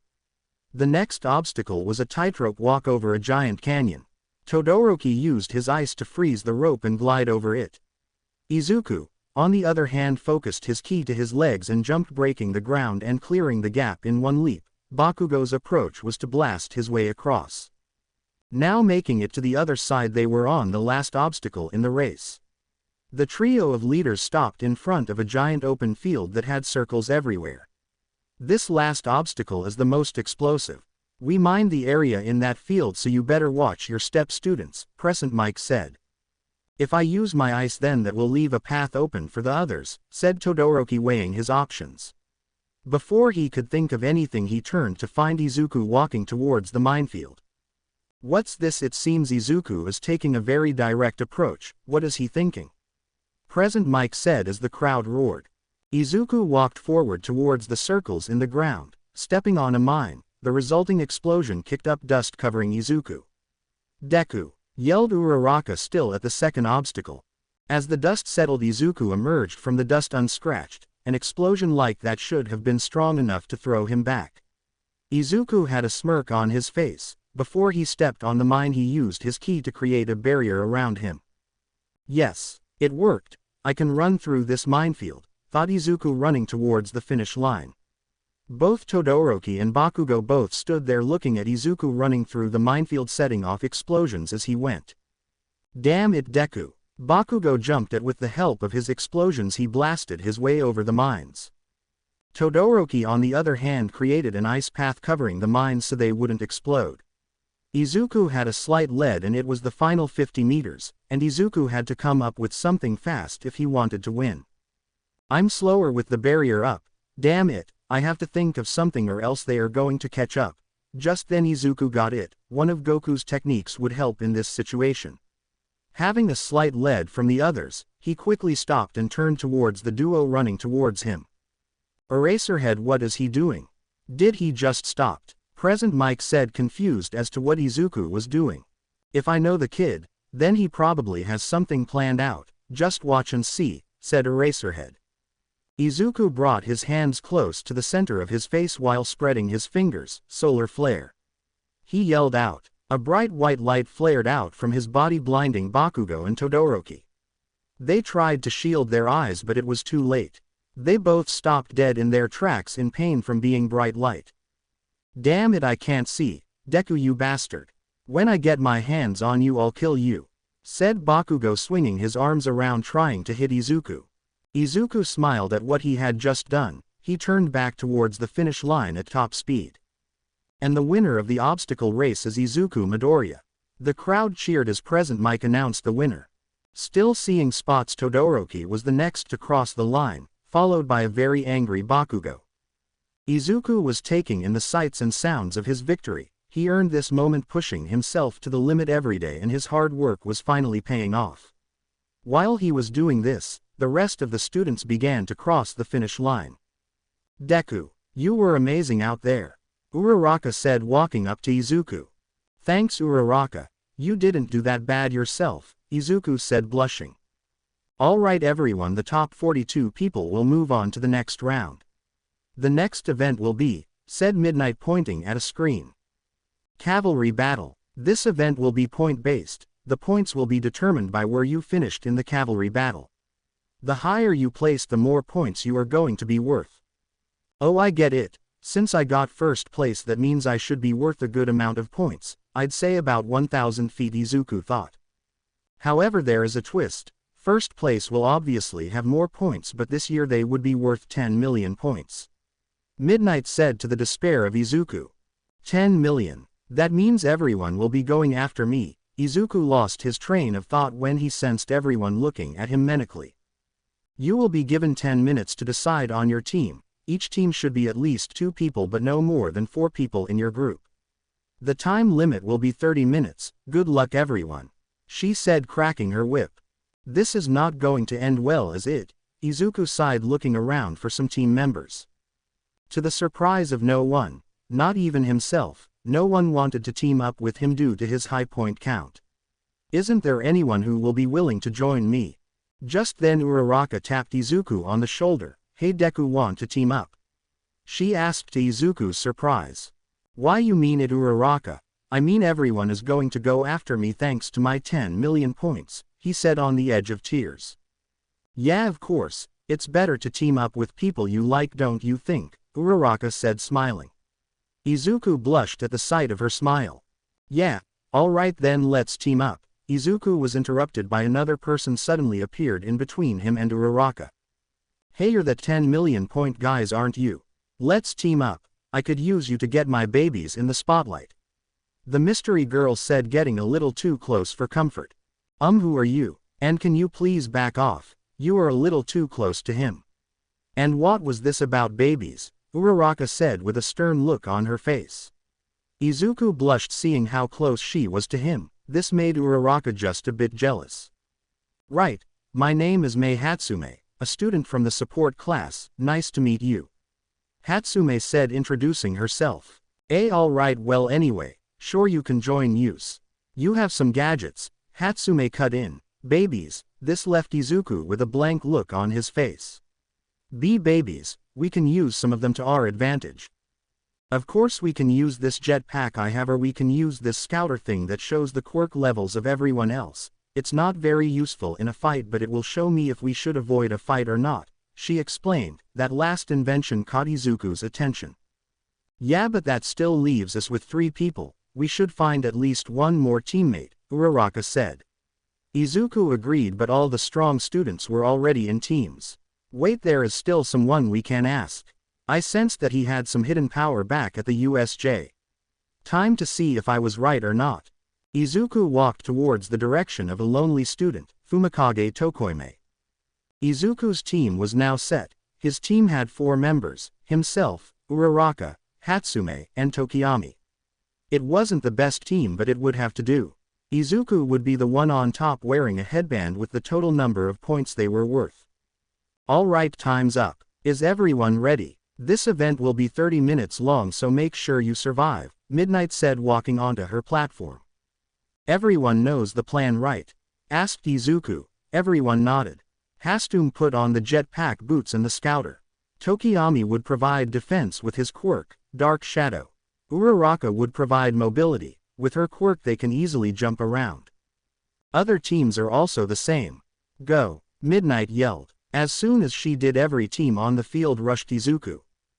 Deku, those points are mine, Bakugo yelled as he charged Izuku. Hatsume, activate the jetpack. Uraraka, use your quirk on us, makes us waddles. Both nodded and did what they were told. Tokiyami now. As Dark Shadow emerged from Tokiyami's stomach area, it used its 2 giant arms to jump into the air. Running won't do you any good, Deku, Bakugo yelled as he jumped into the air. Climbing higher using his explosions, soon he was face to face with Izuku. Bakugo extended out his arm to blast Izuku, but was pushed back down when Izuku powered up. Ha! What? Deku, you bastard! Bakugo yelled on his way down. Lucky for him, his teammates were able to catch him before he hit the ground. Izuku made sure his aura didn't knock down his teammates. Incredible. His power reading is off the charts, Hatsume said as her scouter beeped faster and faster as Izuku powered up. An error sign popped up on the scouter. What? She yelled as the scouter blew up. His power broke, my baby. The whole stadium stared at Izuku, who was now glowing green in the air, but there was one person who was more impressed than everyone else: All Might. Incredible. His power is something I've never seen before. Young Midoriya, you may be on the level of the big 3, if not stronger. Not to mention your transformation you displayed at the USJ. Izuku, I won't be able to keep us floating forever, we need to land soon. Can't you use that barrier thing you did in the first event? Uraraka had been making them float for about 10 minutes now and he was getting nauseous. I can, but it uses too much energy. I will run out of energy before the event ends. Alright, Hastum, deactivate the jetpack. Tokiyami, when we land we will targeted use Dark Shadow to defend us. Uraraka, rest up a bit, don't use your quirk. I'll make sure no one gets behind us. Everyone nodded. Izuku was right. As soon as they landed, Todoroki's team ran at Izuku. "Iida, get us in close," he ordered. As they got closer, he activated his ice, trying to freeze Izuku in place. "Tokiyami!" Izuku yelled. Dark Shadow emerged and blocked the initial attack. Todoroki and his team were sent staggering back. Momo created a metal rod to use. Todoroki grabbed it and covered it in ice, picking the rod up and threw it towards Izuku. "Deku, watch out," said Uraraka, warning Izuku of the incoming ice spear. Izuku saw it and quickly fired a ki blast, destroying the spear. "Damn it, we have to get in close to snatch the headband," Todoroki said as Iida got an idea. "Guys, listen, I got a special move which should let us get the headband, but I can only use it once, so be ready to grab it," Iida said, charging up his engines. Todoroki was ready. Recipio burst. His engines were pushing to its max, and with speed so fast Izuku couldn't see them coming. "What the?" Izuku felt the wind as he noticed that the headband was gone. "And Team Izuku has lost the headband. They better hurry up and get it back because they only got 10 minutes. Present Mike said, as the crowd cheered. "Izuku, we have to get those points back," Tokiyami said. Dark Shadow nodded in agreement. "I know, just let me think for a second. Uraraka, can you use your quirk again?" he asked. "No, sorry," Uraraka said, feeling a little useless right now. "It's fine, we can still get those points back. We need to be careful of Todoroki's ice. Once we get in close, Dark Shadow, when you see the opening, grab the points." They all nodded and rushed towards Todoroki. "They're coming," Momo yelled out. "Damn it, our speed is gone and we are sitting ducks here. No time. Got to build a defense," Todoroki said, creating multiple layers of ice surrounding his team. "This should buy us the time we need to win. We just need to hold on for a few more minutes. Izuku, we need to get past those ice walls. I counted at least 5 walls," Tokiyami said. Izuku knew that. "All right, I'm going to take out those ice walls when I do rush in there." Izuku charged up and aimed the palm of his hand towards the ice walls. 5 ki blasts launched out in quick succession. "Guys, run towards the walls," Izuku yelled out.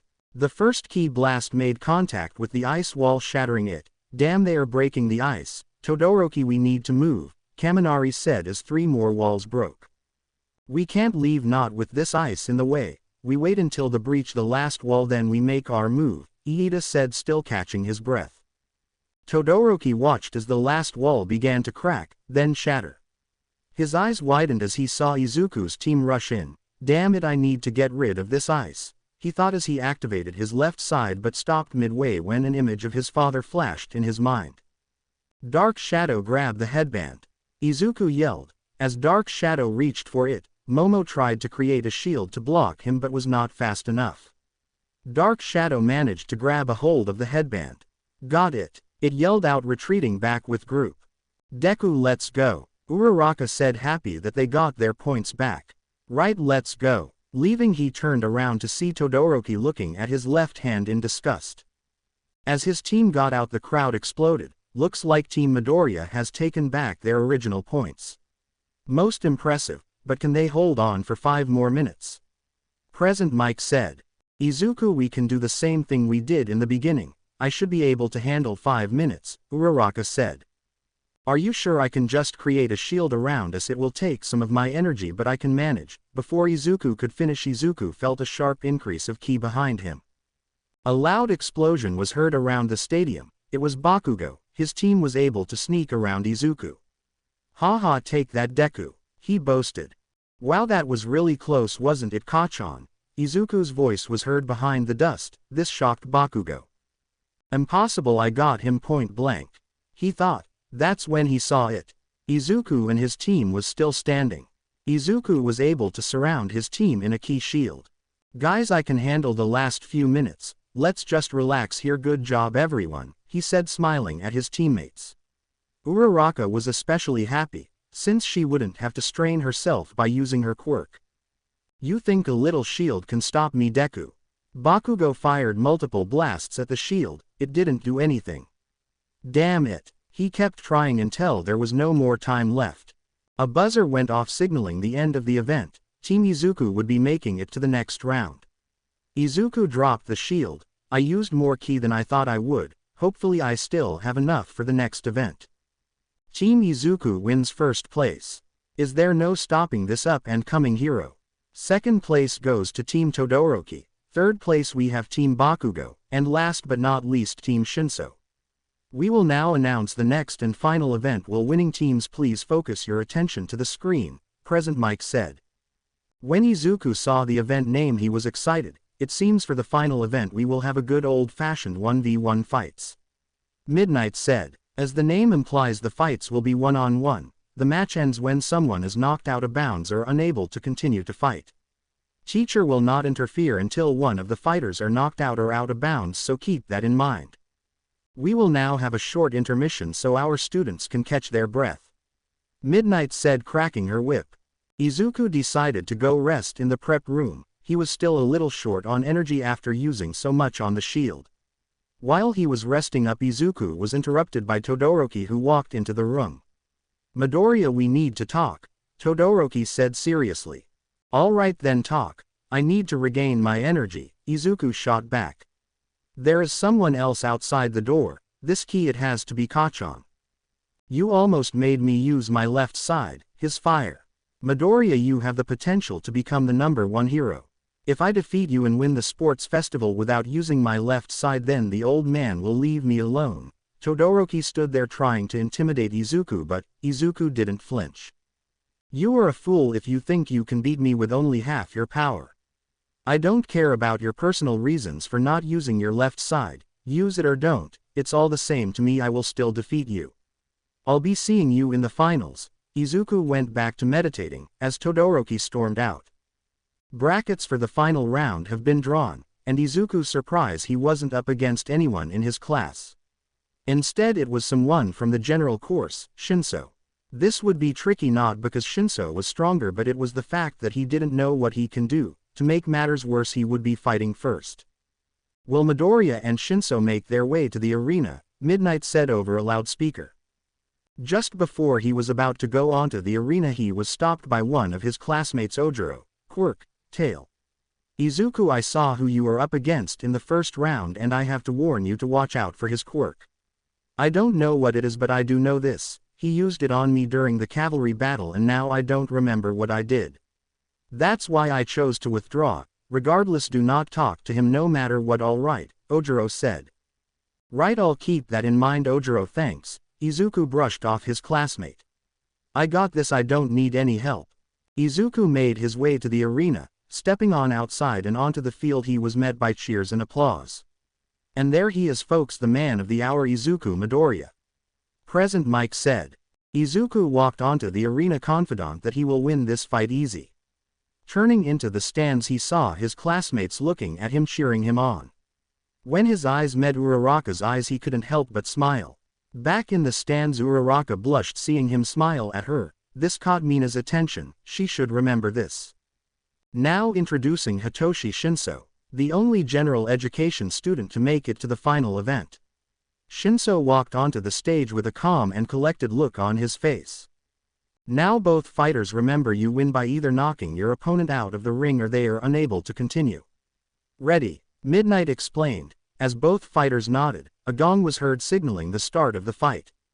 As Izuku was just about ready to charge in, Shinso began to talk. Well, it seems that you Class 1A students are all the same. I heard what you did during the entrance exam. If you ask me, I think you cheated. You don't deserve to be here. Shinso was trying to provoke Izuku, which worked. Izuku was furious. What did you say? He yelled out, running towards Shinso. Idiot. Shinso said, activating his quirk. Izuku's mind went blank. He no longer had control over his body. What's this? Izuku just stopped. Is this Shinso's quirk? Asked Present Mike. It is, Eraserhead said. Hitoshi Shinso, general education student, quirk, brainwashing. It is a very powerful quirk when used correctly. Only drawback is that he needs the other person to talk in order to activate his quirk. In the stands, Uraraka couldn't believe what she was seeing. Deku, what just happened? He just stopped. It's that guy's quirk. He used it on me during the cavalry battle too, Ojiro explained. if Izuku can't break out of this, then he is going to lose. Oh no, come on Izuku. She yelled, trying to cheer him on. Uraraka, you seem to have a favorite, don't you? Mina said with a smug face. Uraraka turned red. What are you saying? It doesn't. I mean, the rest of the 1A girls knew she had a thing for Izuku. Ha ha ha, I'm just messing with you Uraraka. But seriously, I can see why you like him, Mina said. Uraraka decided to stay silent, hoping that the teasing will pass. Back in the arena, Izuku was now in a panic. Damn it, I can't move. It has to be his quirk. I should have listened to Ojiro. Good, now do as I say and walk off the arena, Shinso commanded. To the surprise of the whole stadium, Izuku began to walk towards the edge of the arena. No, it can't end like this. I have to break this quirk. Izuku struggled inside his mind to try to break the mind control. As Izuku walked closer to the edge, Shinso smiled. Why wouldn't he smile? He was about to win. Izuku, Izuku, someone called out to him, just feet before reaching the edge. This voice, it couldn't be Master Roshi. Izuku stopped inches before reaching the edge. What the? Why did you stop? I said walk off the arena. Shino shouted, surprised that Izuku didn't do what he was told. Izuku, you have grown strong, haven't you? I am so proud of you. Master Roshi's voice made Izuku begin to shed a tear. Izuku, you want to be a hero, right? Then prove it to me right now. Prove to me that you were worthy of becoming my student. Show me the powers of a Super Saiyan. Show me your power. Izuku's eyes began to change color. This hair began to spike up, and he could feel it, power building up inside him. Then with one giant outburst of energy, his hair turned golden yellow. His energy radiated away from him and everyone in the stadium could feel it. What the? Shinso said before being knocked down by a strong gust of wind. When he picked himself back up, he noticed Izuku was no longer walking towards the edge but rather walking towards him.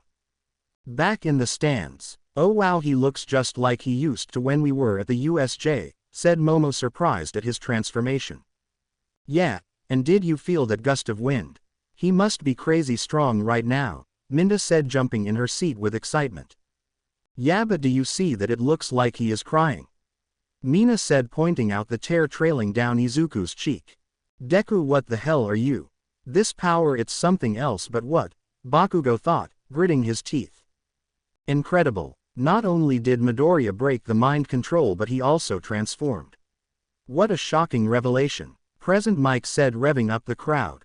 So this is how he looked when he saved me back at the USJ. Amazing, Uraraka said quietly.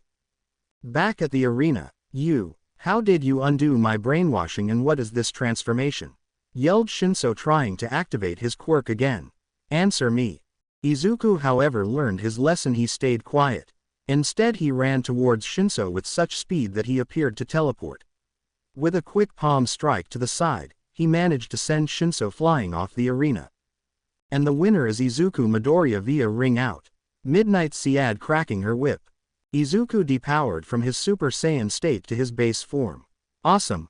I hope you are watching, Master Roshi. As he was about to walk away, he heard a voice. You hero course students sure have it easy, huh? I want to be a hero, but how can I compete with that? I should just give up, Shinso said, still laying on his back. Izuku got mad. Running towards Shinso, he picked him off the ground from his shirt collar, holding him just off the ground. If you really wanted to be a hero, then you wouldn't be talking like that. You think we got into the hero course by luck? No. We earned our spot, and one day I'm sure you will too. Pick yourself off and train. Then maybe one day you might be taking my place in the hero course. Because I know talent when I see it, and I see that you can be a hero, Shinso. Izuku let Shinso go. Hitting the ground, Shinso could only reflect on those words. Maybe he's right, maybe I can be a hero. No, I will be a hero and prove to everyone that I can be a hero. Shinso smiled. I won't forget this, Izuku Midoriya. Izuku made his way toward where his fellow classmates were. Izuku, that was quite a show. Good work, Iida congratulated him. Thanks, Iida. Not going to lie, I thought he had me at first. Izuku laughed nervously. Deku, congrats on your win. Uraraka said while signaling him to sit next to her, which he did. Thanks Uraraka. Anyway, who's the next fight anyway? He said looking down at the arena. Oh, it's Todoroki versus Shiro. Who do you think will win, Deku? She asked. Without a second thought, he replied, Todoroki hands down, watch. Just as the buzzer sounded, Todoroki went in for the quick win. He summoned his ice, which completely covered Shiro, which extended outside the open roof of the stadium. The ice was inches away from where Izuku and his class were sitting. He must still be pretty mad. The whole crowd was silent until Midnight announced Todoroki as the winner. As Izuku looked up at the bracket, he noticed that he will be fighting Todoroki next round. It seems you may get your chance to fight me sooner than we thought. Will Uraraka and Bakugo please make your way to the arena for the next match, Eraserhead announced. Well, this is it, guys, wish me luck, Uraraka said, getting up from her seat. Before she could leave, Izuku stopped her. Wait, Uraraka. If you want, I can give you some pointers on how to beat him. Uraraka shook her head. No, sorry, I appreciate the offer, but I want to do this my own way. If I want to be called a hero one day, I will have to stand on my own 2 feet. Don't worry, Deku, I have a plan myself, she said, throwing up a shaky thumbs up at him. Izuku smiled. Right, give him hell, Uraraka. She turned around and walked towards the arena. Now introducing the anti-gravity hero in the making, Uraraka Ochako. The crowd roared as she walked onto the stage. And her opponent, the bad man with an explosive attitude, Katsuki Bakugo. The crowd roared just as loud for him. Are both fighters ready? Midnight said, holding her whip high. They both nodded. Begin. If I get in close and touch him, then it's my win, Uraraka said, running at Bakugo. Bakugo didn't move. Hey, why don't you just surrender? You can't beat me. Sorry, but if I give up, then I won't be able to face him, she said, getting closer. Fine, then do me a favor. Die, Bakugo said, raising his hand, causing an explosion to fire in her direction. Uraraka winced in pain from the explosion, but she would not give up. Powering through it, she managed to get past the explosion and continued to run towards him. Idiot, Bakugo thought, blasting in her direction once again. However, this time there was no contact. Instead, all Bakugo saw was her jacket where she once was. What the? Uraraka hid behind the smoke from his explosions to flank him from behind, but to her surprise he was able to track her at the last second and blast her away. Uraraka rolled on the ground as she landed. Everyone could see she was in bad shape. Burn marks were visible throughout her body and some of her gym clothes began to burn. Enough. Throw yourself off the ring, unless you want to get hurt, Bakugo said with a cold voice. I refuse. You will have to beat me, before I give up. She got up, wiping the sweat off her eyelids. You are just like him and that really ticks me off, Bakugo said, using his explosions to get in close. He raised one of his hands and aimed at one of her arms, firing off an explosion. Uraraka yelled out in pain. Her whole arm was now a burnt and bloody mess. In the stands, Uraraka, Izuku screamed from the stands. What is he doing? He's just toying with her now, Mina said, horrified at what she was seeing. Kachan. Izuku gritted his teeth as he got up from his seat, angry as hell. His green aura began to form around him, surprising his classmates who were sitting next to him. Izuku, stop. I know what you are thinking, but don't. If you go down there, she will be disqualified, Iida said, trying to calm down his friend. Izuku was angry. I know that. But I can't just watch his happen. Back in the arena. That's what you get for being just like him, useless. When will you all learn? There is no one better than me, he said, staring down at Uraraka. Grabbing her arm, she pushed through the pain. If you think this is enough to make me stop, then you are mistaken, because if he won't give up, then neither will I, Uraraka said, standing up. This only made Bakugo even angrier. Then you can fail just like he will. Bakugo went in with rapid explosion punches. Uraraka cried out in pain with every explosion hitting her skin. He was torturing her at this point, and the teachers stood around and did nothing. Rather, they couldn't do anything until she gave up.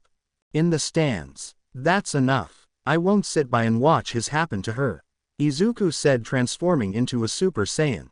I'm putting an end to this right now. Izuku, don't. You can't. Iida tried to plead to his friend. "Oh yeah, and who's going to stop me?" he said, making his whole class wonder if any of them could stop him. "That's what I thought, Uraraka," he yelled, jumping from the seats he was from, onto the grass area just outside the arena. In the arena, as Uraraka continued to take the punches, she managed to get the tip of her hand together, release. Pausing for a second, Bakugo looked around but saw nothing. What did she do? I don't see anything, unless he quickly looked up and noticed giant rocks and small rocks falling towards him. So this was your plan all along? Uraraka smirked. Made you look, she said before collapsing. Clever but not clever enough. Bakugo pointed his hands towards the rocks, and with a giant explosion destroyed all the rocks. Izuku was just about to jump into the arena when he saw what Uraraka did. He stopped to look at all the rocks she had collected. Amazing, I didn't even notice that. It would have worked on any other opponent. But Bakugo's quirk gave him the edge. Uraraka is unable to continue. Bakugo moves on to the next round, Midnight said, but instead of cheers Bakugo was met with boos. Uraraka. Izuku jumped into the arena to help his friend. Deku. I almost beat him, huh? She said, smiling. Yeah, you sure did. That was one hell of a fight, he said, smiling back. Until he noticed her injuries. Her arm was a mess, her body was covered in burn marks, and she had blood dripping from her head. Don't worry, Uraraka. Recovery Girl will heal you up in no time. All right, she nodded and passed out in his arms. Izuku picked up Uraraka bridal style. Izuku calmed down and reverting back to his base form, with his back towards Bakugo. Kachan, I hope you make it to the final round because I'm going to make you pay for what you did to her, Izuku said, walking away to take Uraraka to Recovery Girl. Bakugo ignored Izuku. He scoffed and turned to leave also. We will just see about that, Deku. Izuku walked away from the arena with Uraraka in his arms. Uraraka was fading in and out of consciousness. Disoriented, she looked at the person carrying her. Deku. Did I lose? She said, grunting from the pain. Shish, Uraraka. It's okay now, I got you, he said with a calming voice. You fought hard, Uraraka. Now it's time to rest. Uraraka began to cry, not from pain but from the sadness she felt within. I couldn't beat him. He was just too strong. I failed. I wanted to prove myself to you, but I failed. Izuku held onto her tighter. It's all right, Uraraka. You proved to everyone that you can fight head-on with the best of us. There is no shame in this defeat, and I'm proud of you for making it this far. Uraraka passed out in his arms one last time with a tear running down her cheek. As they arrived at the infirmary, he was instructed to put her down on one of the beds, to which he did. Izuku stepped outside to give Recovery Girl a few minutes to look over Uraraka. Once Recovery Girl finished, she called Izuku in. How is she? Izuku asked. Recovery sighed. Well, that Bakugo kid sure did a number on her. Second-degree burns all over her body. Her arm is dislocated and also badly burnt. I'm surprised she managed to stay conscious for so long. The pain she must have felt must have been unbearable. Recovery Girl looked at her charts. Izuku closed his hand into a fist and gritted his teeth. That bastard. In that short moment Izuku's eyes changed color, but was quickly calmed down by Recovery Girl. But she will be fine after I use my quirk on her. She will need to stay here after I do. Go on now, I'll look after her, Recovery Girl said. Izuku knew he wouldn't be much help now, not without another Senzu bean, which he didn't have on him. All right, please take care of her, she means so much to me. Izuku began to leave. He stopped when he heard a soft voice call to him. Deku. Turning around he saw Uraraka had woken up. I'm here, Uraraka, he said, grabbing her hand. I want you to promise me something, she said, barely hanging on. What is it? Izuku asked, leaning in to hear her better. Win, she said, smiling before fall back unconscious. Izuku smiled. I will, Uraraka, I promise you. Izuku got up and left, leaving Recovery Girl to take care of Uraraka. You have a good boyfriend, don't you, Uraraka? Recovery Girl said, looking at the beaten girl. As Izuku made his way back to the stands he couldn't help but think about Uraraka. But before he could do anything else he sensed another big key source approaching. Amazing, who is this? Around the corner stepped out Endeavor, the number 2 hero and father to Shoto Todoroki. Izuku tried to walk past him but was quickly stopped by Endeavor. Boy, I saw that power you displayed, most impressive. You may be on your way to becoming a top hero, that is after my son reaches number 1. Oh, is that so? Izuku said, raising an eyebrow. Yes, for you see Shoto is destined to surpass me and become the number 1 hero. But in order to do that he has to use his left side, which he refuses to do. That's where you come in. This confused Izuku. Since you will fight him in the next round, I want you to make him use his left side, Endeavor said. And what makes you think I can do it? Izuku questioned. Because it's destiny. He won't be able to beat you with just ice, no, he must use both. Do this for me and I promise you a sidekick job in my agency when you get out of UA, Endeavor said. No, Izuku said loudly. This shocked Endeavor. What was that? I said no. Todoroki despises you, and frankly speaking I see why. Todoroki wants to be a hero. If he chooses not to use his fire then that's on him. Endeavor's expression turned to one of rage. I'll make him use his fire but not for you but because I want to see him at full power. Izuku walked past the number 2 hero, leaving him to his own devices. Holding back Todoroki, I won't accept that. I want to see your full power, Izuku thought as he walked up on the stage. And there they are, the 2 powerhouses of Class 1A. Izuku Midoriya and Shoto Todoroki. The crowd cheered as Present Mike introduced them. Are both fighters ready? Midnight said. They both nodded. Midoriya, you may be strong but I have a purpose. And not even you will get in my way. Todoroki thought, going into a fighting stance. Izuku did the same. Begin. Midnight cracked her whip. As soon as the match started, Todoroki created an ice spikes to throw at Izuku. Izuku dodged it with ease. Firing a ki blast, he destroyed the ice spikes. Todoroki, this is boring. Why don't you use your fire? Izuku asked, yawning. No, never. I refuse to use his quirk. Todoroki yelled back, launching more ice towards Izuku. In the stands, Uraraka had gotten healed up by Recovery G Girl and was allowed to go watch the fight with her class. After a phone call with her parents, Uraraka made her way towards the seats where her classmates were seated. Uraraka appeared from the stairs walking to a seat. She said nothing to her classmates. They knew better than to talk to her after such a horrible defeat. Her wounds were now healed, but her arm still needed to be wrapped in bandages. Taking a seat, she looked down at Izuku's fight with Todoroki. As she looked at the bracket, she noticed Iida's name had slash over his name. Hey Mina, what happened to Iida? Why does he had a slash over his name? Oh, he said he had a family emergency and decided to drop out. I don't know what happened, but the look on his face made me worry, Mina explained. I wonder what could have happened. I'll ask him later. Uraraka thought, shifting her focus bad on the fight. Back in the arena, you know, if you maybe actually used your fire, you may actually hit me, Izuku mocked as he dodged Todoroki's ice with little effort. Did he pay you to say that? To make me use his fire? Todoroki covered the floor with a sheet of ice. Oh, what's this? Todoroki closed his hand in an upward motion as the ice surrounded Izuku, completely covering him. Ice coffin. Let's see you get out of that. Todoroki smirked, but he wasn't doing so good. Each time he used his ice, it would slowly begin to cover him in ice as well, lowering his body temperature. Incredible, it looks like Midoriya has been encased in ice. Will he be able to escape, or did Todoroki just secure his win? Present Mike said. It's over, Todoroki said. Midnight couldn't believe it, and the winner is. Before she could finish, the ice began to crack.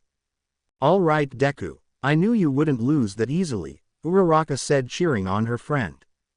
Ha!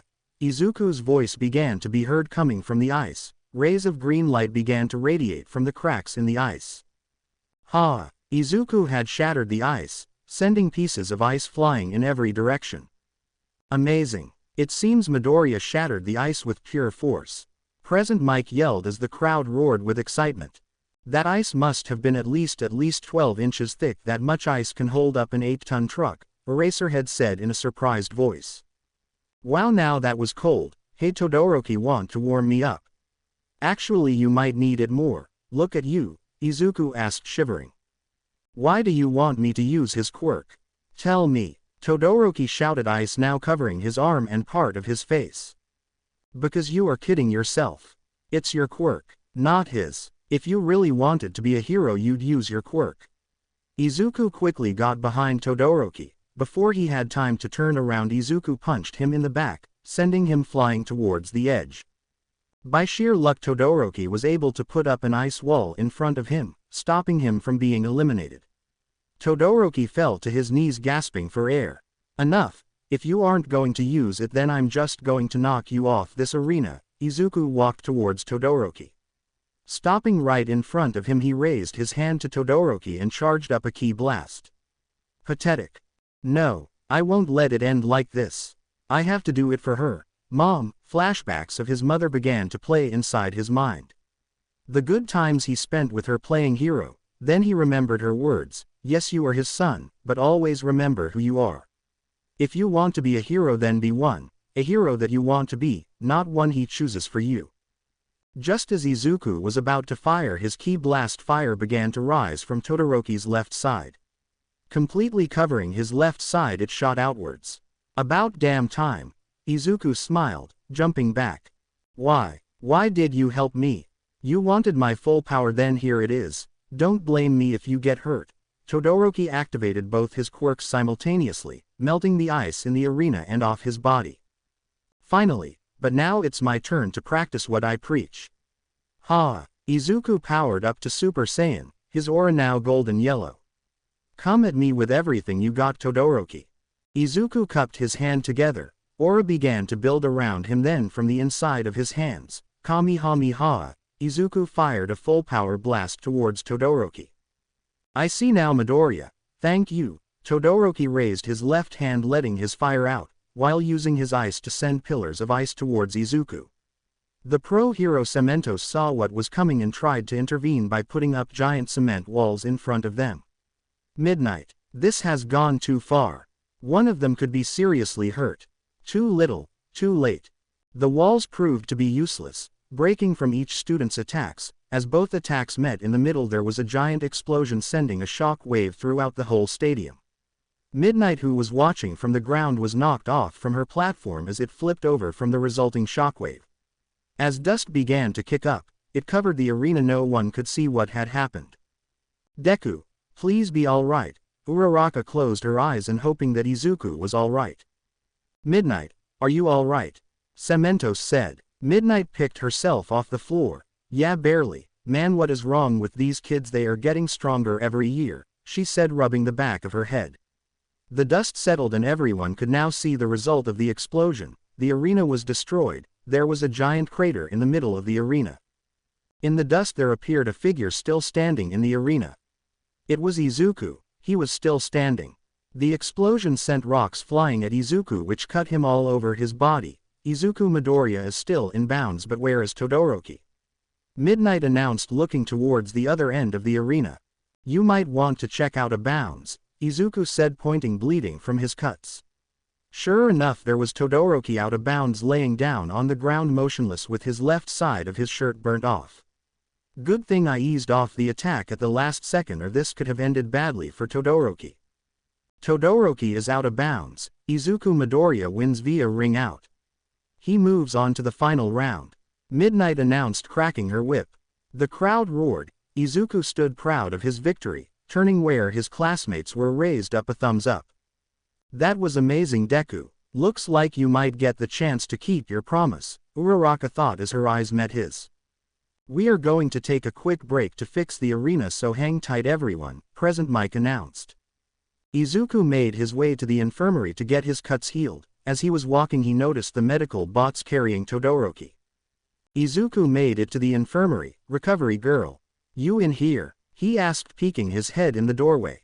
To this surprise, it wasn't recovery girl but rather Todoroki. She went to get more bandages. Midoriya. Oh Todoroki, you're awake and all healed up, I see, Izuku said, walking in. Yeah, that blast was enough to knock the wind out of me, and like yourself cut me with flying rocks. Listen Midoriya, I want to thank you. You made me realize that if I really wanted to be a hero, then I have to use my left side. I will be the hero I want to be, not the hero he wants me to be, said Todoroki. You're welcome, and hey, when you learn to control it properly, what do you say we fight? Izuku said, extending out his fist.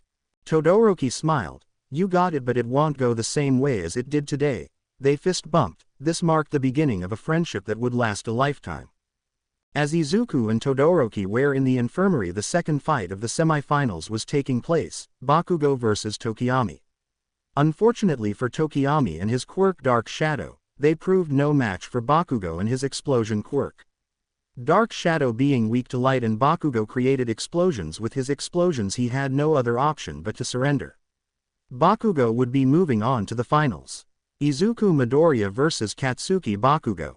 There was a 30-minute break to give each finalist a chance to rest up before the final match. For Izuku this meant getting his wounds closed, and for Bakugo this meant coming up with a plan to deal with Bakugo. Izuku went up to the stands where his class was before the match started to tell everyone Todoroki is okay. As he got there, a very excited Uraraka jumped up and ran towards him. Deku, you were amazing. She got up close and personal, which made Izuku blush. Gee, thanks Uraraka. He liked seeing her smile, it always made him feel happy. Hey, I don't see Ida around, where is he? Izuku asked, looking around.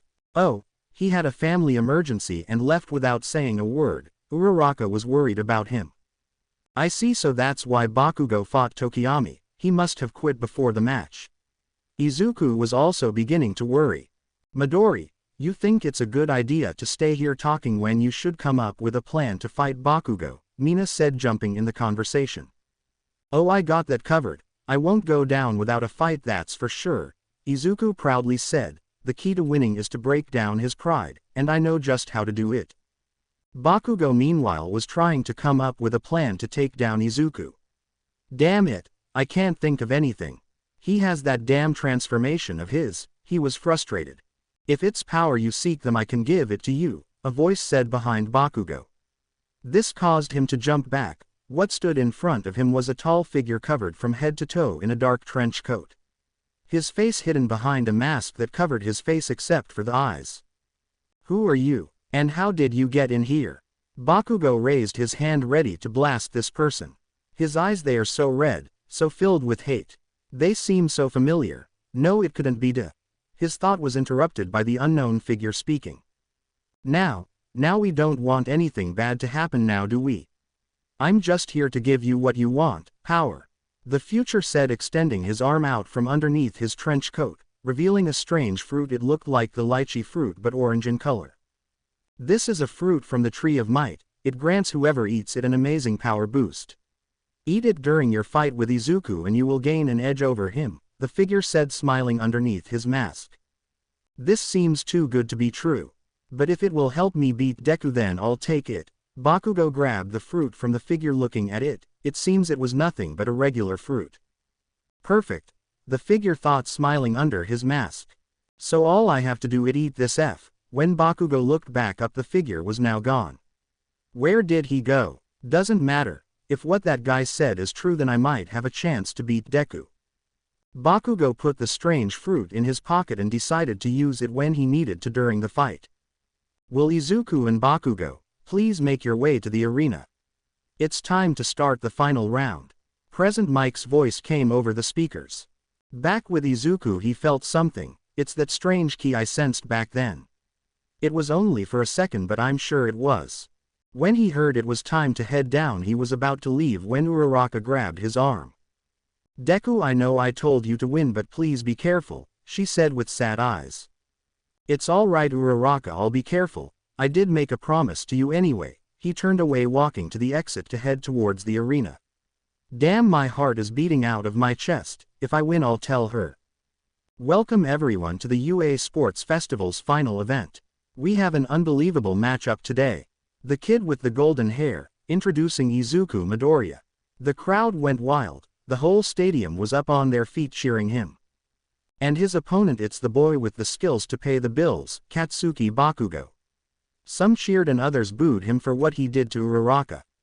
He didn't care though, all he wanted was to fight Izuku. As both fighters arrived at the arena, they sized each other up. Remember, go after his pride, Izuku thought. Do as much damage as possible. If all else fails, I'll eat the fruit. Bakugo thought as they both went into a battle stance. Are both fighters ready? Asked Midnight. Both nodded. Izuku's ki flared out while Bakugo set off tiny explosions in the palm of his hand. Please don't destroy the arena this time, we just got it fixed, begin. She said nervously. With a crack of her whip the final event was underway. Begin. Midnight yelled out, but no one moved. Everyone in the stadium was confused until Bakugo spoke. Hey Deku, aren't you going to transform?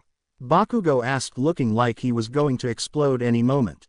Izuku smirked. No, I don't think I'll need it to beat you. What did say, you bastard? Bakugo ran towards Izuku ready to blast him away. Die. Bakugo's explosion rippled through the stadium, kicking up dust and debris where Izuku was standing. Everyone was stunned when they noticed Izuku did not move. Is that all you got, Kachan? Izuku's voice was heard from within the dust. As everything began to clear up, they saw Izuku unscratched from the explosion, with a green force field around him. You bastard! This trick again, why don't you take down the shield and fight me? Bakugo yelled. I have a better idea, I'll take down the force field. Izuku dropped his force field. Tell you what, I'll give you a free shot, but if you waste it. Izuku was cut off by Bakugo flying towards him, raising his hands to Izuku and firing off an explosion at point-blank range. Smoke from the explosion covered both Izuku and Bakugo. He had done it, he just beat Izuku. Bakugo smiled. You shouldn't have given me that free shot. To Bakugo's surprise, an all but familiar voice came from the smoke. You're going to regret it. The force of the explosion was enough to leave burn marks on Izuku's uniform. Except for some small cuts on his face and the blood dripping, he was fine.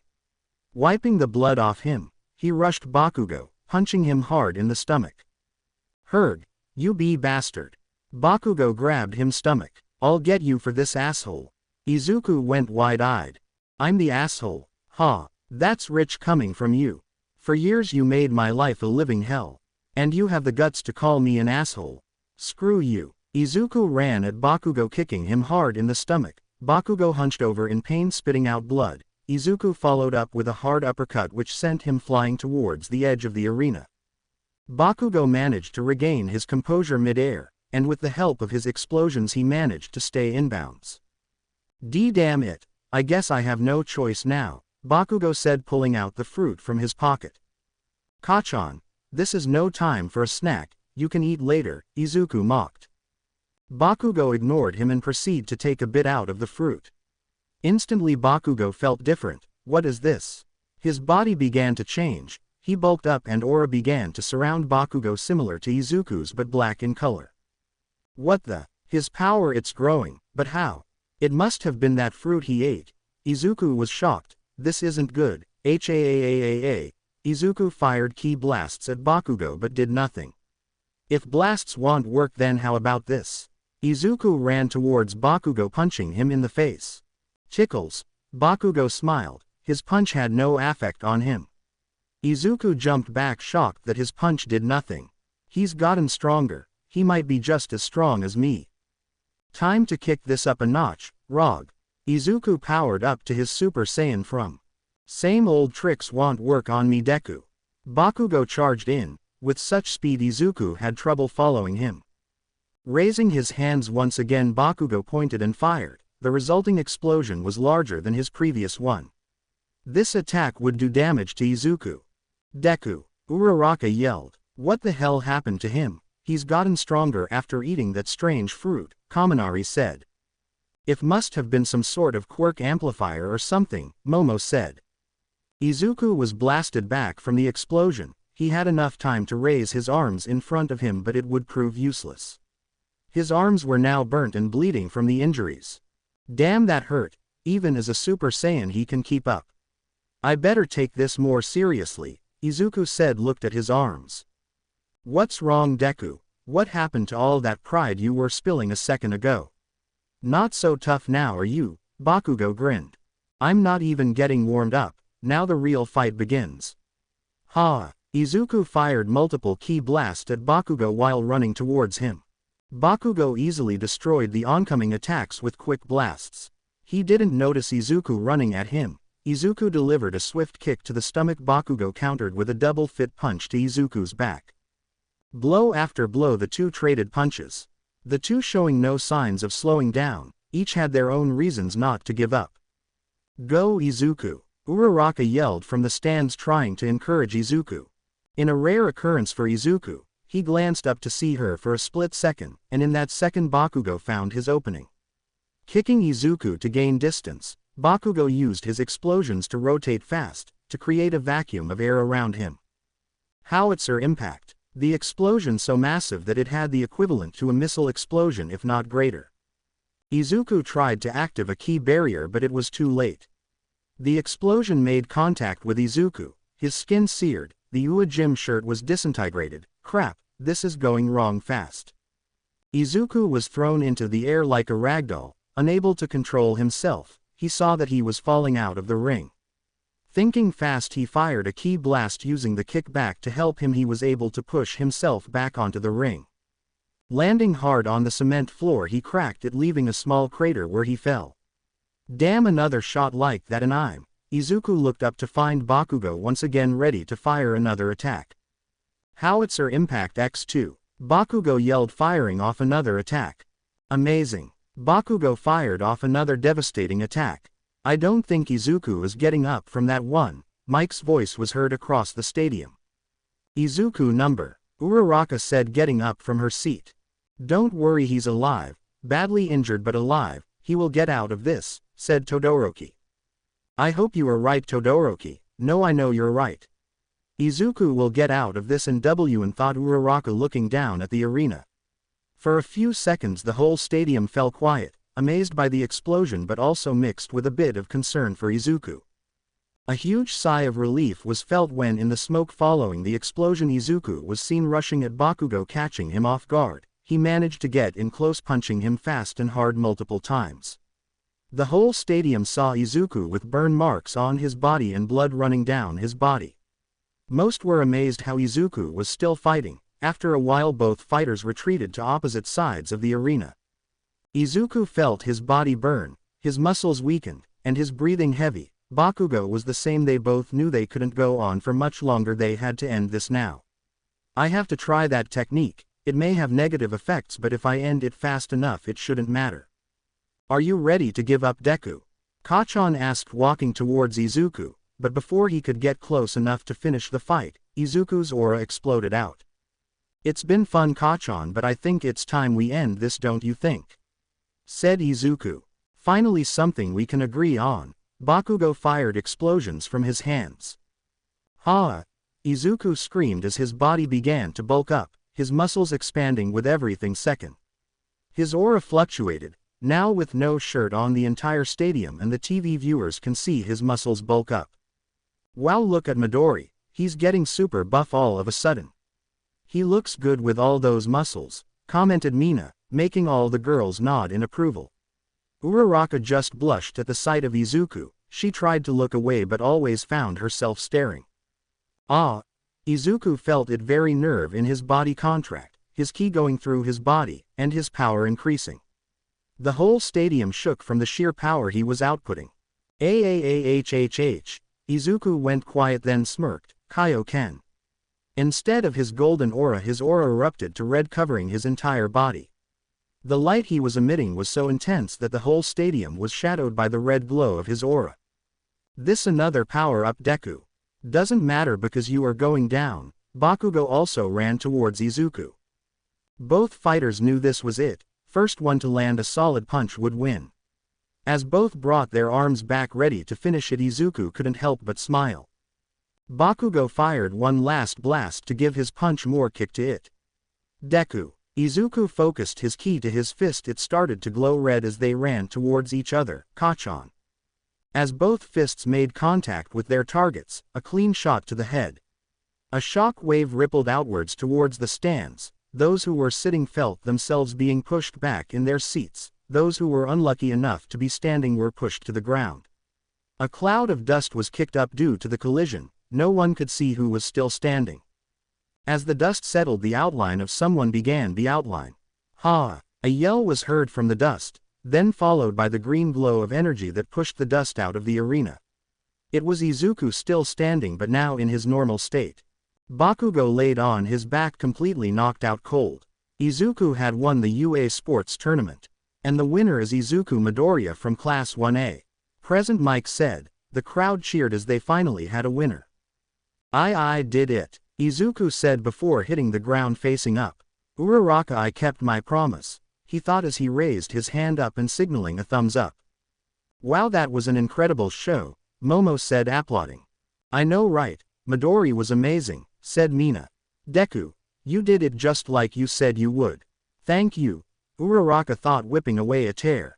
As Izuku laid on his back, he couldn't help but think about that strange fruit. Where did Kachan get that fruit and who gave it to him? I'll have to ask him later. Izuku and Bakugo were taken to the infirmary to get their wounds healed. Bakugo was knocked out until Recovery Girl healed his injuries, broken ribs and a few cuts and bruises, but nothing she couldn't fix. Besides the injuries to his hands, Izuku also had cuts and bruises, but the most damage was in his internal organs. The explosion had ruptured his liver and a mild concussion. Lucky for him, with a quick key *** for both, they were both up and ready to receive their medals. Bakugo didn't say a word when they walked to the arena once again for the award ceremony. Hey Kachan, it was a hell of a fight, but I have to ask, where did you get that strange fruit? Said Izuku. **CK off Deku, I don't need your pity, and as for the fruit, it's none of your business where I got it. All you need to know is that I'll get stronger and kick your one day, Bakugo said with his hands in his pocket. I will be here waiting Kachan, wherever and whenever you are ready, Izuku said, walking onto the arena. And there they are, everyone, now it's time, the award ceremony, and who else to give the medals but the one and only All Might. Midnight said as a shadow jumped over the stadium and into the arena. Hello everyone, it's your one and only All Might, here to give out medals. Let's start off with third place, Shoto Todoroki. The crowd cheered as All Might placed the bronze medal around Todoroki's neck. Well done, young man, you have a bright future ahead of you. Learn to control both of your quirks and you can very well be a top 10 hero. Now second place, Katsuki Bakugo. The crowd cheered but not as loud. You showed great drive in the final fight. With a little more training you should be able to take first place next year. Bakugo looked at the silver medal and refused to accept it. No, I won't take it.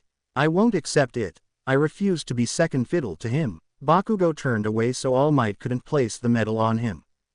Accept it, young Bakugo. Use it as a reminder to get stronger. That will help you in the future when you try to overcome the current power gap, All Might said. To his surprise, Bakugo turned back to him and lowered his head to show that he would take the medal. I am also curious where you got that strange fruit. It's far too dangerous, it could land in the wrong hands. Principal Nezu and I are going to have a few words with you. Something so powerful should not be taken lightly, All Might thought as he moved on to Izuku. And now, last but certainly not least, our first place winner, Izuku Midoriya. The crowd exploded in cheer. The whole stadium stood up to applaud Izuku. For your amazing display of power I give you the first place medal. You have amazing potential, young Izuku. I hope to see you in a few years at the top 10 heroes, All Might said, placing the gold medal on Izuku.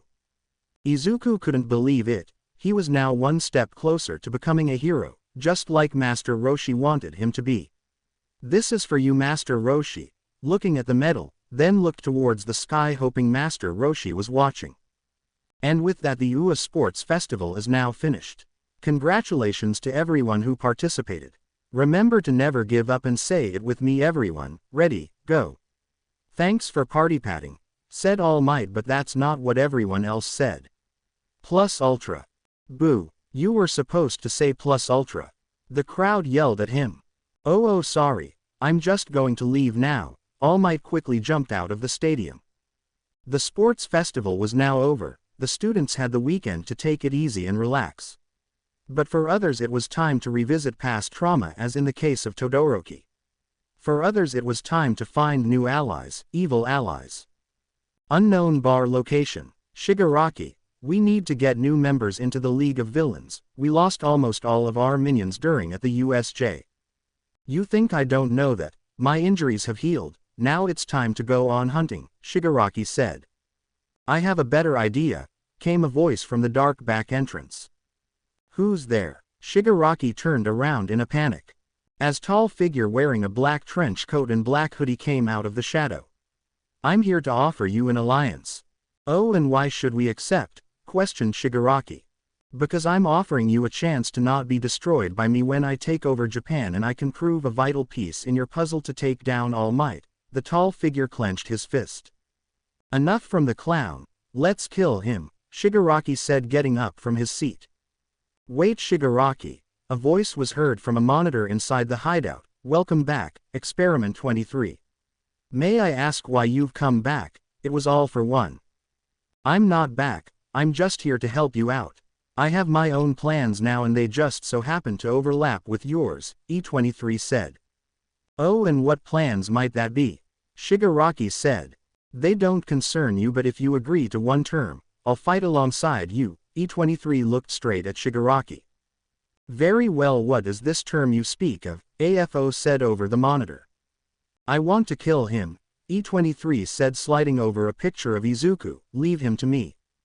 No deal, I have to get him back for what he did to the Nomu, said Shigaraki in angry tone. Very well, AFO voice was heard. But master, you can't be serious. Shigaraki was furious that AFO would agree. Very well, here, take this, E23 said, throwing a cell phone at Shigaraki. It has only one number in it. Call me when the next big thing is and I'll show up. But I warn you once and only once, don't ever try to screw me or else you're going to regret it. E23 vanished from the bar. Could it be that you know where you came from? AFO thought to himself. Master, why did you agree to his terms? We don't even know who that is. Shigaraki said, disintegrating a nearby chair in frustration.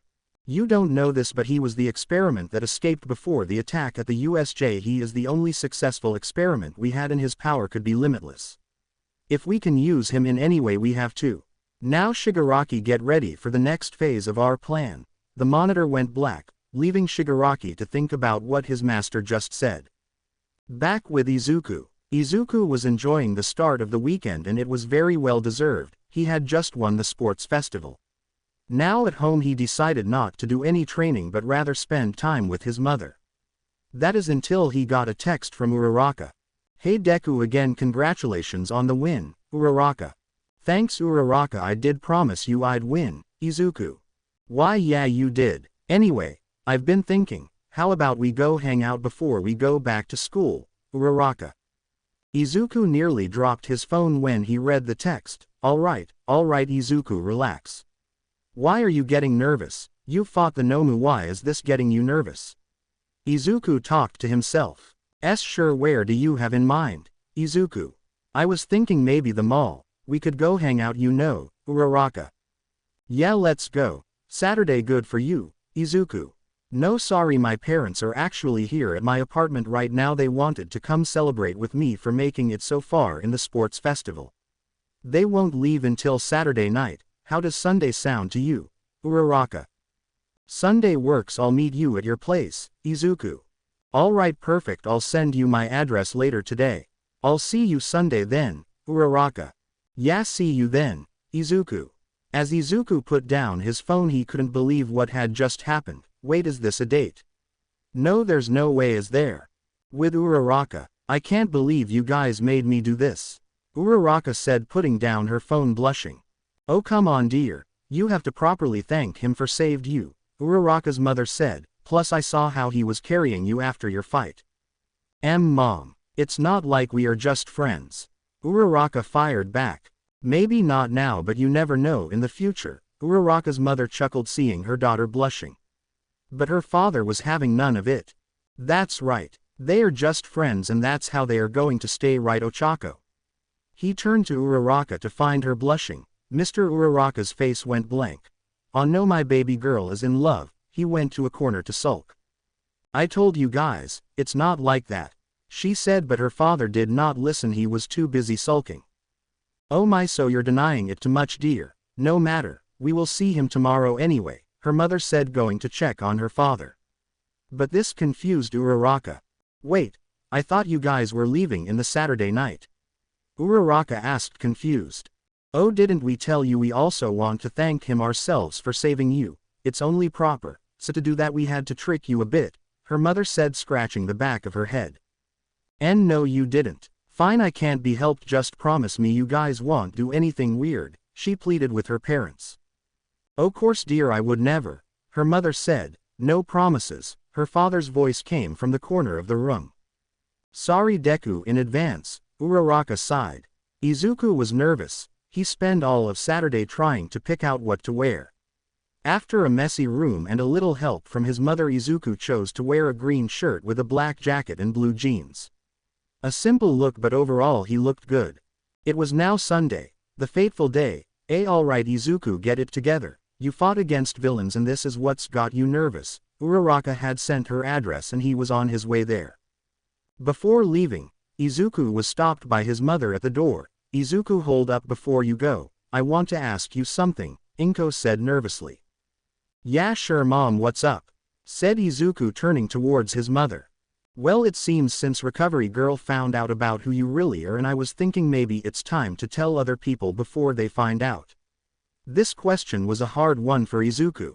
Yes, he'd thought about telling people but was afraid of what they would say. I have actually given it some thought mom, and yeah, I do think I should tell people, but I don't know how they will react when I tell them.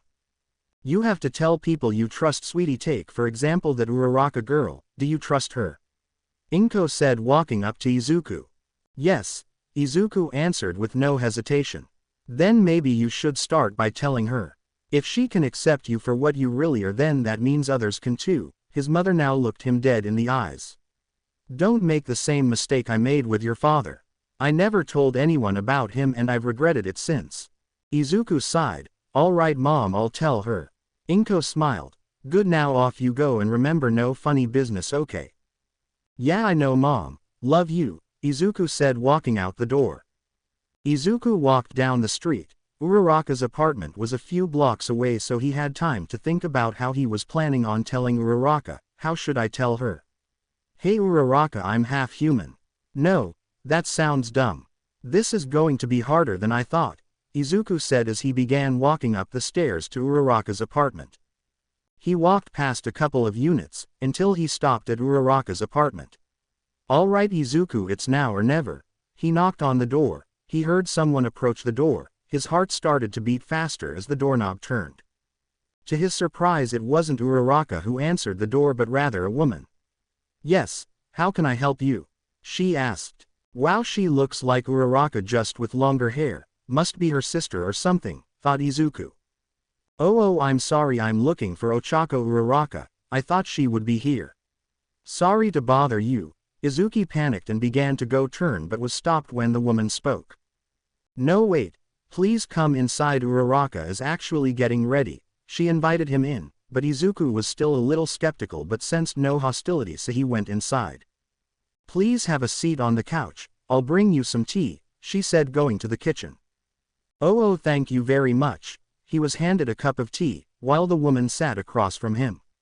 He nervously took a sip of the tea. Wow, this is good. I'm sorry for asking, but is you Uraraka's sister? Izuku asked, taking another sip of tea.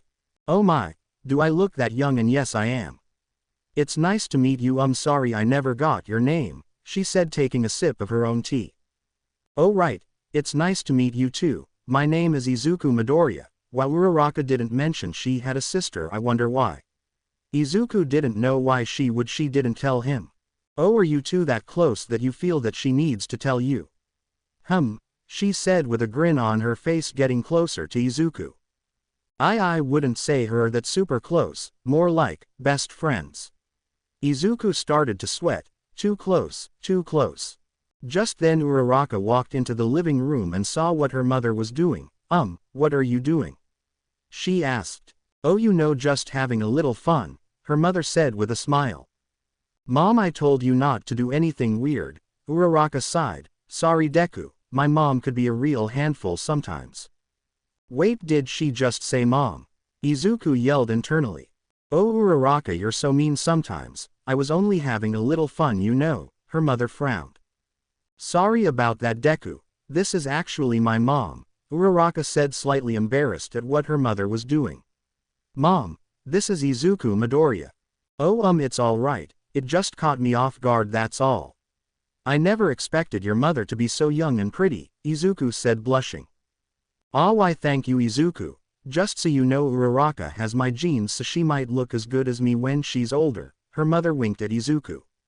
Mom, Uraraka yelled as she blushed. While Uraraka already looks amazing, I could only imagine in a couple of years. Izuku shook his head. Now is not the time for this. Anyway, what about your father? He's been staring at Izuku in the corner since her got here. Uraraka's mother pointed out her husband. Oh, what? I didn't even sense him. Izuku couldn't believe it as he turned and noticed her father. Uraraka's father got up and walked up to Izuku. So you're the guy that saved my daughter? Izuku found himself in front of a man at least 6 feet tall and with a muscular build. Why yes, sir, Izuku replied nervously. Whoa, he is more intimidating than I thought he would be. I see. Well, listen, good kid. Izuku swallowed a lump in his throat. I would like to personally thank you for saving our daughter. We were told by your teachers what you did for her. Uraraka's father bowed as well as her mother. Izuku panicked. What? Please raise your heads. I don't deserve your thanks. I failed to protect her. If I was stronger, I could have stopped her from getting hurt in the first place, and for that I am sorry. Sorry she had to go through all that. He also bowed his head, hoping that they would accept his apology. Deku. His words cut deep into Uraraka's heart. She had no idea Izuku felt this way. A sense of guilt. Even so, we owe you everything. She is our only child and we love her more than anything in the world. If it wasn't for you, we would have lost her. You saved her and in doing so saved us, so thank you, her father said, still bowing. My husband is right, we owe you a great deal. Please don't blame yourself. Nothing that happened during the incident was your fault, Uraraka's mother said, now looking at Izuku. Mom, Dad, Uraraka whipped away a tear, hearing her father say that made her happy. Uraraka's mother walked towards Izuku and lifted his head. Izuku was now looking at Uraraka's mother in the eyes, so please do not blame yourself. What matters is that our daughter is alive thanks to you. I don't know what to say, but I will promise you this, I will not let it happen again, I swear, said Izuku. Both of her parents smiled knowing that their daughter will be in safe hands. Good, then we will hold you to that promise. By the way, Midoriya was it.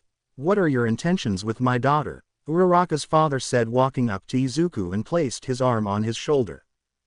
Well, you see. It's just. Izuku stumbled with his words. He looked over to see Uraraka blushing. Help me. You may have saved her life, but that doesn't mean I approve of any type of relationship with my daughter, her dad said, which made Izuku very nervous. The dark aura he was expelling made Izuku step back. Note to self: never make Uraraka mad or sad, or else I will have to deal with him, Izuku said, sweating. Now dear, it's time for us to leave. Remember, we have to go back to work tomorrow, Uraraka's mother said, grabbing their luggage and pushing her husband out the door. But dear, I have to teach him a lesson, her father said as he was dragged away with luggage in hand.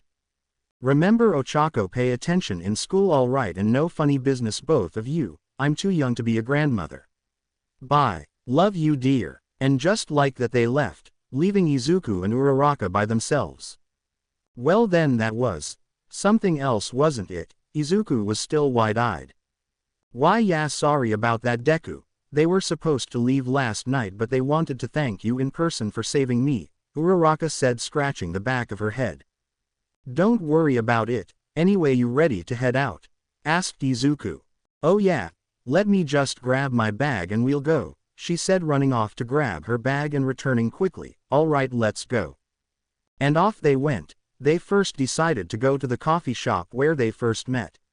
After a few encounters with random strangers congratulating Izuku for his win, they decided to go to the nearby mall and go to the arcade. As they walked in, what they saw amazed them: claw machines everywhere, photo booths, bowling arena, and even a karaoke. Wow, Deku, there is so much to do here. Come on, let's go have some fun. Uraraka grabbed Izuku by the arm, dragged him along. Izuku was having the time of his life. Being with Uraraka made him happy, and after everything that has happened. Smiling and laughing, they liked being with each other, and they knew it, but what they didn't know is that others were seeing it all play out. Mina, Sue, and Toru were following them. See, I told you they were going out, Mina said behind a vending machine. I don't know about that, it seems like they are just hanging out Ribbit, said Sue also behind the vending machine. I could get closer to hear what they are talking about if you guys want me to, Toru said guess where, also behind the vending machine. Not just yet, let's see how things play out, Mina said with an evil smile on her face. I have a bad feeling about this Ribbit. Sue knew that Mina would try something sooner or later. Hey Deku, let's go to the photo booth. I want a picture of us to remember this day, Uraraka said dragging Izuku by the arm into the photo booth. Alright, let's pick a frame. Oh, this one is nice, Uraraka said using the touchpad. The design was a simple one, it was a starry background. Alright, ready Uraraka, Izuku said about to press the countdown button. Ready. Uraraka got in close to Izuku. 3, 2, 1. Flash. Awesome. Let's get two so we can each have one. After a few seconds the photos printed and both were happy how they looked together. I will hold on to this forever, they both thought as they got out of the photo booth. As the day winding down, Izuku and Uraraka decided to find a place to eat before calling it a day. Both were really hungry so they stopped by a small restaurant near the mall. But the feeling of telling her never left Izuku's mind, he had to find the right time to tell her.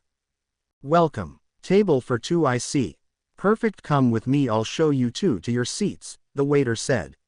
Now seated. Wait, I remember you. Yeah, you won the UA Sports Festival, right?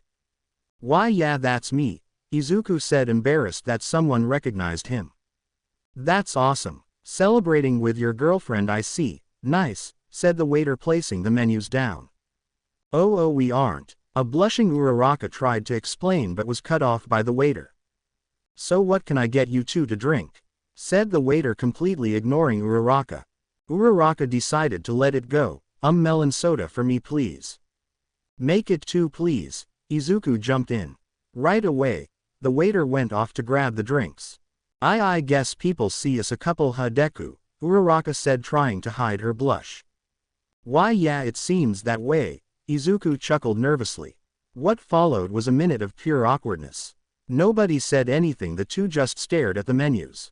Izuku decided to break the silence. I had so much fun today Uraraka, thanks for inviting me out, Izuku said, putting down the menu. No problem, think of it as payment for saving me, Uraraka hid behind her menu, embarrassed. I should save you more often then, Izuku laughed. Oh whatever, next time I'll be the one saving you, Uraraka pouted while Izuku chuckled. Just then the waiter came back with the drinks. Here are you drinks, 2 melon sodas. Are you ready to order or do you need more time? Can I get the pork cutlet please, Izuku said. Of course, and for you miss, said the waiter, turning to Uraraka. Can I get the udon please, Uraraka said, pointing to the dish. Very good, I'll be back with your orders, the waiter taking the menus. So Uraraka, how many internship requests do you think you got? Izuku asked. That's hard to tell, I did lose so I'd say not a lot. I do know this, that you get a lot since you won, Uraraka said, taking a sip of her drink. You think so? It couldn't be that many, I don't think so anyway. We will just have to find out tomorrow, said Izuku. Just then their food had arrived, and here we are, pork cutlet for you sir and udon for miss, and this is on the house, the waiter said, putting down a chocolate cake with a little heart in the middle. Enjoy. Wow Deku, everything looks so good, time to eat. Uraraka dug into her food. You're right, it looks amazing. Izuku drooled, looking at his food, less talking more eating. As they ate, a duo of girls were watching them from across the room. So what are they talking about? Asked Mina. They talked about school, Toru said, sitting back down with the girls. She had stealthily made her way right next to them and listened to their conversation. Wow, really? Even outside of school they talk about school? Boring, Mina said, slumping down on the table. I don't know guys, Izuku seems to be thinking of something. It's almost like he wants to say something to Uraraka but can't find the chance. Ribbit, Sue said, biting into a chip. Mina's eyes gleamed. Do you think it's a love confession? Oh, I get in closer to hear, said Toru, getting up again, but was stopped by Sue. Let's not. It seems important, so you don't want to hear something you're not supposed to. Ribbit, Sue said, stopping her friends. Ah, you're no fun. Mina pouted. Wait, look, they finished eating and are heading out. Come on, let's go. Finishing their food, they both got up to pay, but before Uraraka could reach into her purse, Izuku paid the bill plus a tip. That was so good, Deku. Uraraka said, stretching. Hey, Uraraka, want to walk down by the beach? Izuku said nervously. Yeah, sure, that sounds nice. Uraraka followed Izuku to the nearby beach, which was a good 10-minute walk. Uraraka was surprised to see the beach. Wait, wasn't this beach full of trash? The moon shined down on them, providing light for them to walk along the shore. The wind blew and the shine of the moon bounced off the water. Yeah, it was. I kinda destroyed all the trash, Izuku said, scratching his head. Really? There was so much trash? Uraraka was shocked. No one wanted to clean up the beach since there was so much, and Izuku cleared it out. Yeah. Izuku took a deep breath. Listen, Uraraka, I gotta tell you something, he said, turning to her. This shocked Uraraka. Why, yeah, what's up? She blushed. He sounds so serious. I wonder what he wants to talk about. I don't know how to tell you this, but I trust you enough to tell you. You probably won't believe me, but here goes. Izuku was shaking. Wait, did he say that I won't believe him? Uraraka looked at him, puzzled as to why he would say that. Izuku breathed in. I know what I'm about to say may sound crazy, but I'm not fully human. Uraraka took a step back, shocked at what she just heard. What do you mean not fully human? I mean exactly that. I am only half human. The other half is Saiyan blood. Izuku's voice cracked out of nervousness. Saiyan. What is that? Some sort of alien or something? Uraraka's head was spinning. Yes, actually. My father is a Saiyan. He is an alien from another planet and my mother is human. You see, I don't actually have a quirk. My powers come from my Saiyan blood. Saiyans are a warrior race and they used their unnatural high battle power to take over planets. Izuku was stopped by Uraraka. Deku, don't tell me you are actually planning to take over the world. Uraraka's head was swirling with crazy ideas. What? No, of course not, I would never do that. Listen, Uraraka, you are the first person I've told this secret to. I don't expect you to believe me, but I just wanted you to know since I trust you. I would have told you sooner, but I was afraid of your reaction, afraid that if I told you the truth you would stop talking to me or worse, hate me for what I am. Izuku turned away, afraid to look at her. Izuku. Uraraka walked up to Izuku and turned him around and kissed him on the lips. Uraraka blushed as she pulled away from his lips. Looking up at Izuku, she stared into his eyes. Deku, I don't care what you are, but to me you will always be Deku. A kind person who cares about his friends and who will fight for them until the very end. It's kinda the reason why I fell in love with you. What you are doesn't matter to me, it's who you want to be that matters. Gee, thanks, Uraraka. Wait, since when did you like me? Izuku blushed. Oh, you know, when you saved me from the giant robot. Uraraka beat red. Yeah, Izuku said. Like right after that. Uraraka laughed nervously.